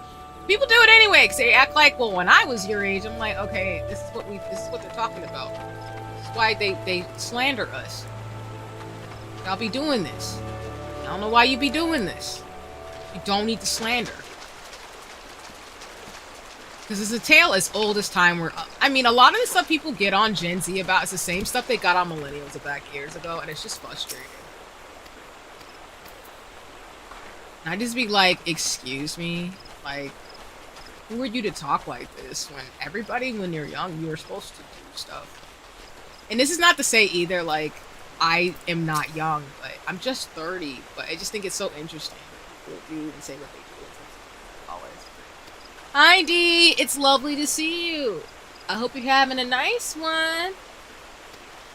It's lovely. It's like I said, it's always nice to see you. I hope you're having a good one. Thank you for stopping by stream as always. I am playing Final Fantasy after doing some co-working. I'll be playing for about an hour and 30 minutes and then we're gonna close up shop today. But how are you doing today? You're having a nice one.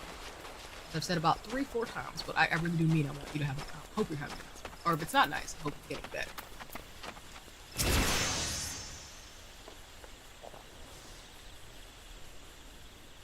Yeah, I understand, agree with you, and appreciate what you're saying, Charlene, because I think that's really the case. Like, when people talk about the fact that, like, millennials, like, I saw from, like, The View from Oprah Winfrey, this is no disrespect to anybody, but... Sorry, taking a bite. As a millennial, I'm so used to slander from my age group.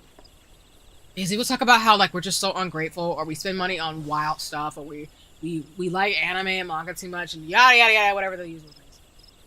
And like you're saying, it's like people forget when they age how hard they had it at certain ages, and then they take it out on older people. I mean, younger people, because they're openly talking about some of the struggles they go through. But I think to me, younger people are just speaking truth about a lot of stuff that like is honestly the facts. Like, I remember, like I said, Oprah on The View was talking about how millennials can't expect to work a few hours a week and get housing. But then, like, a lot of millennials and Gen Z will ask, it's like, well, why can't we get free housing and education? I don't understand. Like, why does it have to be something that's not innate? Because a lot of other places and countries in the world do have those things, and we don't. And that's probably why we're all stressed out, because if we're not paying money for student loans, it's paying money for bills. If we're not paying money for bills, we're doing something else. I think older people sometimes forget that it's like, y'all went to college for like $700 a semester. Like that's like a class now, like a credit hour. So like you're saying, Charlene, like, it's not to disrespect that there were challenging times for older generations too, because that's just dismissive, but I think sometimes like this cultural generation divide is interesting because it's not really people where they're at, it's more so making fun of people. I'm just kind of like, I don't really want to do that. Because that's not my ethos. Because God forbid, if we had hybrid and remote jobs when I was younger, I probably would have been less stressed out. I don't miss working 3 or 5 jobs. This stuff was hard when I was in my teens. Well, I didn't work until I got to college, really, but that was a privilege, of course. But I still volunteered and did a lot of extracurriculars for school, but it was a lot. So I really empathize and sympathize with folks in school trying to navigate times like this when everything's like changing so much. And I think this calls for question like, should we be doing some of the things we're doing anyway? Because I think we can always change it and make it better for us. Ha! D, you're right. I'm there with you. I'm gonna be real.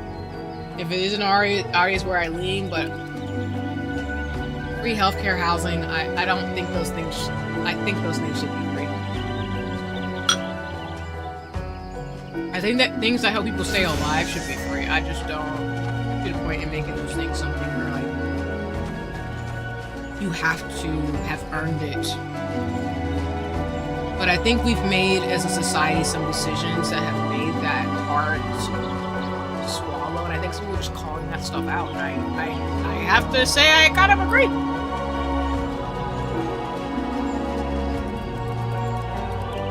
Exactly, Charlene, and that's really the truth of it. Like, I always respect older people or people who are older than me, because I think at some degree there's a lot of folks who paved the way, but I do think that some people people have made it harder for folks because they really want to haze people and being like, well, I didn't have this so you can't. And I'm like, what type of crap is that, dude? Like, what's wrong with you? I don't know, man. Like, if folks who are younger than me can have it easier, then that's all that matters to me. I'm not a crotchety old adult, though, and I don't want to be like that.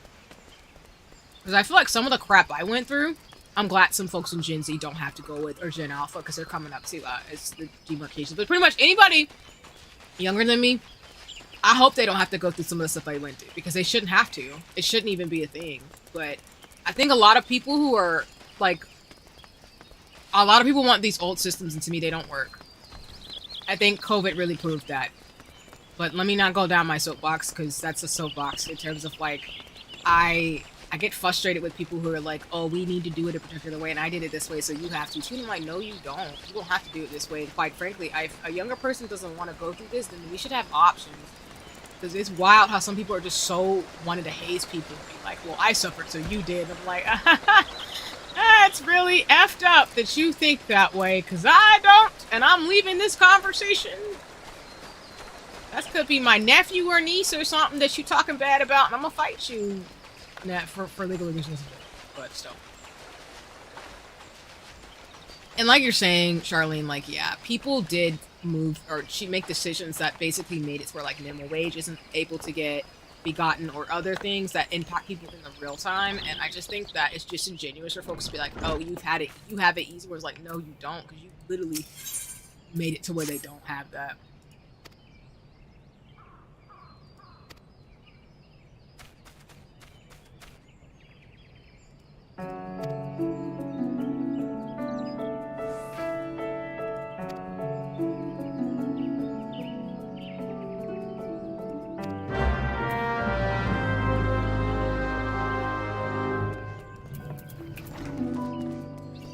But yeah, I just think anything. The only thing kids nowadays want to. Yeah.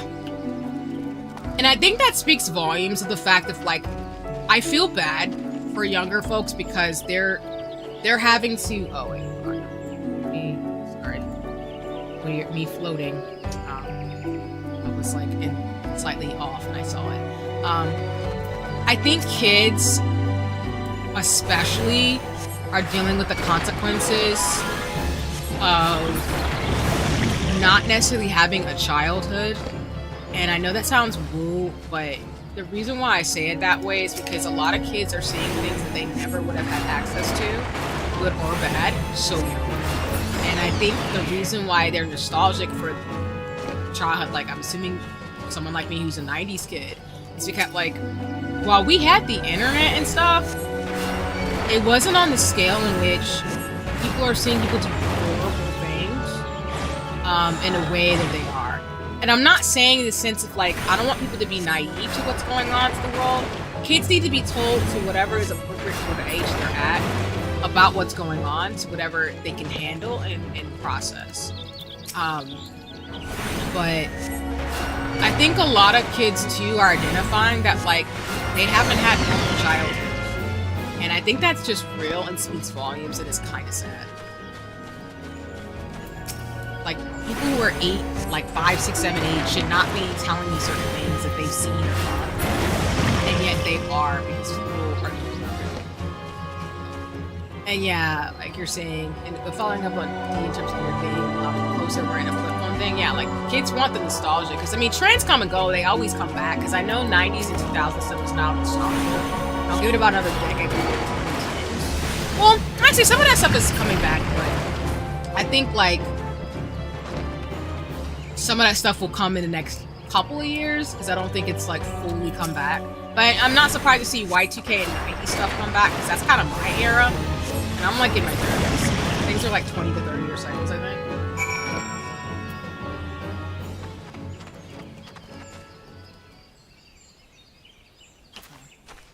Like, where am I at?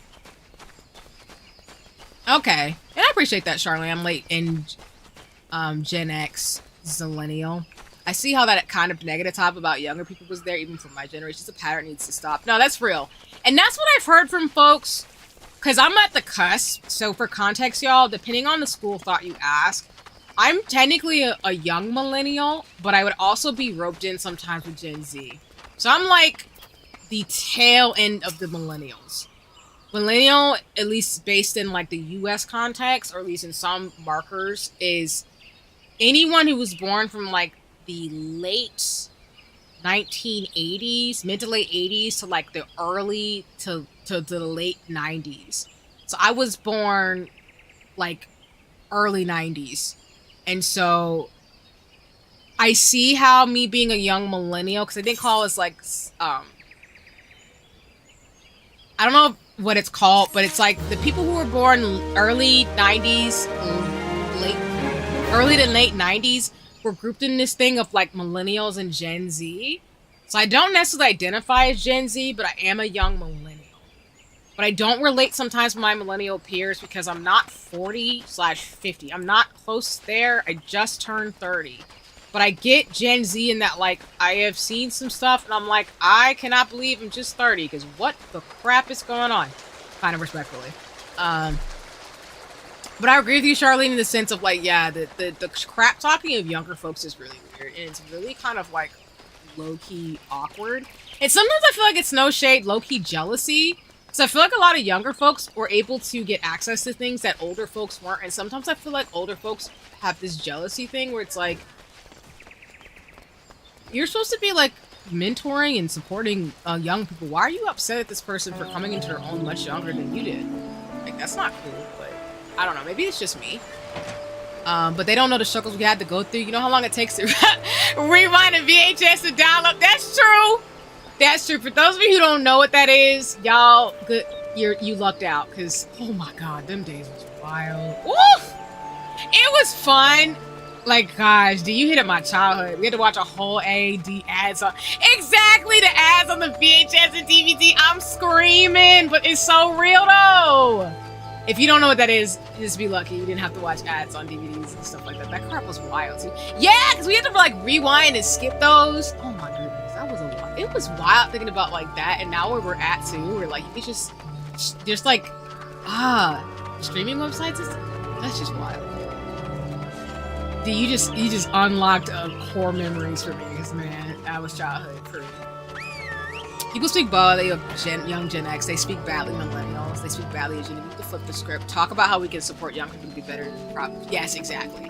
Yeah, I just try to be someone who my younger friends and associates can go to, because I try to be someone who actually prefers those struggles and joys. Yeah, exactly. And I'm the same way too. Again, y'all, I'm not that much older than most people. I'm literally, to me, 30 to me is young. But I know some people might not think that, but I'm very young in my brain. I get people who are older than me are like, 30 is not old, and I'd be like, like I did when like most people do in their 20s, and then you turn 30, you're like, no, you're young. Like you're seasoned, but you're not like, you're like you're like the new kid on the block. I think I've said on shows before, of the adults. Like you're getting there, but you're not like, you've only had 10 years being a real adult.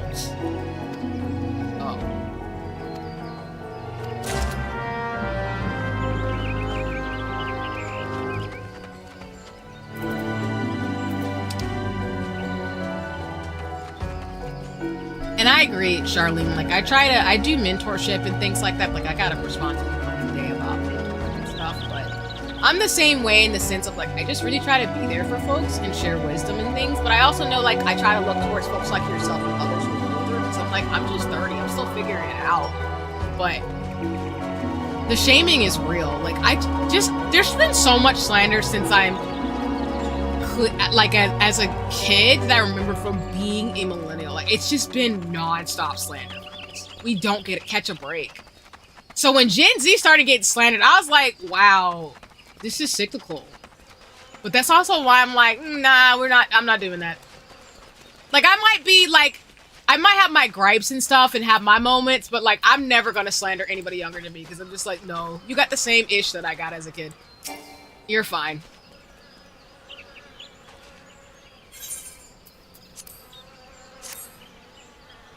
Be kind, rewind. Haha, I love it. And exactly, Charlene. I think that's spot on, and I appreciate what you're saying. It really is like I feel like at 30, I have a stronger sense of who I am. And it's bonkers, but it's so real. And it's scary a little bit, but it's not. It's like empowering almost. Like I don't want to call it fog, but almost like the anxieties and insecurities I had when I was like much younger are gone. They're not there, or I just don't give a crap anymore. And I loved how as you get older, you stop giving a shit about some things. But I love the fact that I'm older and I've stopped giving a F about something. Like I already feel like 30 is going to be a fun decade. Okay, D, to your point, I do. So I'm not saying that like there aren't trends and stuff that are ridiculous, but I feel like I can't slander Gen Z for that per se, because like millennials have done some very strange things that I'm just probably not thinking of that deserves just as much slander. But will I recommend you eating Tide Pods? No. And when I saw that happen, I was like, excuse me, why we eat Tide Pods? That's not okay. Like, don't put any, like, chemicals in your mouth. Millennials got hit hard by slander, frankly. Gen X did, but millennials really got it hard. I think it's because of... Exactly. And I agree, Charlene. I think with social media, I think the slander was just very much easy to access and easier to do, even though millennials have done some of the most amazing things. Like, in terms of movement building, for example, millennials are behind some of the inventions and some of the, like, iconic movements of the world, and I think people forget that. And I love avocado toast, too. I'm sorry. Like, people slander us for that, but I'm like, I like toast. I like avocado toast. I hate it.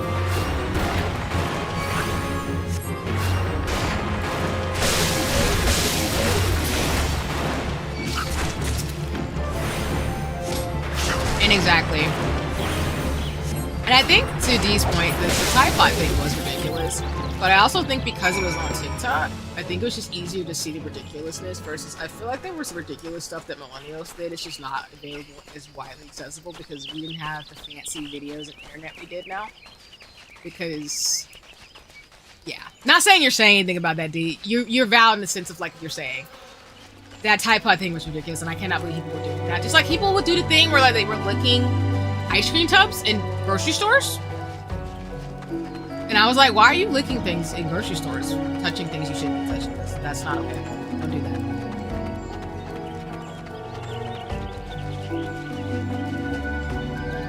Hey, welcome back, Shanae. And hey, I love it. That remind me, I'm finna like, that's gonna be me sometime this upcoming week. I feel you. Black girl, I feel you on that one. Black girl hair day. Woo! Woo! Shanae, I feel you. I resonate. Like, wash day is a whole ordeal. It is. It's worth it, but it's a whole ordeal. But I'm finna give myself a spa day this month for real. Like, I tried to do a semi one. I was not when I was resting yesterday because I was feeling well. But I gotta actually have like a spa day. But nah. No, Janae, like I think I've said on the Trinity stream, like I talk about often, like me and every folks are saying in the chat, like 30 is worth it. You do have a stronger sense of self at 30. Because I think, like I said, 28 was a lot of anxiety.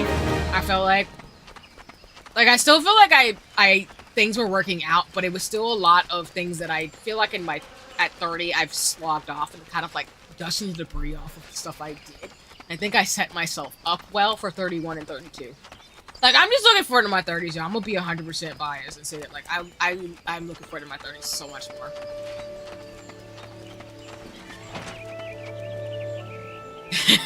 I'm being told in high school that, well, if the previous generations were responsible for messing with the environment and my people my age had to fix it, like, what? Pass the buck to the younger people.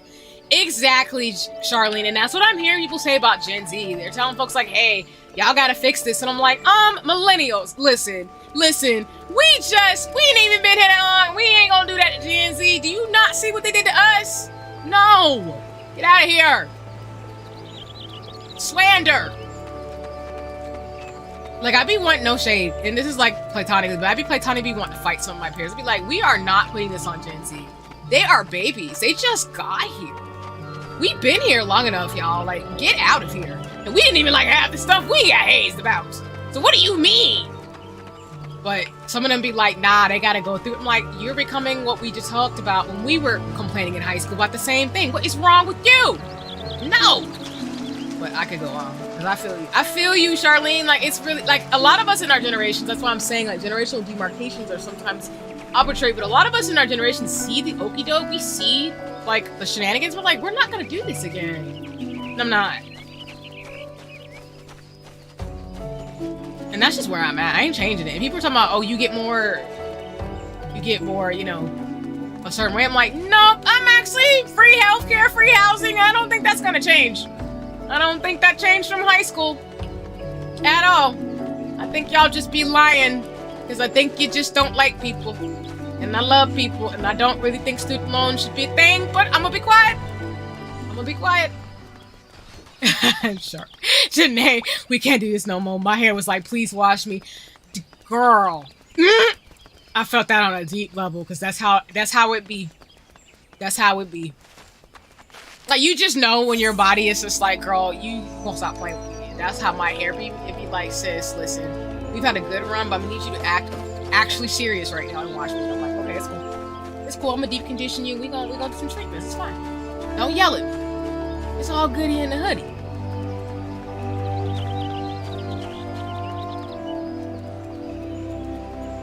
There's a... Oh, it's just that. Okay, I'll come back to it another time.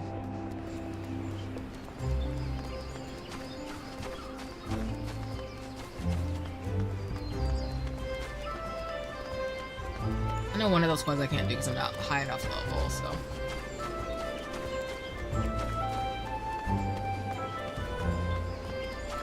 Like, I'm excited for Gen Z and Gen Alpha in terms of the future. As much as it's really scary right now, I really think things will change. I don't think the world we live in right now is going to be.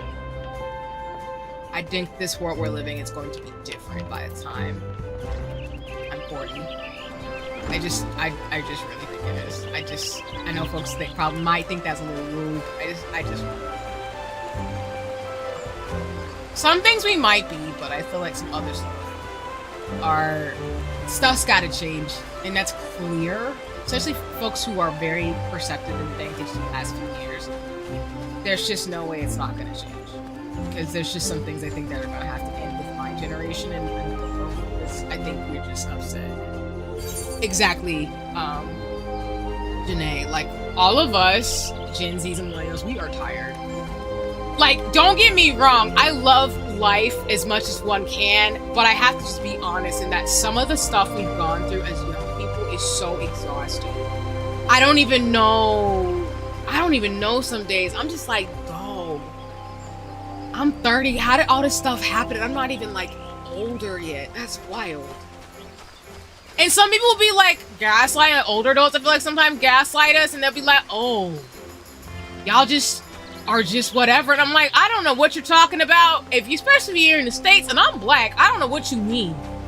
Like, I know, like, my ancestors and, like, my people who are older than me and family have been through some stuff, so I respect it, but it's like, it's this certain, like, way where I have to accept, I'm like, dog, this is some stuff that I didn't think I'd experience in this lifetime. And I am. I don't even know what to say to people. I'm like, oh, I hope younger folks don't gotta go through this, even when I'm older, because Jesus. Oh, it's just a lot. It's just too much sometimes. And it's frustrating.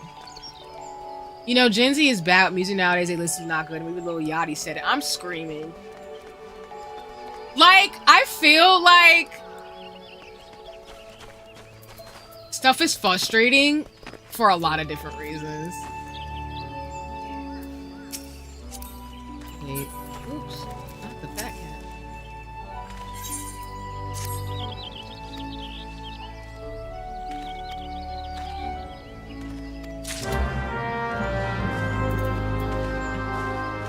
Plant.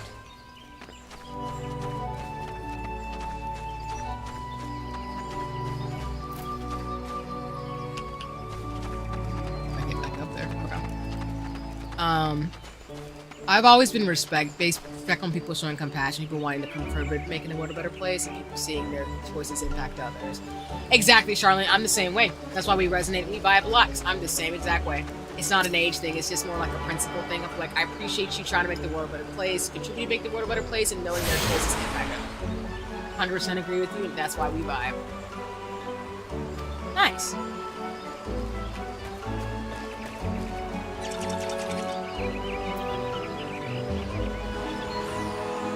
I know it's once a costume goes down, I'll consider getting my own place. It's ridiculous right now. That's the thing too that I don't understand from millennials and people who slander folks living it.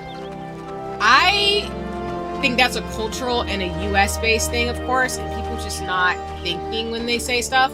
But that's why I'm with family, because this economy is awful.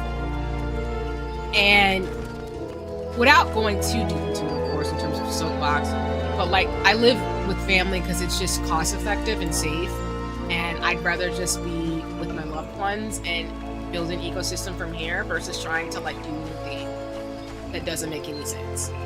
Because I told my friends in my 20s, I'm gonna be honest with you, Janae, like, and everybody else, like I told my friends in my 20s, I'm probably gonna be at home until I get married, and that's really what it is. But that's a cultural norm in lots of other places too. So I'm totally fine with that, and I think people who make it weird are like, even if you don't have those reasons, along with finances and stuff, as long as you're being productive, well, I don't want to say it in the ableist way, but like, as long as you're living your life and you've made it where you can do what you do from home, it's really not that big of a deal. Because intergenerational and multi-generational housing has always been a thing. Like, it's always been a thing, and people just forget it, and then they say stuff, and I'm like, why does that mean anything? I know there's a stereotype, but like not everybody is a stereotype. Some people just like living at home because it makes financial sense, or they can help out with family or commute and stuff, or they just want to, and there's nothing wrong with that. And like you're saying, Charlie, multi-generational housing makes sense, and it does.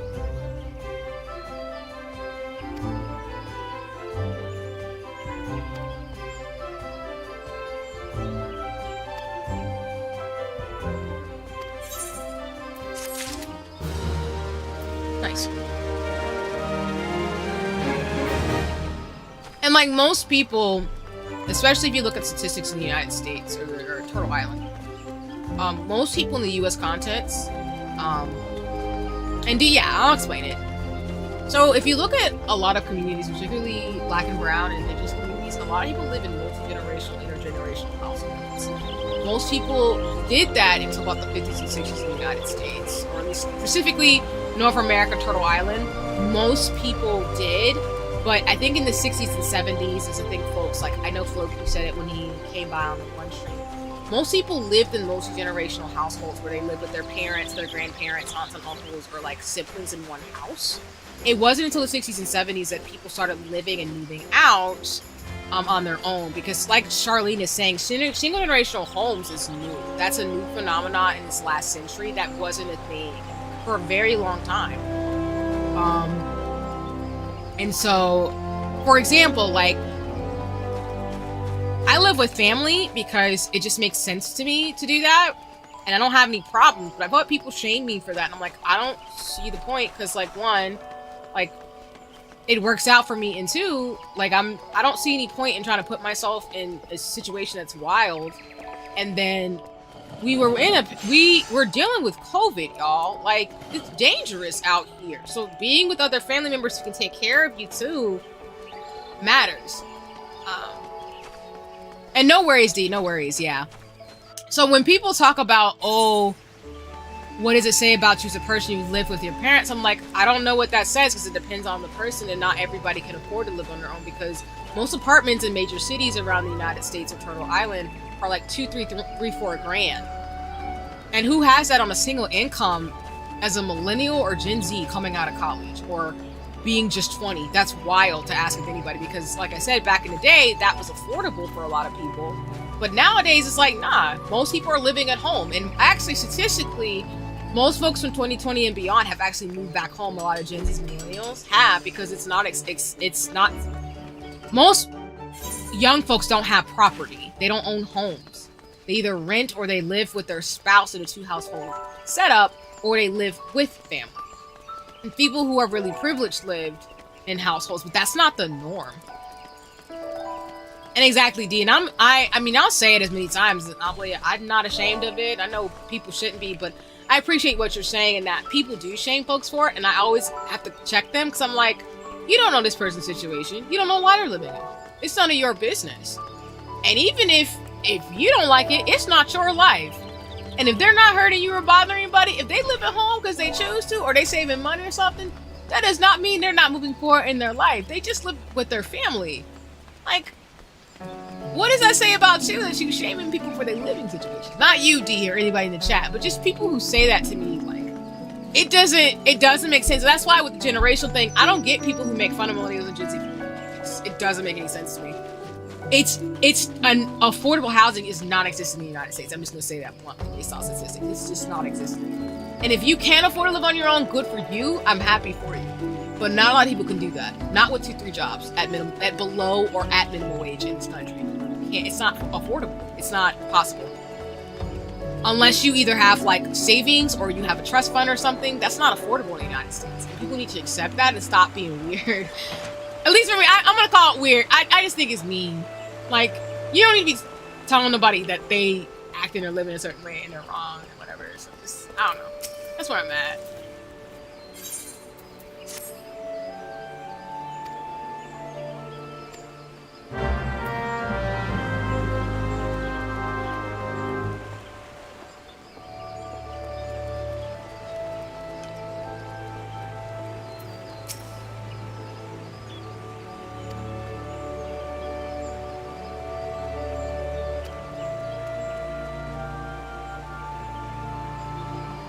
Exactly. And pretty much, Charlene, that's what I resonate with. I'm the same way. It's a lot of the same reason you're saying, or the exact right reason why I love living with family. Like, I just think it's a lot easier. It's a lot more comfortable, and it's just a more communal space type of thing that I don't think people understand sometimes. And granted, I understand some folks can't live at home because they don't have good relationships or familial bonds or communal bonds like that. But it doesn't mean that people could go around like crapping on other people's situation about what they're doing. And exactly, D, I'm the same way. Like, family, I'm lucky enough and privileged enough to have family who I can depend on, and that's the thing. So I think some people don't have that, which I understand, but I'm just not a big fan of individualism. I just think that a lot of us, we have community and family that helps us, so that makes a difference.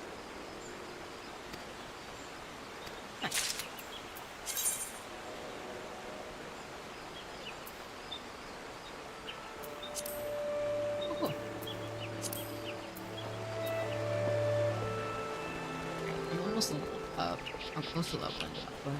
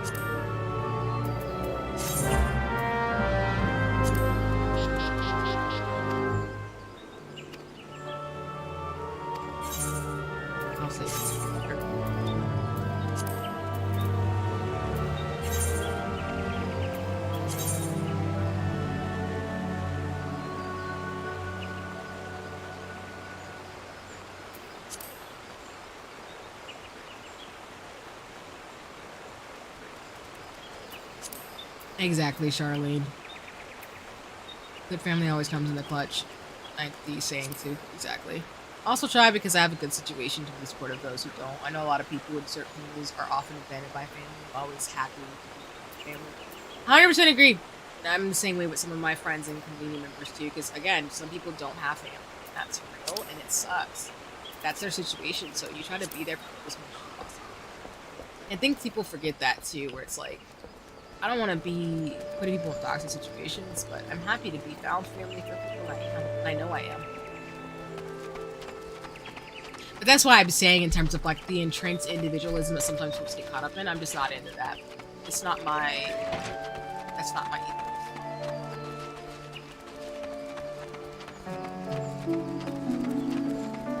Like, again, it's great if people are able to be independent in a way where they don't have to depend on a lot of people, but I feel like we all need to. I feel like sometimes people forget they have the means and the resources to support the ways that they can. They just need to be open to that a little bit more.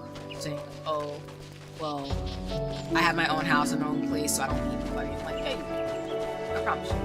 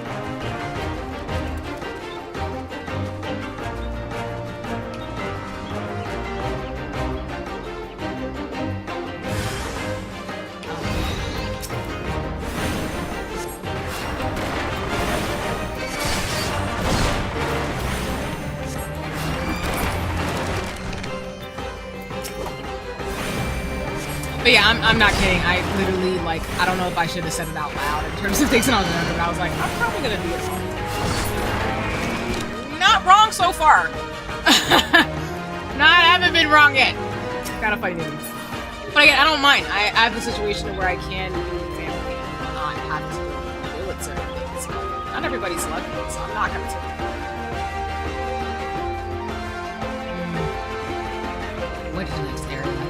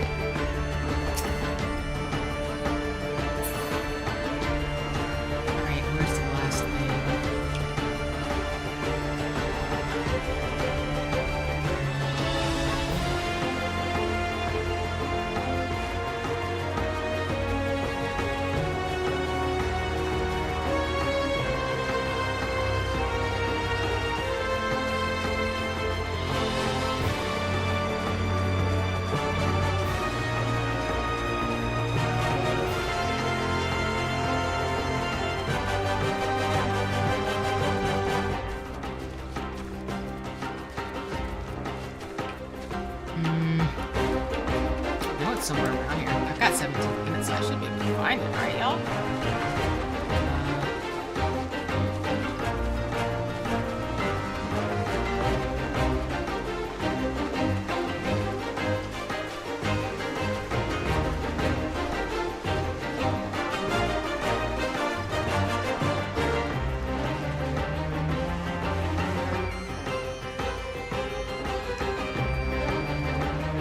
Here, is it?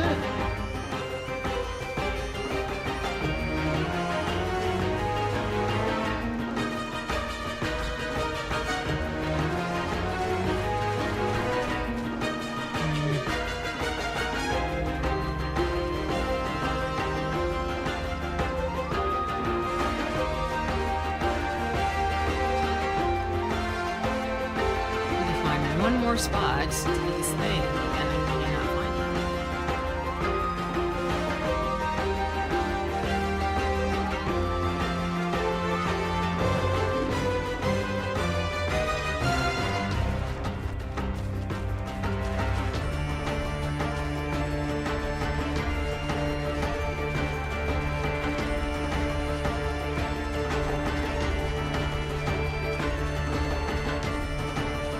So it's gonna be so bad if I don't beat this because I can't find the dermal location.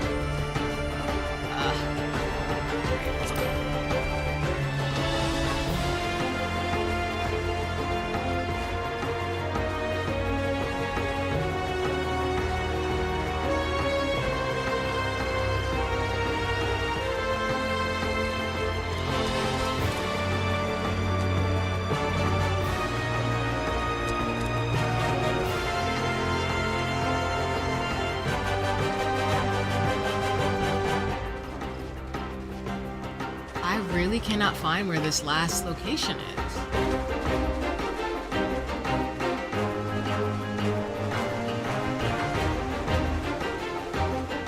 Like, the first three were easy to find. Why is the fourth one so difficult? That's wild!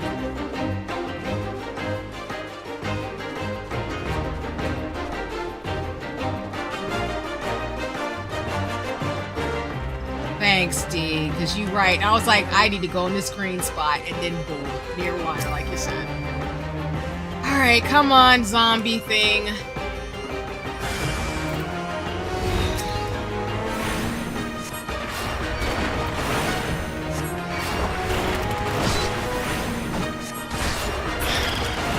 I've been fighting a lot of swoopy things this year. That was not my intention.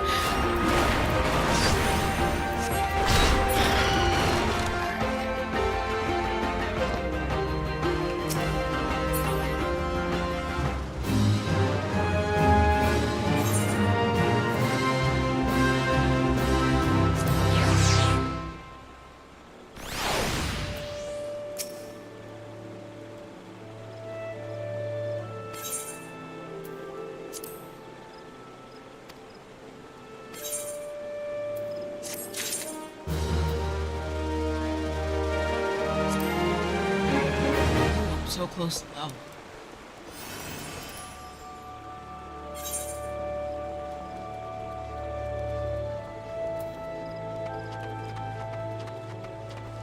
I call it the power of chat for me getting through that. You know how many times I've had to farm too? Too many times. That's realty. I appreciate the honesty. I am not surprised to hearing that, especially since this is a Final Fantasy. I am definitely not. Like, there's always some shenanigans in franchises like this, but I'm not surprised. Good for you, and also I'm sorry, and also good for you, because I'm probably gonna be doing a lot of that too. I already know. I already know this game is gonna be one of them. I'm knee deep anyway. I bought the subscription and everything, so it's already too late for me to jump about this. But it is what it is. I've accepted that this is going to be my life now. I'm okay with this. Oh, we were in the right spot? Alright, we're gonna initiate then.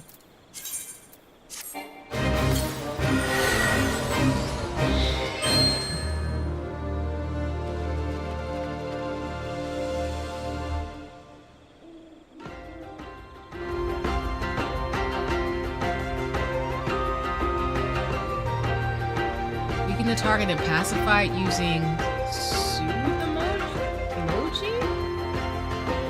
Oh, I'm not good at using emojis. Why did I say this?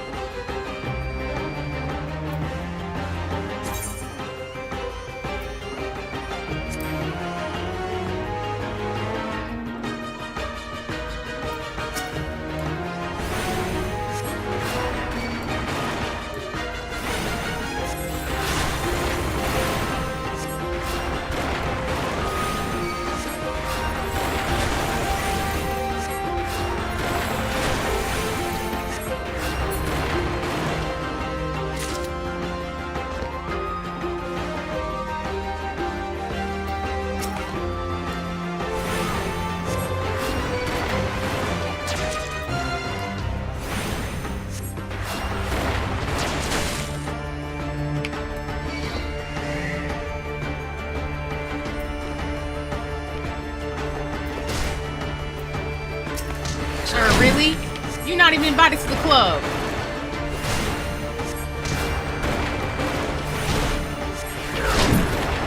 Dying because you talk too much. There you go.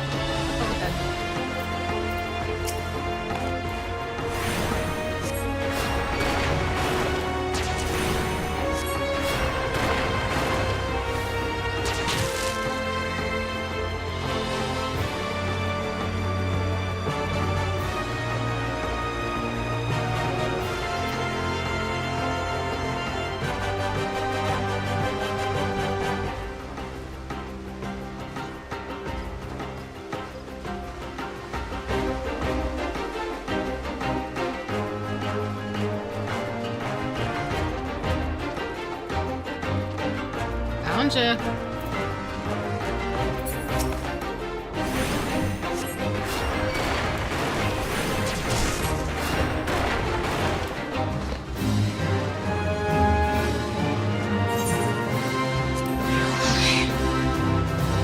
Like, I'm kind of OP, so hopefully I don't murk these dudes to their oblivion, but I didn't, because they leveled me down.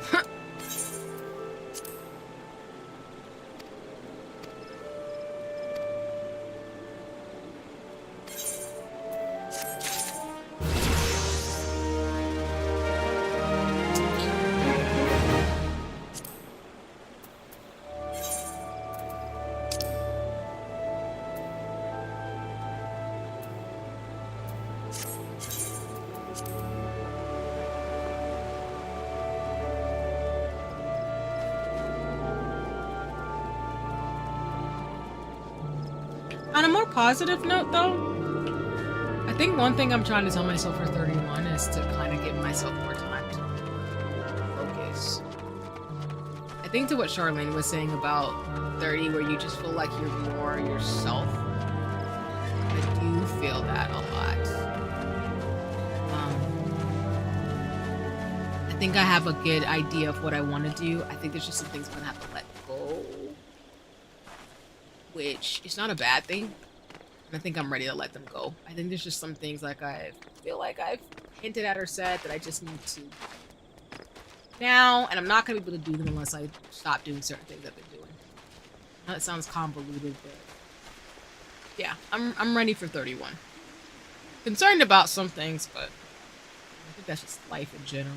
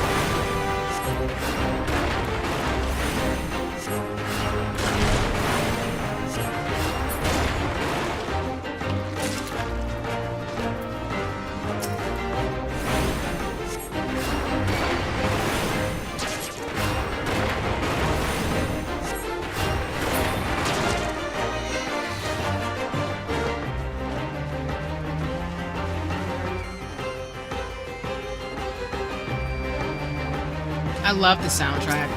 And y'all, I do want to get myself a Final Fantasy 14 guy. I don't know, I think next year I just really want to be better about myself. I feel like, I don't know, I feel like because I know what I want, it's getting easier for me to be like, yeah, no, I'm not doing that. I'm proud of myself because it's cool.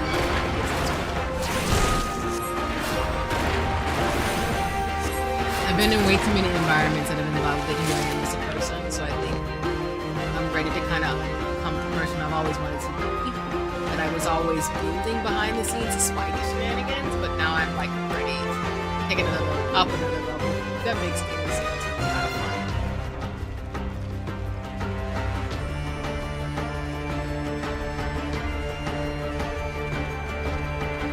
fun. Just a random treasure thing out here? I'm taking this.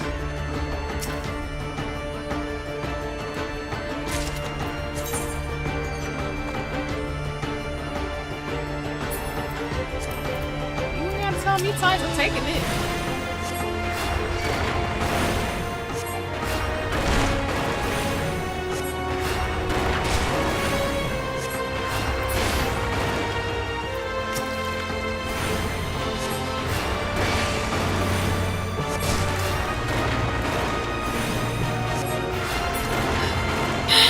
You're like, what do you mean you want merch? You're barely in the beginnings of the game. Yeah, I'm not kidding. It's that serious for me. That's how I know I mean when I say when like I commit. Like when I want something, I do a lot of research. I sit on it. I think about it, and it's not perfect, of course, because I still want to like play with others and stuff in this game. But I don't know. I think I'm just need to. I really should just gotten a Final Fantasy. But now that I'm here, I'm stuck.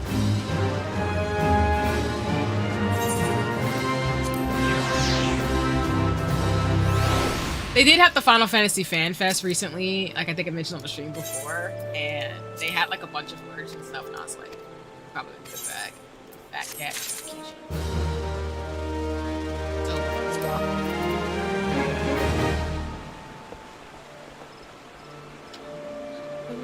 Yeah, we got about 30 minutes left of the stream.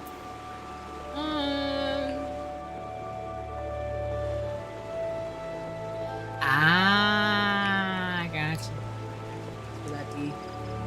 I did say for example, they did have the soundtracks available for folks to purchase, so I'm tempted to go look into that, because I do think the Final Fantasy 14 soundtracks are it'd be good work music. I think I am gonna look into it.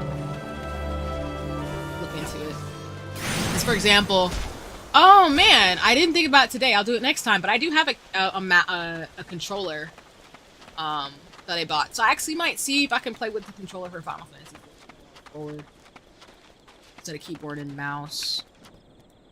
I'm definitely gonna do that. So I can initiate.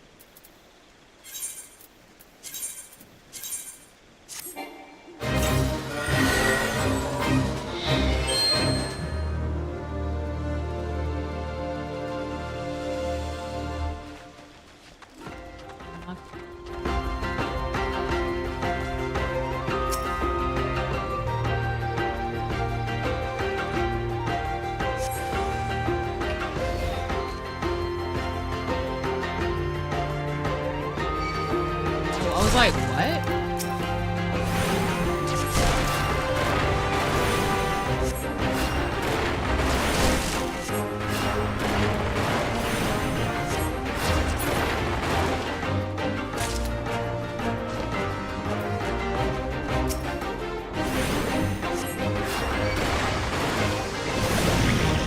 Exactly, D. I know on one stream, like you said, in terms of how to get to the mahjong and stuff, I will play that. But yeah, I think, yeah, Final Fantasy 14, like you said, it's pretty easy to chill to and fish and farm, which I think I will do definitely in this game.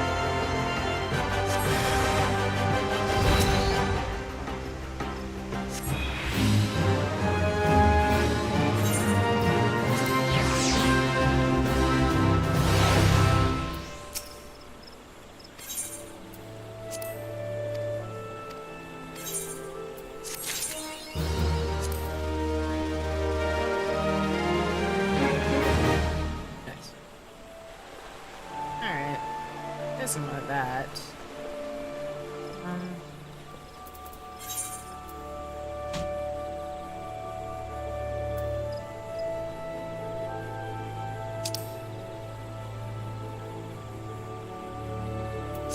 God, I accepted that thing.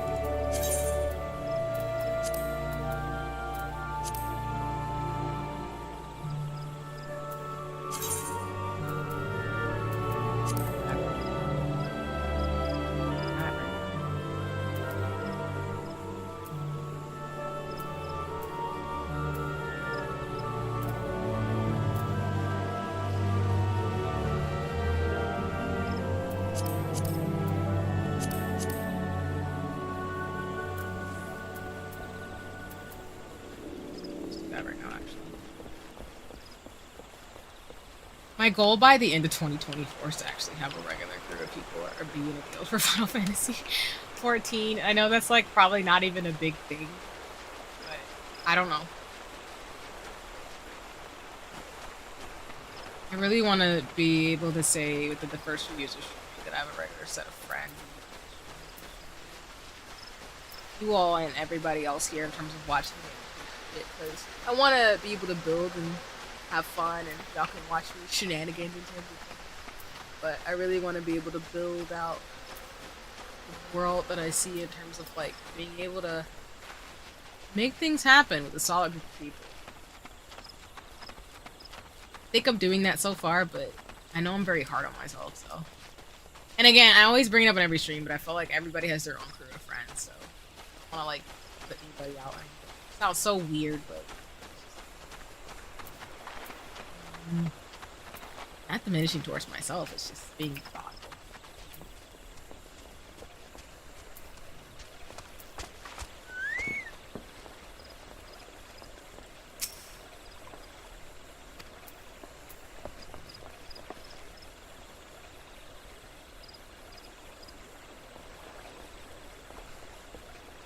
Oh.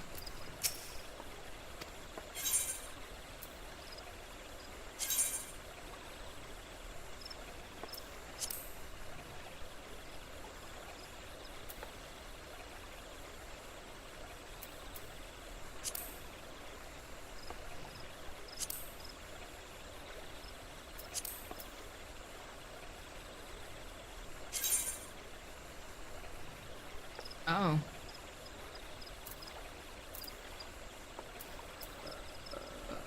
See that?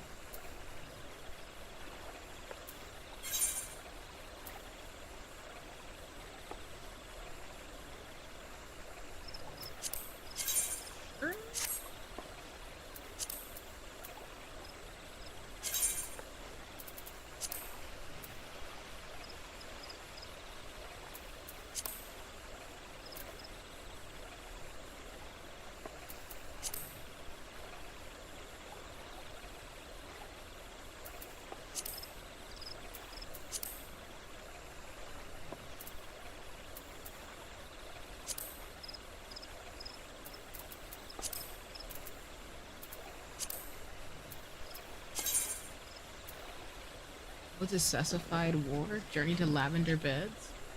If I go, do I have to buy things? Because these are expensive. Holy sh! Excuse me, language. Wasn't trying to like do anything. I just visit? Is that weird?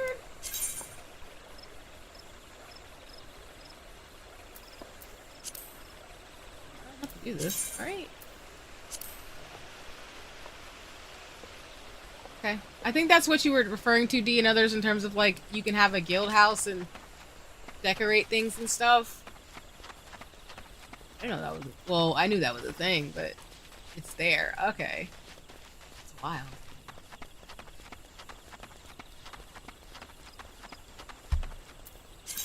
I don't think I can do Leah's quest until stronger. I don't think I can.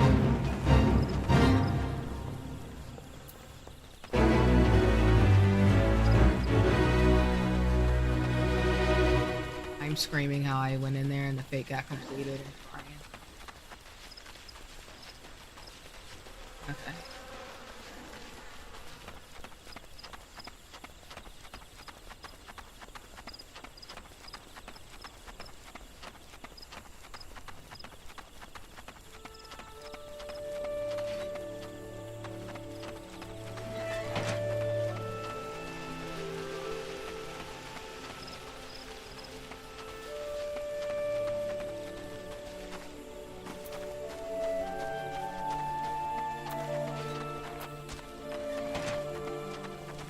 I keep jumping when I could just go through the fence like a normal person, but we're clearly not doing that.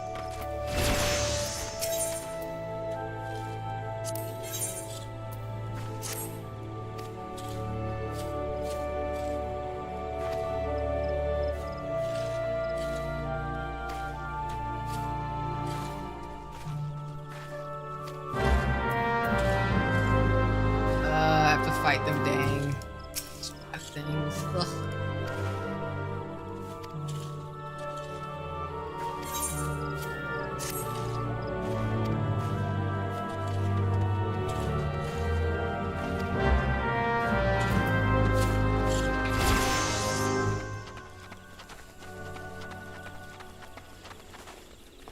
Again, I love how you just go to the gates and I'm like, nope, I'm jumping over it. What I won't.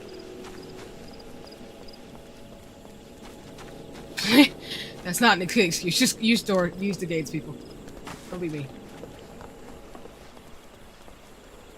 I'll do.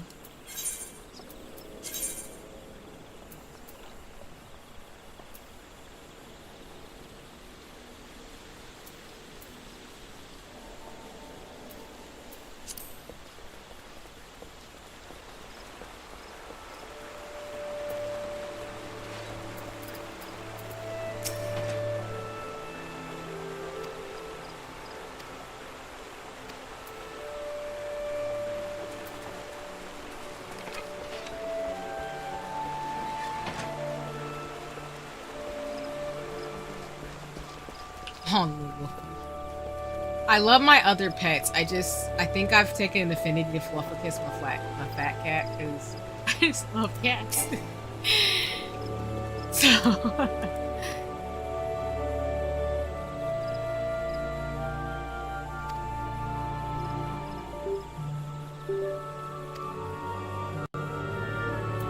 Into my sound.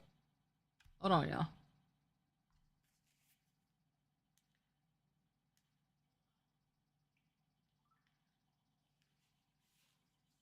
Whoops, sorry. Probably did some vanishing act for a second.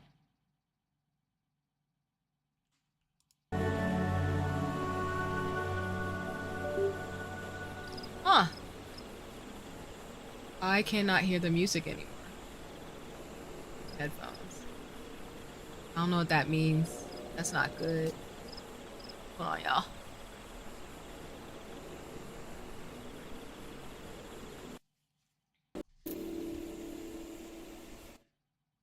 Oh. Okay. I think you all can still hear me, but my headphones went out. So let me just connect them back because that was weird. So I was like, y'all should not be hearing the music. Oh, come on, headphones.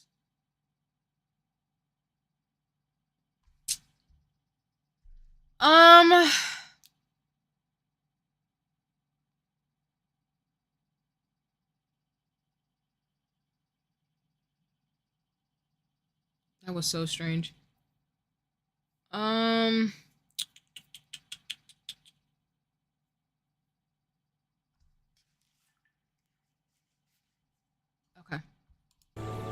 Alright, sorry about that. Music came back. That was weird.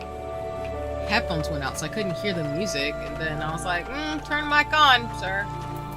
It did.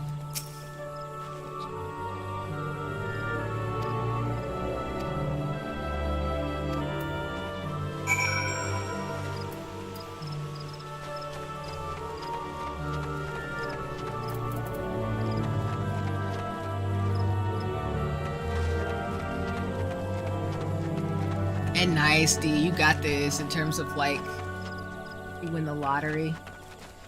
Goody. I'm sending all the abundance and luck to you. You got this.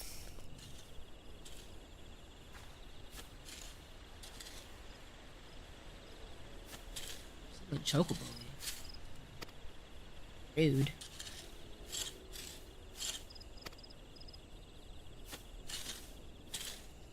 I'll probably be wrapping up in about 15 minutes. Oh, God.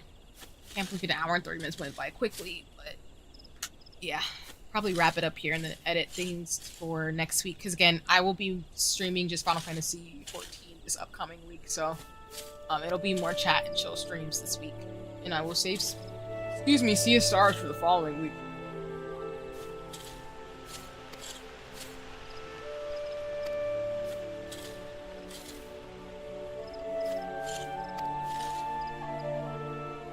I will be dropping my schedule to you by tonight. Probably go do it right after stream because I gotta go update my OBS anyway while I'm working, getting ready for work week, and I got some documents I want to get finished by tonight. But yeah, we'll probably just be playing Final Fantasy 14, and then we'll finish up Sea of Stars.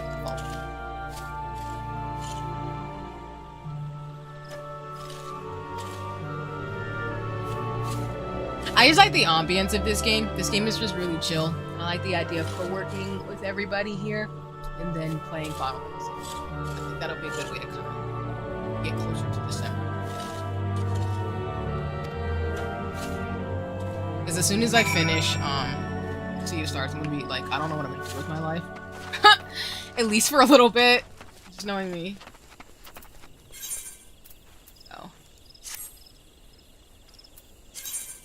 But yeah, so that's what you. And I appreciate confirmation, D. Yeah, that's what I'll do. So, for anybody who's watching me play Sea of Stars, again, we will finish the game. I've looked, like I talked about in that stream. We're about 3 levels away. I think we only have a little bit of. I gotta read up of what I'm gonna do. Like I said, I haven't made the final decision, but I do know that I'm close to the final bosses. So I'm gonna read up essentially like how to do it. And then once we're done, that's it. It's wild. And like I said, I do think I'll make the decision of playing. I'm thinking I'm gonna play like Venba and Spirit Swap before I switch to another game. And I actually think instead of doing Octopath Traveler, I think I'm gonna play Triangle Strategy. It's the next Pixel game. But that will not interrupt the Final Fantasy 14 streams. I think that's gonna be a consistent part of my setup. I think what I might do is just add a pixel game and a 3D game. Like I said, I don't know how I feel about Hades and Liza P. I will maybe play those games again in the future. I just don't know when right now in terms of the setup. Because I do want to start playing some Switch games. And I do want to play, for example, the Princess Peach game coming out in the spring. I think it's spring.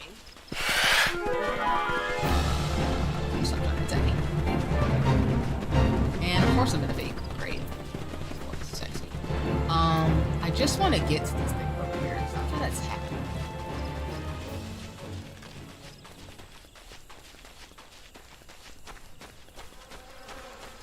The Chocobo? Wait, aren't you with those crew people?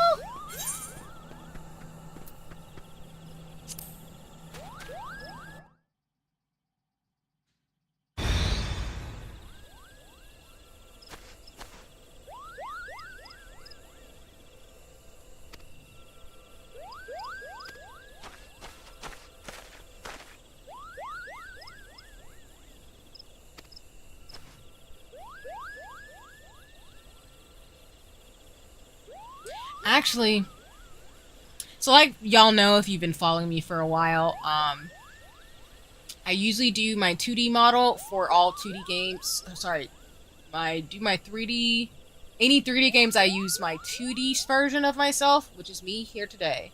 Any pixel games or, you know, graphic games in that realm, I'll do pixel me.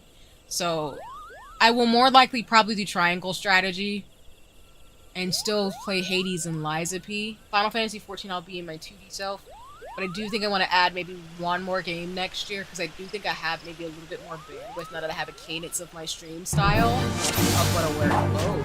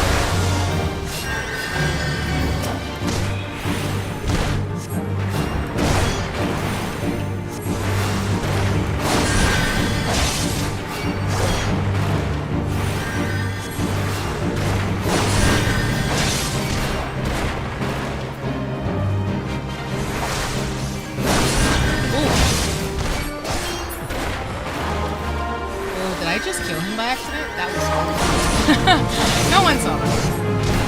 You did, my love.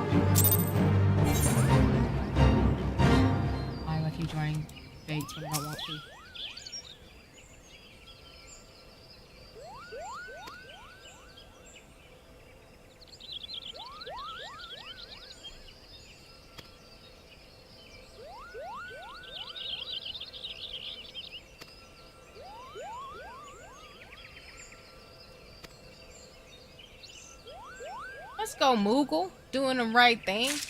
Love a good Moogle. Alright. Don't attack me. Come on. I take an egg back. Don't come for me.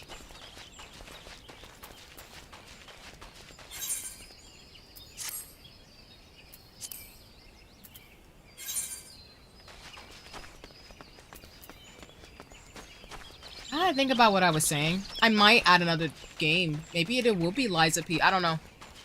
I think the reason why Liza P frustrates me is because I keep dying and I don't know if I can get past the next level, but maybe if I have a controller I can try it. But I also would rather play a game that I can get through because I'm not good at Souls games, y'all. So I need to sit on that because I feel like I'm happy starting next year to add a third game to the lineup. I've only been really doing 2. Because I don't think I wanted to get used to my streaming schedule a bit, but right now I have a cadence of streaming once or twice a week. I feel like doing Final Fantasy 14 in a Pixel game is good, and then rotating out with like maybe every other stream being Pixel and a 3D game I really want to play. Which will probably be either that, or I could do it where I play Final Fantasy 14 and do play the Princess Peach game depending on when it comes out. But I have to look up to when it's coming out before I make that final decision. So don't quote me until maybe end of the year / January. Wow, I have to say that. Crap. Woof!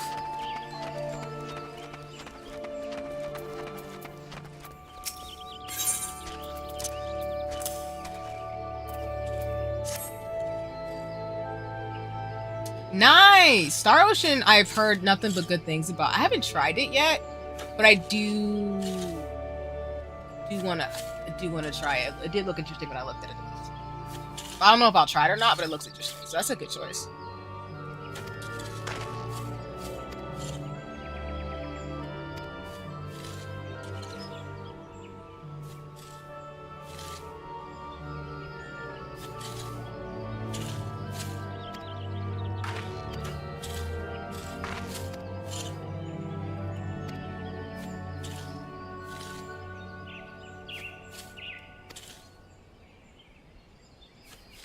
Let's go, Moogles.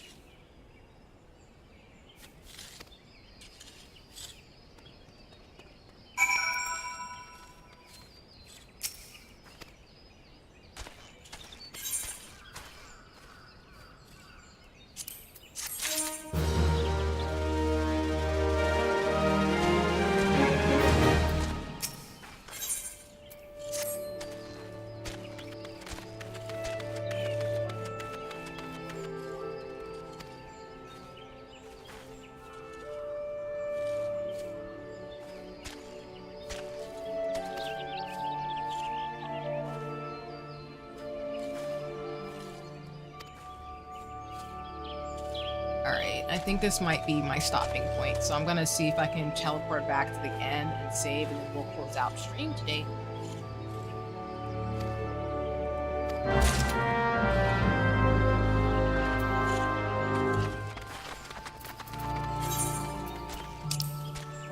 That's exactly where I'm going, funny enough. Yeah, I will make the final determination because I'm going to set up my streamer schedule for YouTube. So those of you who watch me, I will set up my streams for the rest of the year outside of any collabs that come up, because I do want to leave space for friends and folks who do want to, you know, collab with me to be able to do that, so I can set that up ahead of time. But I will set my streams up until probably the end of the year.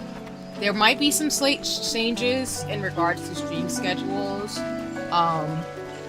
Maybe in December potentially, because again, I might not have access to my setup to be able to stream, and I might be just out. But yeah, I think I will let y'all know closer. But for now, the best way to stay up to date is just to follow the YouTube notifications. I try to do, like I've said before, 3-month intervals in terms of setup, so you'll know at least 3 months or at least a month in advance. Well, I try to make plans in quarters systems, and then I'll translate that into my schedules, where I'll set those up weekly or monthly. That way I can just post them on socials. And then, of course, the week of, I will finalize and then post. That's a system I have set up. But basically, for those of you who watch me, I will set up the rest of my streams as a solo person individually, probably today and this week, and then that'll be up until about January. So I'm gonna go ahead and say now I'm probably not gonna stream during the holiday season in a way where, like, I know folks have like streams dedicated to specific, like they have Christmas streams. I'm not streaming on Christmas. I love y'all, but I would encourage y'all to spend time with family and loved ones. I might pop on during the holiday season, maybe not on the day of Christmas, but I'll still be streaming during December and January. But I'm gonna take some time off and spend some loved ones and family with you. There also is some Discord stuff that we'll do as well. I'm gonna do like some hangouts and stuff to get us going to kind of test the waters, but just give y'all a heads up. That's probably what it's gonna be like. So I'll still be streaming, like, you know, once or twice a week. Nothing will really change per se. I just probably won't stream on like specific holidays. So like I won't stream on Christmas or something. I'm gonna take that time off or watch some other folks. But I will stream maybe around that week, so I won't stream like on Christmas Eve or day, but I might stream like the week of Christmas or something and have fun. Hi, Auntie! I love that. Let me see.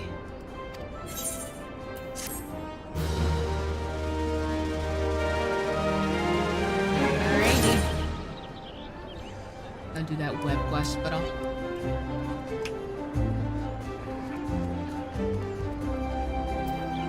Yeah, again, it's not because I don't want to. I really do love streaming, and I love all of y'all watching me and stuff. So again, I'm having a blast, and I know I want to do this for the long term. So if you're in it to win it with me in terms of like where I'm going, then I appreciate you anytime. But I definitely want to, like, you know,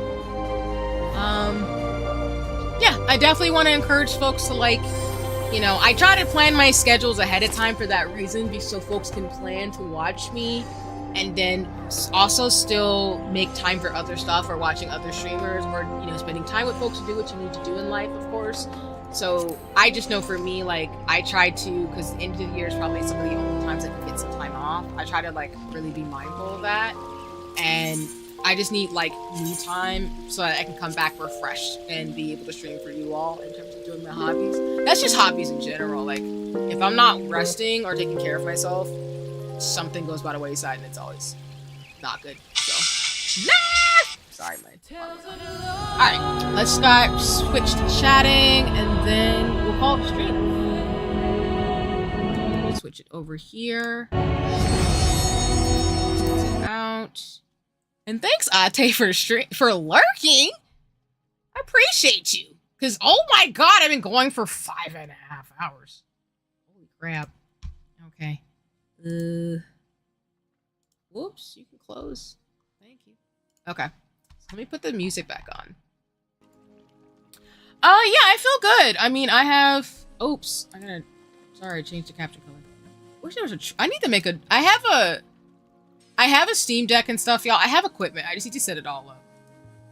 But, I might make that a toggle where I can switch it back to caption colors to black and white. Well, I feel pretty good today. I mean, I've had some great conversations. You all saw Stationary and Shenanigans. I'm gonna have to edit the VOD so that I don't dox myself to see how long that thing was up. If not, I don't want to archive this, but worst case scenario, I'll just archive it. So I hope I don't have to do that so folks can watch me play Final Fantasy 14, but I'll make it up for y'all next week. Like I said, I will be streaming next Saturday. Sorry.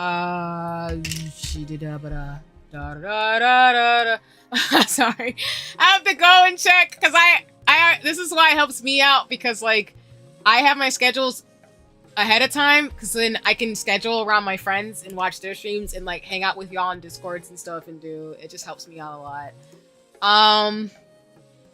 Let me check out my channel. So yeah, my next stream, which I'm going to edit it, is going to be actually on the 18th. I do believe that is on Saturdays. Yeah, I will be streaming. Ooh, I said Saturday. Girl, we not doing that. To be transparent with y'all, I really don't think I can stream on the weeknights, because I noticed that like my freaking internet, and it's just not, it's not conducive for me to be able to stream during the evening hours. If I do stream on the evening hours, it's probably going to be on like a Saturday or like a Thursday. But sometimes my internet sucks. I feel like morning streams might be my fit, and maybe I'll do some evening streams, like maybe around like 6 or 7. I don't know. We'll figure it out. But I'm going to be streaming this week Final Fantasy only. I'll do co-working streams and Final Fantasy streams. So I might turn Saturday and just a straight up Final Fantasy stream. Let me think about it. Yeah, I think I'm gonna make Saturday, just for shenanigans, I'm gonna make Saturday just a Final Fantasy 14 stream. We'll go straight into gaming. That way, Saturday, Sunday, I'll just be playing Final Fantasy 14. So you'll get Final Fantasy 14. I'll be talking about Dungeons and Dragons on Sunday, next Sunday on the 19th. I will actually be making that stream in the morning, so please forgive me in terms of the timings, but I will be making the Saturday stream in the morning. We'll go straight into Final Fantasy 14. I'll be playing for a couple of hours, just chatting and chilling with y'all. And then on Sunday, we'll talk about Dungeons and Dragons. I will do co-working, and then we'll do more Final Fantasy. So yeah, appreciate you, D, Ate, Charlene, everybody who's been lurking, chatting, and chilling with me. Today, I've been streaming for a long time. I've always been doing long streams, even though I said I'm going to only do for an hour to 3 hours. But yeah, I will update my schedule and drop on socials on YouTube, and update my things through December, January. So if you would like to keep up with shenanigans, let me know. I'll more than likely be streaming again on Saturday on the weekend, / maybe one time a week. And we'll keep it consistent to maybe 1 to 2 streams a week. That pretty much works for me. If I add a third one, it would probably be towards the weekend. But for now, I think Sundays and maybe like Thursday, Saturday works for me, to be honest. Maybe the occasional Tuesday or Wednesday. But I think right now, the weekends and like once a week day, or if not, just the weekends is really working out for me personally. Alrighty, y'all. Well, let me see if I can send y'all to anybody on Twitch. Before I scamper. Anybody up that I know right now? Whoops! What is that? I don't know why I did that. Is everybody streaming right now? Dang, there's a lot of folks. Alright, well, Ian, let me see if I can drop tags. And no worries if folks want to scamper and just go do their own thing. Again, I really want folks to do like stream detox. Like sometimes when I'm on Twitch and I watch friends, sometimes I'll stick around for other people's streams, but sometimes I'll also just tell my friends like I'm gonna scamper and go. Sometimes I just need a break from watching my screen a lot. So sometimes I choose to lurk and things like that, like most people do when they're just like trying to be supportive but also need a little bit of a break.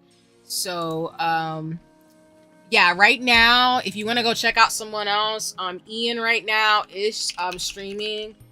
He's actually playing Ghostwire Tokyo right now, if you want to check it out. Shout out Ian. Ami Rose and Ventura VT are streaming. Ventura streaming For the King, and Ami Rose is playing Satisfactory. Star Heavenly's also streaming, and Aru. If anybody knows Aru, who I've met through Ionics and amazing folks like Ate and things like that, mutuals of mutuals and friends of friends, Aru is streaming right now too. then I think that's everybody in terms of things too. There's just a lot of stuff going on. So if you want to check out folks, please do. But thank you, Ate. Thank you everybody for checking and chilling with me on your Sundays. I really appreciate it. These are my soft Sundays where I do co-working, chatting and chilling, talking about stuff. And we play a cozy game and play Final Fantasy 14. Because Fantasy Tober is year round for me. Oh, fantasy games. I appreciate y'all hanging with me and stuff like that, but I'm gonna let you go. If you need me, I'll be on socials. I will just be getting ready for the work week and kind of just resting and chilling and probably playing some Sudoku and checking up on messages and actually getting in the zone because I feel like I'm ready to get productive and do some stuff I didn't need to do today. And then try to get to bed by like maybe 1 or 2 today. I don't know. Try to go to bed by midnight because I'm that person. But again, check out my socials. I'm on Blue Sky on Twitter. Thank you all for the subscriptions and follows. I always check after stream. We're at 84, 85 people, so I appreciate y'all who've been checking me out. I've been going up like every couple of days. It's kind of interesting and fun. But no worries and no pressure as always. Again, this is for fun and for hobby, so I'm not trying to... Don't do anything you don't want to do. I really am not trying to be like some egotistical cartoon villain, y'all, I promise. I'm just trying to have fun and build communities. I appreciate that y'all are here and watch me and things are great, so... Alrighty, I will update schedules, drop on socials, on YouTube. I'll update things this week, and I will take care and scamper off for now. Take care. Have a nice one, everybody. I'll do shout-outs on socials. Have a wonderful Sunday, and I will see you next Saturday. Bye-bye!